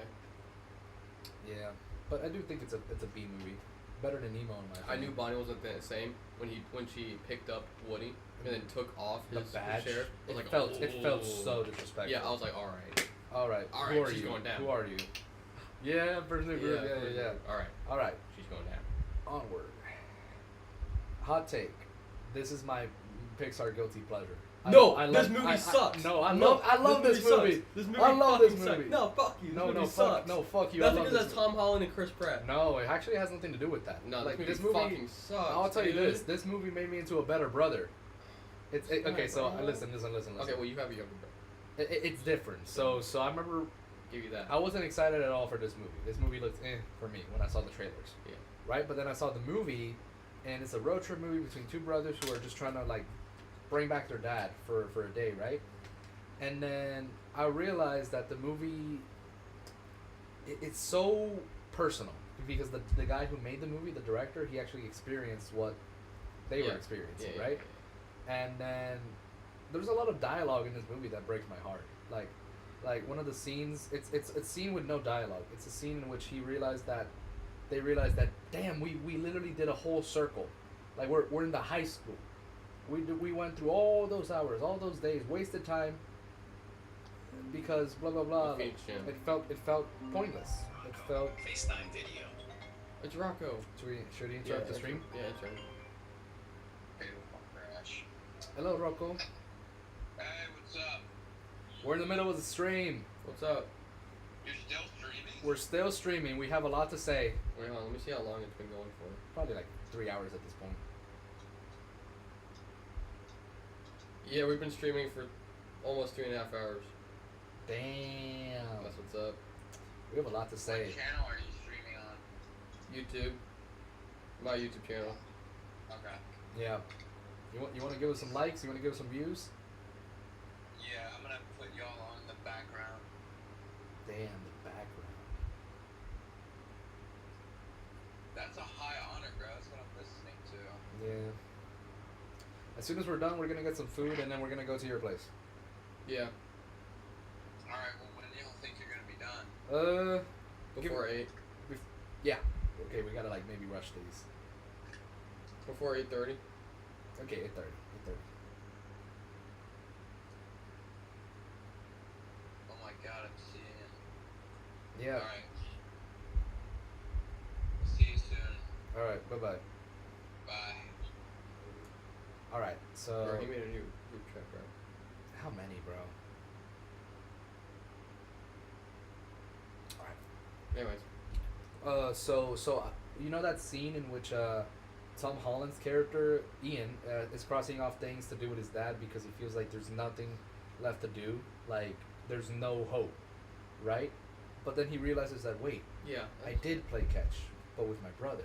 Yeah. I did. love I that. did. That's good That's shit. the Pixar moment in the movie, in my For sure. opinion. For sure. And you know what that movie, like that scene did to me, especially when it gets to the flashback of them as little kids, made me emotional, bro. Like no other Pixar movie made me cry harder in that moment. Not because of the movie itself, but because it was what I was going through in real life. Yeah. Because Okay. up until that point, I felt like I was not a good brother to my little brother. I felt like I wasn't being a good example. I felt like I wasn't being a good brother, and it made me a mess, you know. So then, like, at that point, going forward, I changed the way I was with my brother. Like it was a life changing. Like it made me. Like no other movie really did that for me at that time, which is crazy. Like I'm probably the guy who got impacted the most by Onward, the Pixar movie. Ironically, Yeah. and then this my favorite line in the movie is this one. It's I never had a dad, but I always had you. Yeah. And I'm like, Yeah. That's a good it makes shit. me cry like that one guy from the like the longest cry of all time. Oh yeah. The black guy Yeah, on the podcast. yeah. That's the only biases I like. Yeah, the movie has pacing issue because it feels like they're dicking around. Yeah. You know, it's not the funniest for the most part. I think it has a great one. It has another great concept. What if a Mythic fantasy mythic world. world that had magic forgot that it had magic? And emphasize and like modern tech and stuff like that. I just don't think it was executed well. because then it's in the background, because by the end of the movie it's like they're all embracing magic, but it doesn't feel earned, because it's like, oh, by the pixies all of a sudden started flying again by accident, or all of a sudden Ian is just a pro Yeah. at the staff. Like, it doesn't use its concept to its max. Yeah, It really doesn't. it doesn't for most of it. What else can you say about the movie? Like I really am not a big fan of Barkley. Barley? Yeah, Barley. I like Chris Pratt fine. Not a fan of like the character. I just don't like the voices that they picked Tom Holland. Like, I love the actors individually. I just wish they were anyone else but them. 'Cause it just feels like how Illuminations cast like big name actors. Mm-hmm. You know. Yeah. So I For- wish it was for someone me, else. I think Tom Holland was okay as Ian. Chris Pratt, he tried with Barley, but I would have. It sounds crazy, but I would have picked Jack Black as Barley. That's what Shay Furless said. Yeah, And then I was like, okay, yeah. I could see that. Yeah, I that'd could be see that. Just awesome. imagine, Ian, we must go to the Yeah, he to could the play, mountain. He, Yow. he could perfectly play up that character. Yeah, Ian could have been. I mean, Tom Holland is okay, but like, I don't know who else could have played him. To be honest, it could have been anybody. Could have been anybody. Yeah. Yeah, I like. but there's no other memorable characters in that movie. There really isn't. Remember Toy Story 4 having two moms in the background? Yeah. And I remember in Onward, the cop was like, the lesbian cop. my girlfriend's mom drives me crazy. Mm-hmm. And Disney made it such a big deal, like Disney's first gay character. I'm like, Do you remember the live action Beauty and the Beast? the LeFou? Yeah. And I'm like, It got banned oh in, wow, like, this one is of your the states. is this your first gay character? Yeah, This- They forgot about Cusco. Cusco wasn't gay. No, Cusco was not. Cusco did not like men. He was He didn't pick any of the wives though. he was pansexual. He likes himself and himself only. Type shit. He doesn't want to fuck. Let me guess. You have a great personality. So for me, Onward. Okay, so my bias is I would put it A tier, What? but You're full of I shit. know, right? But like, it's just because this movie did something to me, right? Oh, dude, But this is- but I would put it at C, fairly, Yeah, because I know fairly. as a movie, I put it up above Bug's Life. Okay, yeah. It's better than Bugs Life, I'd say. I like it better than Dory, but like I do admit that like it's just that it hits harder. I mean, listen, I know you have I know you have siblings, I have but, siblings, yeah. but like you have sisters, right? You I have a know, little sister. but like I I don't have know. 5 older sisters. I don't know. It hits harder. It's No, hard, yeah, I get it hit that. hard for like a brother, like dad type of situation. Because I feel like in some ways I'm the I don't want to say I'm the father figure to my little brother, but like I'm like the male figure that like my little brother doesn't want to be like my dad. He wants to be like me, and it makes me so like feel the type of pressure. Yeah. So it hits. No, I get that. Yeah. It really hits. You know, I'm the Yeah. biggest Onward fan. All right. You're the only one I've met. Yeah. I mean, people forgot this movie came out. What if black people have feelings? Imagine. Soul. Soul. It just so happened that the first Pixar movie with a black protagonist, It's an the emotion. movie has to be called Soul. What's up with that, man? What's up with that? What's up with that? Can't wait for the next Pixar animated movie to have a Hispanic, and the movie is called Familia Can you imagine? or Familia. Almuerzo. I don't know. Like, imagine. So I saw this the day it came out on Disney Plus, Me too. Christmas Day. Me too. Yeah. Christmas Oh Day. yeah, it was on Christmas. It Day. felt like an event because everybody was at We home. watched it on Christmas. Yeah, I watched it at Christmas with my fam, and it was the deepest movie I had seen from an animated It's very deep in terms of morality. morality and And what and mental, like. What do you think? It's the biggest thinker. Makes you think It- most of any Pixar movie. Out of all the Pixar movies, no other movie made me think as much as that one. Oh, for sure. Because first off, it's not really sellable. It's not really marketable, if you think about it. It's not a movie that presented itself. Let's sell these plushies, Man. or let's sell these. You're interrupting an in-depth review of Soul. Soul. Yo, y'all have to move the mic closer. I can barely hear you. Okay. How do we do that? Well, I just make the thing. I can just make it. It's like super fucking quiet. I'm just using the one from my laptop. Plug your mic in. Oh yeah, I could. It's too much work, though. Yeah, too much work. What do you mean? You just take the USB, plug it in. No, yeah, I could use the mics, like the ones I have for my camera.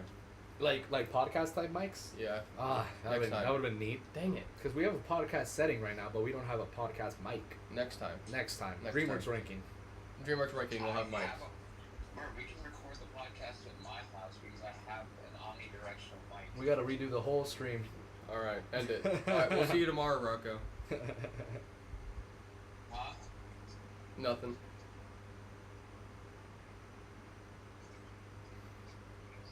Yeah, it's very like echoing. I have my volume all the way up and I can't. Can you hear yourself on the stream? No, I can barely hear you. What if you scream? Woo! Woo! All right. All right, anyways, All right. Soul. Soul. Soul. Jamie Foxx. Jamie Foxx. I love Jamie Foxx.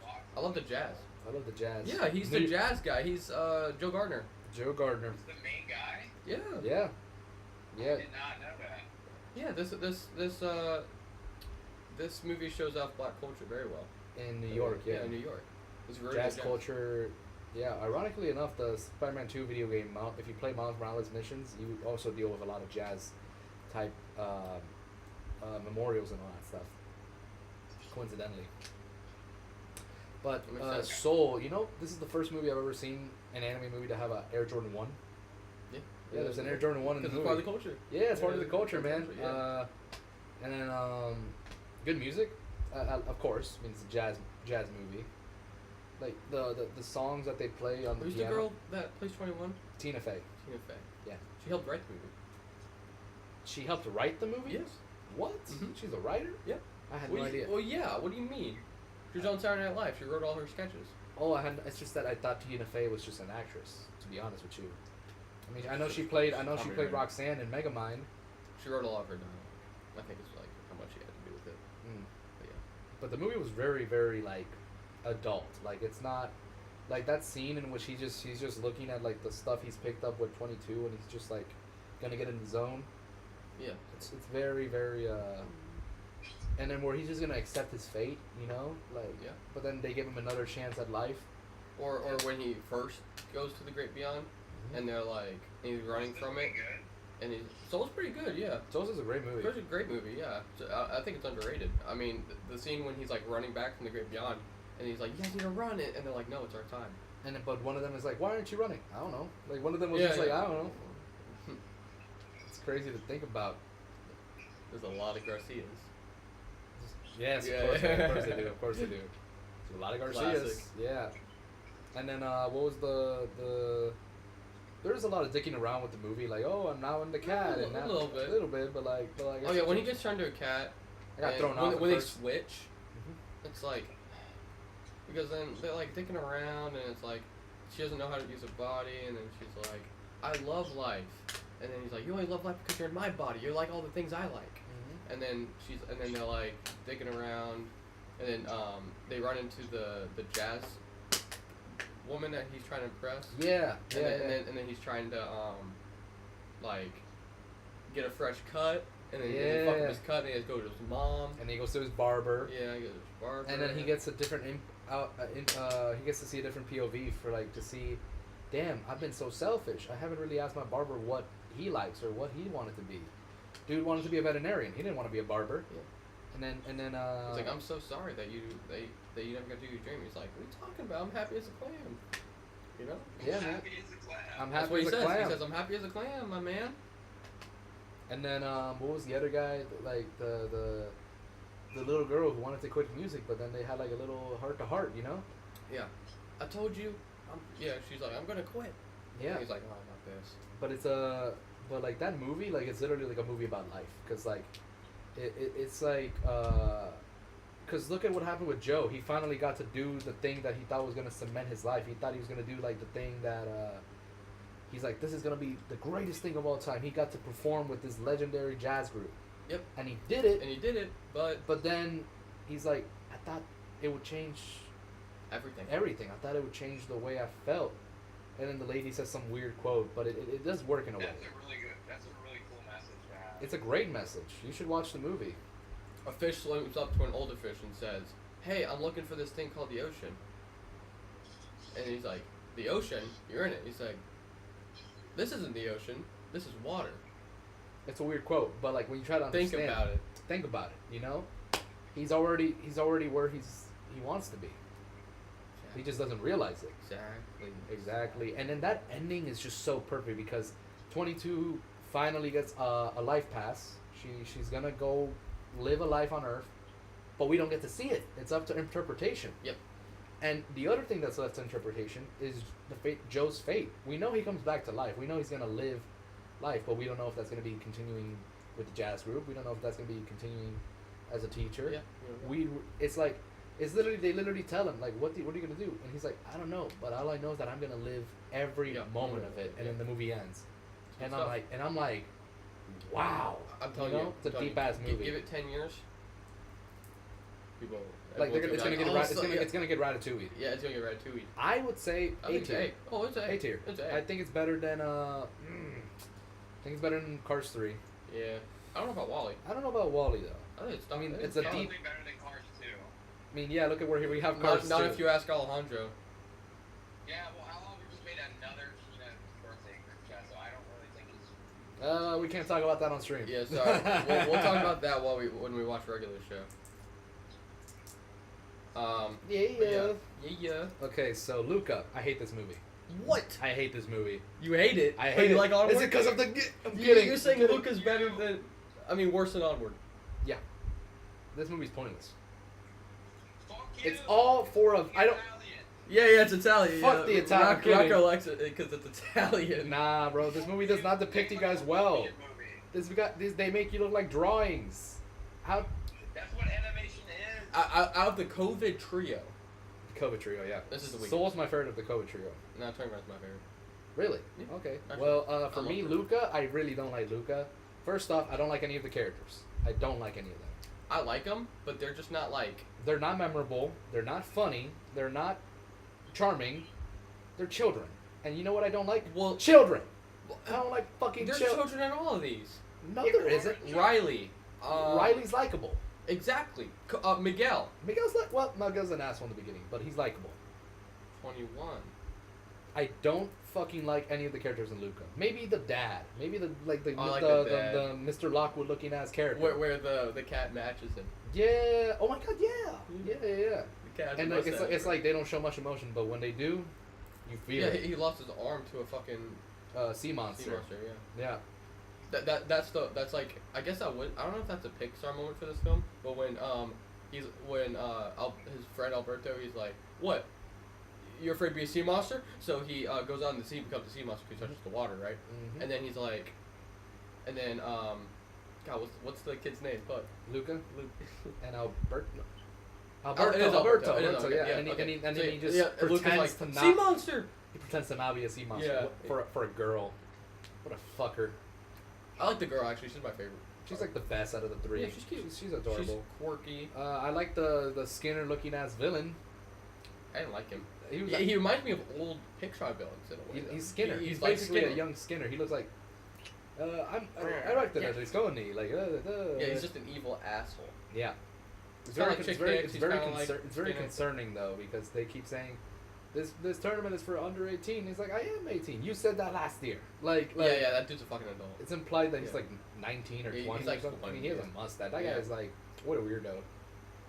But Luca's like, I don't like Luca. I really don't. If I could, I would put an F tier. I really would. What is wrong with you? I like Brave more than Luca. Like this is like maybe it's my hot What are you take. talking about? There's dude? no scene in this movie that I like or remember. At least I like Brave. it. At least Brave has the touch the sky scene. I like it fine. I don't remember that. Luca, in my opinion, is worse than Incredibles 2. At least Incredibles 2 has Frozone. What are you talking? I'll compromise a little bit. We gotta. This is like the one where we gotta work it out. Yeah, we gotta work this it is out. where we're gonna get divisive. Yeah, it's not like divisive. This is where I think get we're- divisive with you Bro, because I don't like Luca. I think really. it's not amazing or anything. Personally, I would. The put whole it- movie's about a scooter. Yeah, a Vespa. That's That's- what Italians are all about. No, they See? are not. So, Italy, it's all about scooters. I would put it above. Dude, I love the connection between Luca and Alberto, bro. I think the friendship is so cute. I think I'd put Incredibles 2 over And at Luca. the end, he gets to go to school. Yeah, what do you want? What a loser. Yeah. For me, I would put Incredibles 2 over Luca, but Luca can be above Cars 2. I'll let that happen. No, personally, dude, I would low key put Luca like. I'm okay with it being D tier, but I prefer the other two movies. But I'll be fair and I'll put it like in the middle. I put it like below Nemo, above Dory. Above Dory? That's where I would put it. Nah. We're gonna Yeah, I fight. know, We're gonna I fight know, I now. know we This is the. Actually, I put Lucas no, might- I would put it above Onward. Below Yeah, no, Dory. we're gonna fight. Yeah, I know. Onward is my biggest. We can like, keep it, that's yeah. that's like our movie. Like Onward is my movie. That I'm like I'll defend that even though I know it's not. You're as dying good. on that hill. I'm dying on that hill. You Luke. like Onward more than Luca? Fuck yeah, I do.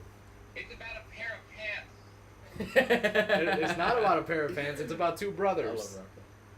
Yeah, two stupid brothers. No, Chris Chris Pratt. Star Lord and Spider-Man. Yeah. I got Fucking pissed Mario and Nathan Drake. Talk to Rocco. Rocco, what's your opinion? Rocco, how many of these Pixar movies have you seen? Let me full screen this. I bet you've seen. I mean, from what I can tell, you've seen Luca.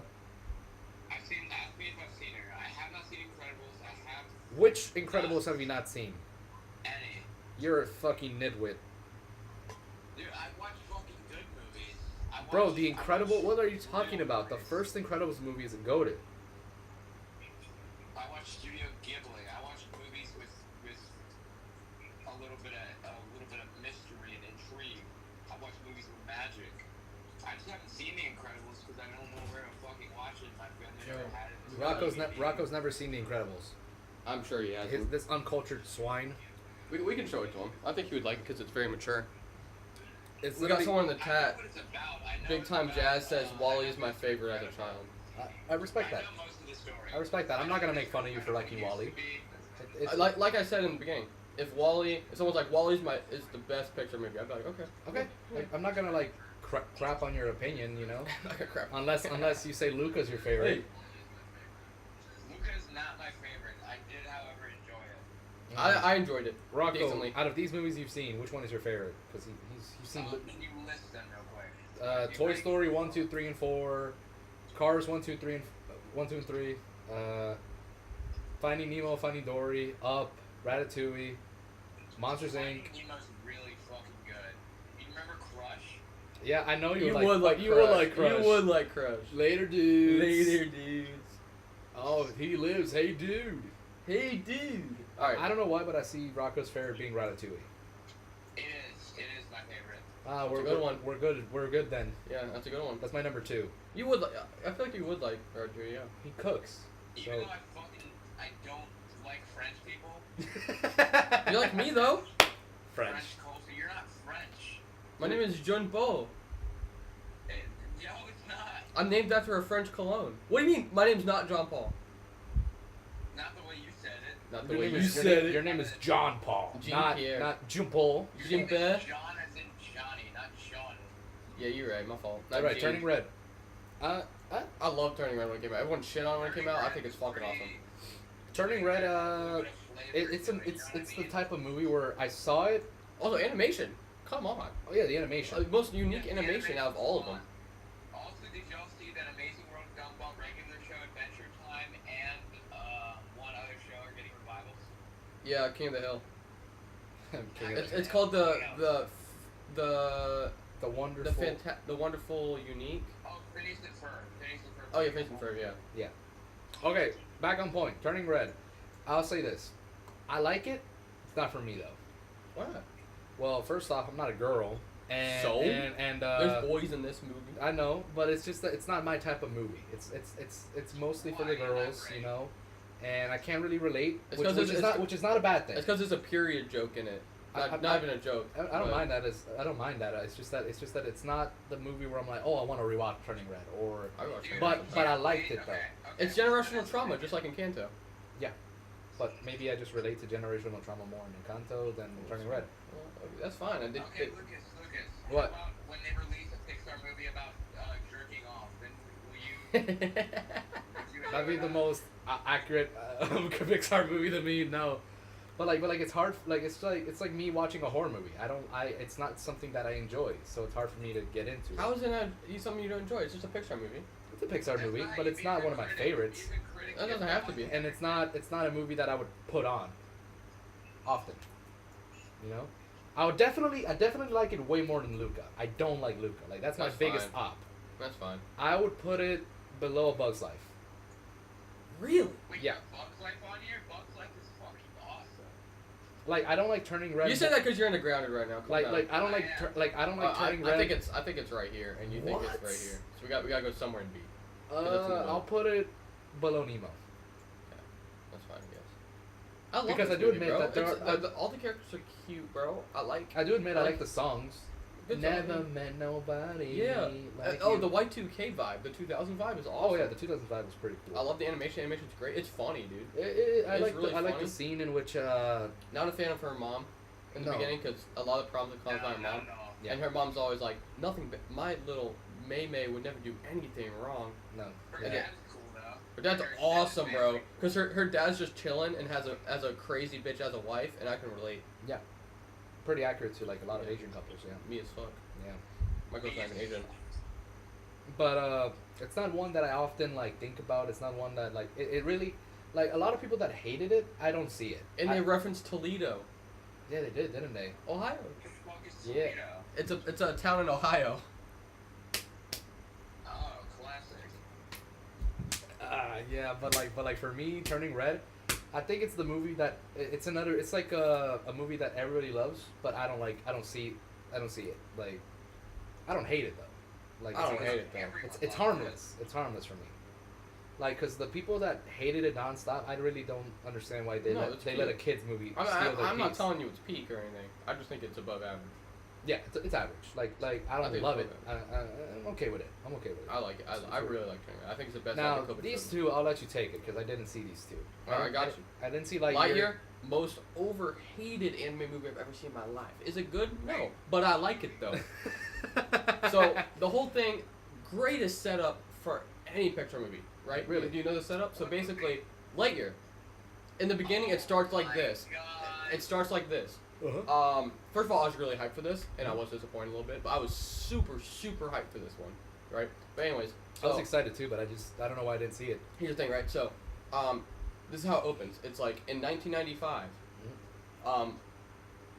Andy got a brand new toy based on his favorite movie. This is that movie. Didn't watch the show. Mm.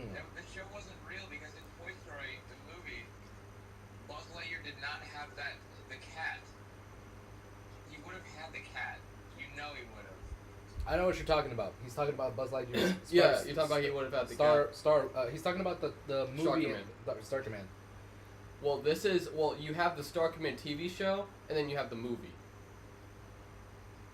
You can see it like The that. Lightyear, the Buzz in Toy Story is based on Star Command, the TV show. Yeah. This is the movie, Lightyear. So the movie that you watch is the movie that Andy watched. Yes. Wow. Crazy ass setup. Great setup. So you're in. It makes you the think. Yeah, and they even released this little promotional art, where it was Andy at the movie theater and he has all of his toys and he's watching the movie. It's Wow. really cute, right? But basically, that's the setup for the movie. Great setup, right? Whatever. We get into the movie. Movie's not great, but I like it though. Why do I like it? I like it because it does something different with the Lightyear character. It's not played by Tim Allen. It's played- Captain America. Captain Chris America. Evans. Chris Evans. He does a good enough job.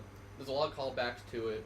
The animation looks, I mean, it's more realistic. It's not Toy Story. It's a little realistic, which is fine. But they take it a different way. There's an emotional scene, which I'm not going to spoil, with Lightyear and his best friend. His best friend has a wife. She has a wife, and they have a kid together, right? Mhm. And then the whole crutch is Buzz trying to get over the fact that he needs to get over the fact that he is the reason that they crash land. So in the beginning of the movie, they're trying to get off of this planet, right? And then he's like, "I'm Buzz Lightyear. I never fail," and then he fails. Mm. Right? So he's stranded his whole Space Ranger force, right? On this island. And then everyone's like, it's fine, right? So they make a community on this island. Because they have no choice but to live there now. But he just can't grapple with the fact that it's his fault. That he is stuck, that everyone's stuck there because of him. Even though everyone's fine with it. Right? So, It makes you think. so basically his mission is he has to be able to prove space travel, right? Mhm. And to do that, he has to get in a spaceship and successfully loop all the way around the sun and come back. But every time So he it's does that, Interstellar. it is Interstellar. It's a lot like Interstellar, a little bit.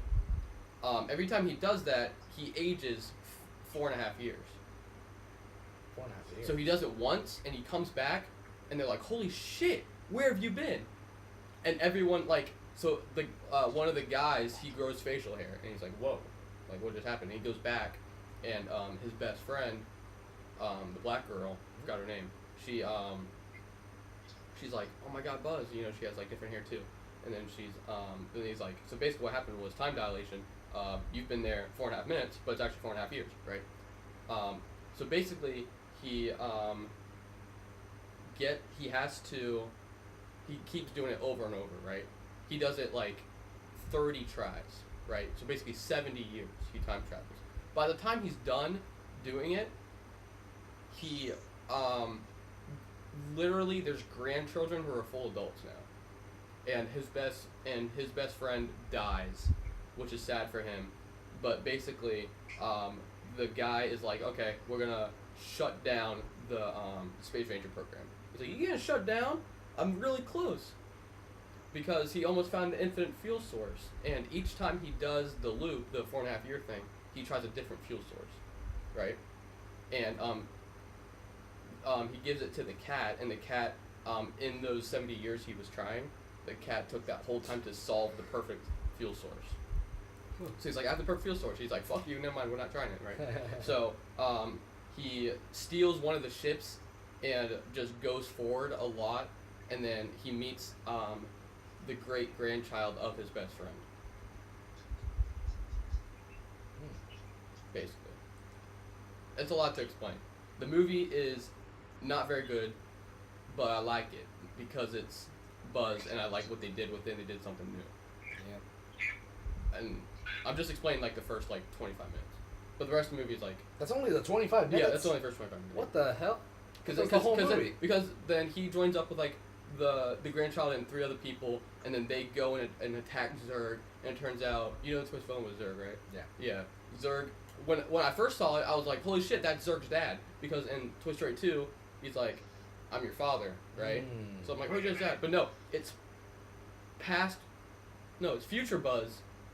Yeah, It's past Buzz, who went into the future to try to get away, instead of doing the fuel source. He's like, but his battery's broken, so if we use the current Buzz's battery to go back in time, and then fix their mission, and then he's like, no, because my friend had a whole life on that island. It's a whole thing. Yeah, I think we gotta watch that movie now. Yeah, we gotta watch it. We gotta hate watch it. It's not good, but I like it though. Like, you can break it. Yeah. I'll just. Alright, you can Okay. take this one away too, Elemental. I love Elemental. You do? I actually really like it. People hate on it when it first came out because Lightyear was like kind of shit, and that was Pixar's like return to theaters. And then Elemental didn't do very good at the first couple weeks, but like towards Picked it up. But it picked up fast. It got it's at like 400 million. Yeah, Box office. I think that's really cool when like a reverse effect happens, because usually what happens is like Yeah, a bro, drop just off. go fucking watch it and start watching the reviews. This is exclusively love. For the first time, this is like the main focus is the 2 main characters in love since like Wall-E. And I love it. They got great chemistry. Literally. They're elements. They got good chemistry, right? Yeah. The world is pretty. It's an allegory for race because Ember comes from a family that migrated to Elemental City, right? And Elemental City wasn't built with fire in mind, right? There's a water. It's like Utopia, right? They have a water section, and then they have a earth section, and they got Air section. and they got an earth Like- section and an air section, and a water section, right? No And then, fire. Yeah, no fire until Ember's dad came and migrated there, and then started a whole life, right? And some of it is like kind of on the nose because that's racist. I can't even lie to you. I swear to God, verbatim. Water. No, I swear to God, verbatim. He's like, water coming out and trying to put us out, and then Ember said, "It's water people. Not all water's the same." She literally says that. We're trying to compare. Yeah, no, we're trying exactly. to compare races to different elements And of then, the and then fucking. it's weird because Ember talks normally, but her dad talks with like an accent. He talks like this, and he doesn't use the correct pronunciation for word. Are they supposed to be like Italian? No, they're supposed to be foreign. Foreign. The guy who made it, based on his life, and the guy who made it is Asian. He's Korean. So it's supposed to be Interesting. more like that. I see Ember as black though. Really? And then Wade is like White. Yeah, I can see. He's Wade white as fuck. I His can his, see. his he has a big family. Uh-huh. Lots of he has a, Nice he has house. like a really nice mom and a really nice dad that love each other. They have like no family problems. They live in a really nice house. Do they live in a gated community? Yes, literally. I'm not even joking. They actually do. And then because then Ember lives in like the slums, right? With like a bunch of fire people, and like all the fire people Hey, are up like there, are like me down here. are like rowdy and stuff, right? Rowdy. Okay. And they're like that's like their culture, right? I guess so. And they don't want white people inside of her shop. Ember's dad owns a shop, right? No water people. No water people. That's Water, the thing. white. We have to watch it. It's good. Right. But yeah, they fall for each other because he's a health inspection. All right, he's like a health inspector, and he comes and he's like, yeah, so your dad's place isn't up to par. And she's like, no, you can't do that. You're gonna shut down my dad's fucking thing that he's built his whole life. So then he sends the tickets, and then he it turns out that they cut a deal with like the social inspect people that if they fix this crack in a ravine, then she'll throw away the inspection ticket, right? So they end up fixing it, and they spend a lot of time together, and they end up like being really close, right? And there's a scene, like I say, like the PIxar moment is when they go. It's a montage where they're like going on a bunch of dates, right? And one of them, there's like a bunch of they go on like a park, and then like there's a bunch of like couples dancing, right? There's like 2 earth people dancing, and then 2 like rock people dancing, 2 water people dancing, and then there's like them 2, and they're different. And the whole time in the movie, they're like elements don't mix, right? It's kind of like Romeo and Juliet a little bit, right? Yeah. And then they're like, Wade, which is the name of the water guy, he's like, why don't we try? Because it hasn't been done before. Let's try it. Why not? So then they like touch each other's hands, and then they like hug and dance and stuff, and it's really beautiful, right? Because they're like really like coming together emotionally for the first time. Oh. Right. And it's just it's a good moment. It's sweet. It's cute. And then I don't really feel like explaining the whole movie, but that's for the last 2, you just explained the whole movie. For the that's last like 2. That's like the first half of the movie. First half, yeah. Yeah, so that's They're pretty making these movies longer now.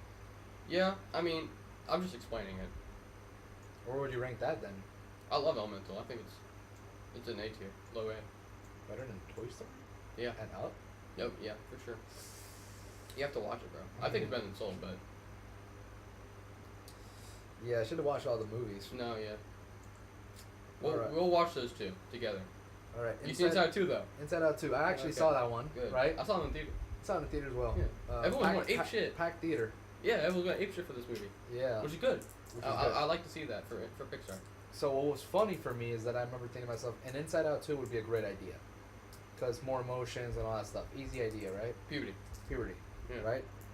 I got really surprised when I saw it because I told you I didn't really like the first one that much. Right? Mhm. But wow. This movie. I like this movie. I like this I like movie. this I movie. like I this actually movie. like it a lot. I actually like this. First off, it's funny. It has a good lesson. And you know what's the PIxar moment for me in this one?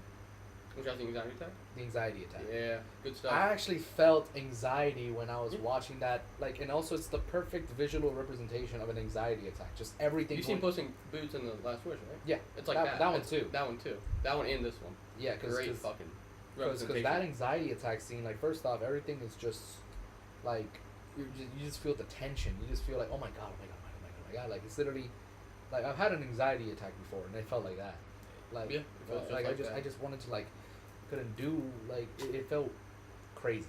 Yeah, that's what it feels like. It's I love the story of it. I love the lesson of it. I think it's a great movie, especially if you've seen the first one. I do think you need to see the first movie for this one though. Like I feel like it's needed. Like it feels like a continuation, of course. Obviously, it's a sequel. But You don't need to. it's recommended though. You should. You should. but it's a really good. I don't know what else to say. Like it does everything good. Like I don't know what negative. I don't really see Really great. like any negative thing about the movie. Like I can't really nitpick or bring about. I am ennui, or how you say Ziborda. That's Like- what Like maybe my only real complaint would maybe be that besides anxiety, the other emotions don't get to do much. Like the new emotions don't get to do much. Yeah, no. Maybe that could be, but people could say, oh well, that's on purpose because anxiety is trying to like Well, it's weird because they're like, oh, all emotions are good, but then anxiety's like the villain. not in like She's not the villain because in that one scene when she's like a big like whirlpool, like a spiral, Mhm. right? And she's like flipping switches and shit. And Joy's talking to her and she like anxiety starts to cry, right? Because she's so deep in it. She's spiraling so hard. She doesn't want to, but she is. yeah. That was a beautiful scene. Just seeing the one teardrop, I'm like, That's how you know she's not a villain. she's literally just trying to help. She's trying to help, but that's how she is. She doesn't know how to. She like doesn't that. know how to. Yeah. She thinks she's helping. She thinks she's helping, but the others are like you would think that they would be used more, but they really aren't. Dude, the trailer for this was so fire. What do do you you mean? mean? What do you mean we? And then Yeah. we're supposed to Hi, I'm anxiety. Let me put my stuff everywhere. They're so Yeah. hilarious. It's super relatable. I I feel like everyone should watch this movie. I love the inclusion of anxiety. I really do think that she was a needed, like, although a lot of people were being smartasses and they're like, what's the difference between anxiety and fear? It's different. What are you talking about? So differently? It's different. What are you talking about? Like the people with the No. smartasses. No, like that. They're completely different. Yeah, they are. Yeah, what the Although, fuck? like, because fear is like literally anxiety says it in the most simple way you can. Fear is you're afraid of what you can see. Anxiety is I'm afraid of afraid what you can't see. That's for the kids in the audience. Yeah. But like anxiety is completely different from fear. Like fear, like for me, fear, like I'm afraid of fucking snakes. If someone points a gun at me, bro, I'm afraid. I'm not anxious. I'm afraid. I'm afraid. Right? But like, let's just say I'm in the middle of a job interview, and then they're talking in the boardroom or something. I'm feeling anxiety because I'm like, I hope they pick me up. Yeah, blah, blah. yeah. You know what I mean? But I do. My only complaint would be that the new emotions don't get to really do anything. Like what ennui and Ennui. and what's the other one? Envy. This little blue dude right here. Envy. Envy.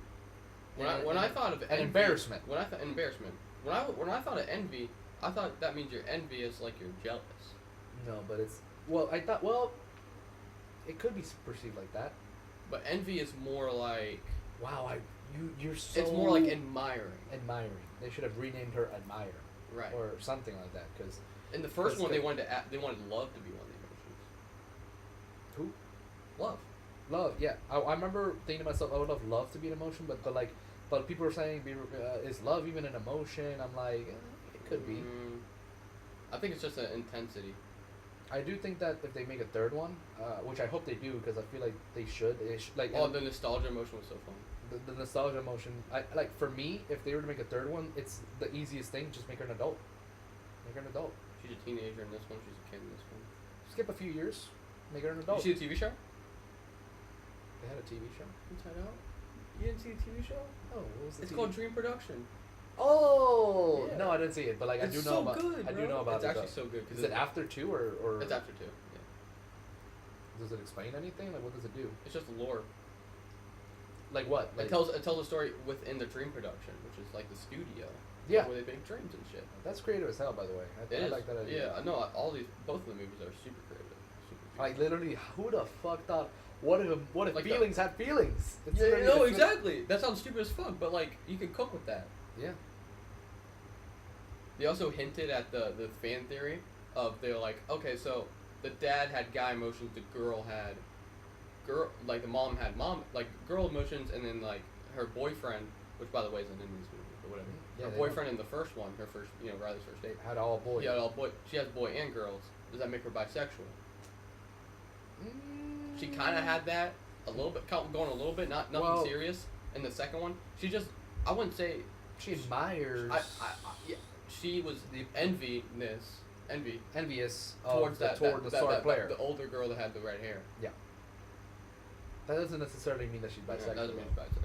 Exactly. I'm not trying to be a freaking bigot or whatever, but it's Yeah. like But it's I'm like, just saying. I'm just saying, like, I understand where they're coming from, but I think the reason they did that People was just... people were saying all the time that Malin Lee was gay. And I'm like, no, dude, she just That Riley was gay? no Malin Lee. Mailing? No, she likes a boy band. She lusts over boys in that movie. Luca was the one where everybody was like, these two boys are gay, and I'm like, no. Yeah, I remember that too. Yeah. I'm like, no, they're strong friends. they're children. And their children. They're literal, like, it's just about being friends. Yeah. Like, I remember when I was little, I wanted to, like, go off with my friend. That doesn't mean I was gay. You know what I mean? Yeah, for real. For real. Yeah. For me, Inside Out 2 is A tier. I would put it above Elemental. No, above Wally. Above Wally. Really? Yeah. I wouldn't put Okay. it up. I would switch Monsters University with Toy Story 2. And Really? yeah, I would. Monster University more than Toy Story 2? Yeah. Okay. For me personally, like I actually Didn't really know enjoy that's Monsters University so much. Do we gotta rework anything? I'm looking. For me, Gotta hate that well, it's hard for me to say because I love Ratatouille so much. Ratatouille is my second favorite movie, animated movie of Pixar. I can't say Lightyear's better than Onward, I'm sorry. But I can't disagree that Incredibles is like I feel like those two are the magnum opuses of the Pixar. Oh, easily. And, No. and coincidentally, they're both made by Brad Bird. The top 5, yeah, go to the top 5 are super interchangeable. Like the top 5 in any order, I'd be like, okay. Like those up there, besides Coco's not in my top 5. Those are literally my top 5. Like those are like Cars 1, Toy Story 3, Monsters Inc., Ratatouille, Incredibles 1. Those are my top 5. These are the. If I was to make it in like an order or something, I'd put Cars 1 number 1, Ratatouille number 2, Incredibles 1 number 3, Monsters Inc. number 4, and Toy Story 3 number 5. That's my top 5. Toy Story 4 is better than Nemo. Yeah. I like Turner more than like Nemo came along. Sorry. I don't have enough strong feelings for Nemo to be mad. Exactly. Up? I think Up's fair. Really. Up is a fair, You yeah. think Up's better than Toy Story? Just because of the highs. Exactly. The highs of Up are better than the highs of Toy Story 4. Toy Story 4 better than Toy Story? Maybe actually. Maybe, but it's just that Toy Story 1 is It's a riot. Like it's funny, yeah. It's up better than Inside Out. Toy. I believe the word you're searching for is Space Ranger. The word I'm searching for, I can't Yeah, say. I can't say. Because there's preschool toys in this room. Yeah, oh my god. Dude. Oh, but you know what's even funnier? Look, Buzz an alien. Where? No, but you know what's the funny scene for me? Like nobody talks about this scene as much. It's the Buzz. Can you get up here and give me a hand? Throws the hand. Buzz. It is really funny. What? This is serious. Like that's actually like hilarious as hell. I think we're good about this. I think we feel good. Let me relook. Just 1 minute. Still iffy about Luca, but you know what? I'll give you that. Fuck it. I don't like Luca, but fuck it. I don't like Luca, but No, literally, fuck I it. don't like Luca. I don't like Luca. I don't like Luca. Luca's a very, very shitty movie. It's a movie about two boys trying to get a scooter. Can you believe this? It's really, really dumb. It's really stupid. guys. Really fucking gay. There you go. You said it. I didn't. I'm good with this ranking. Okay, this is it.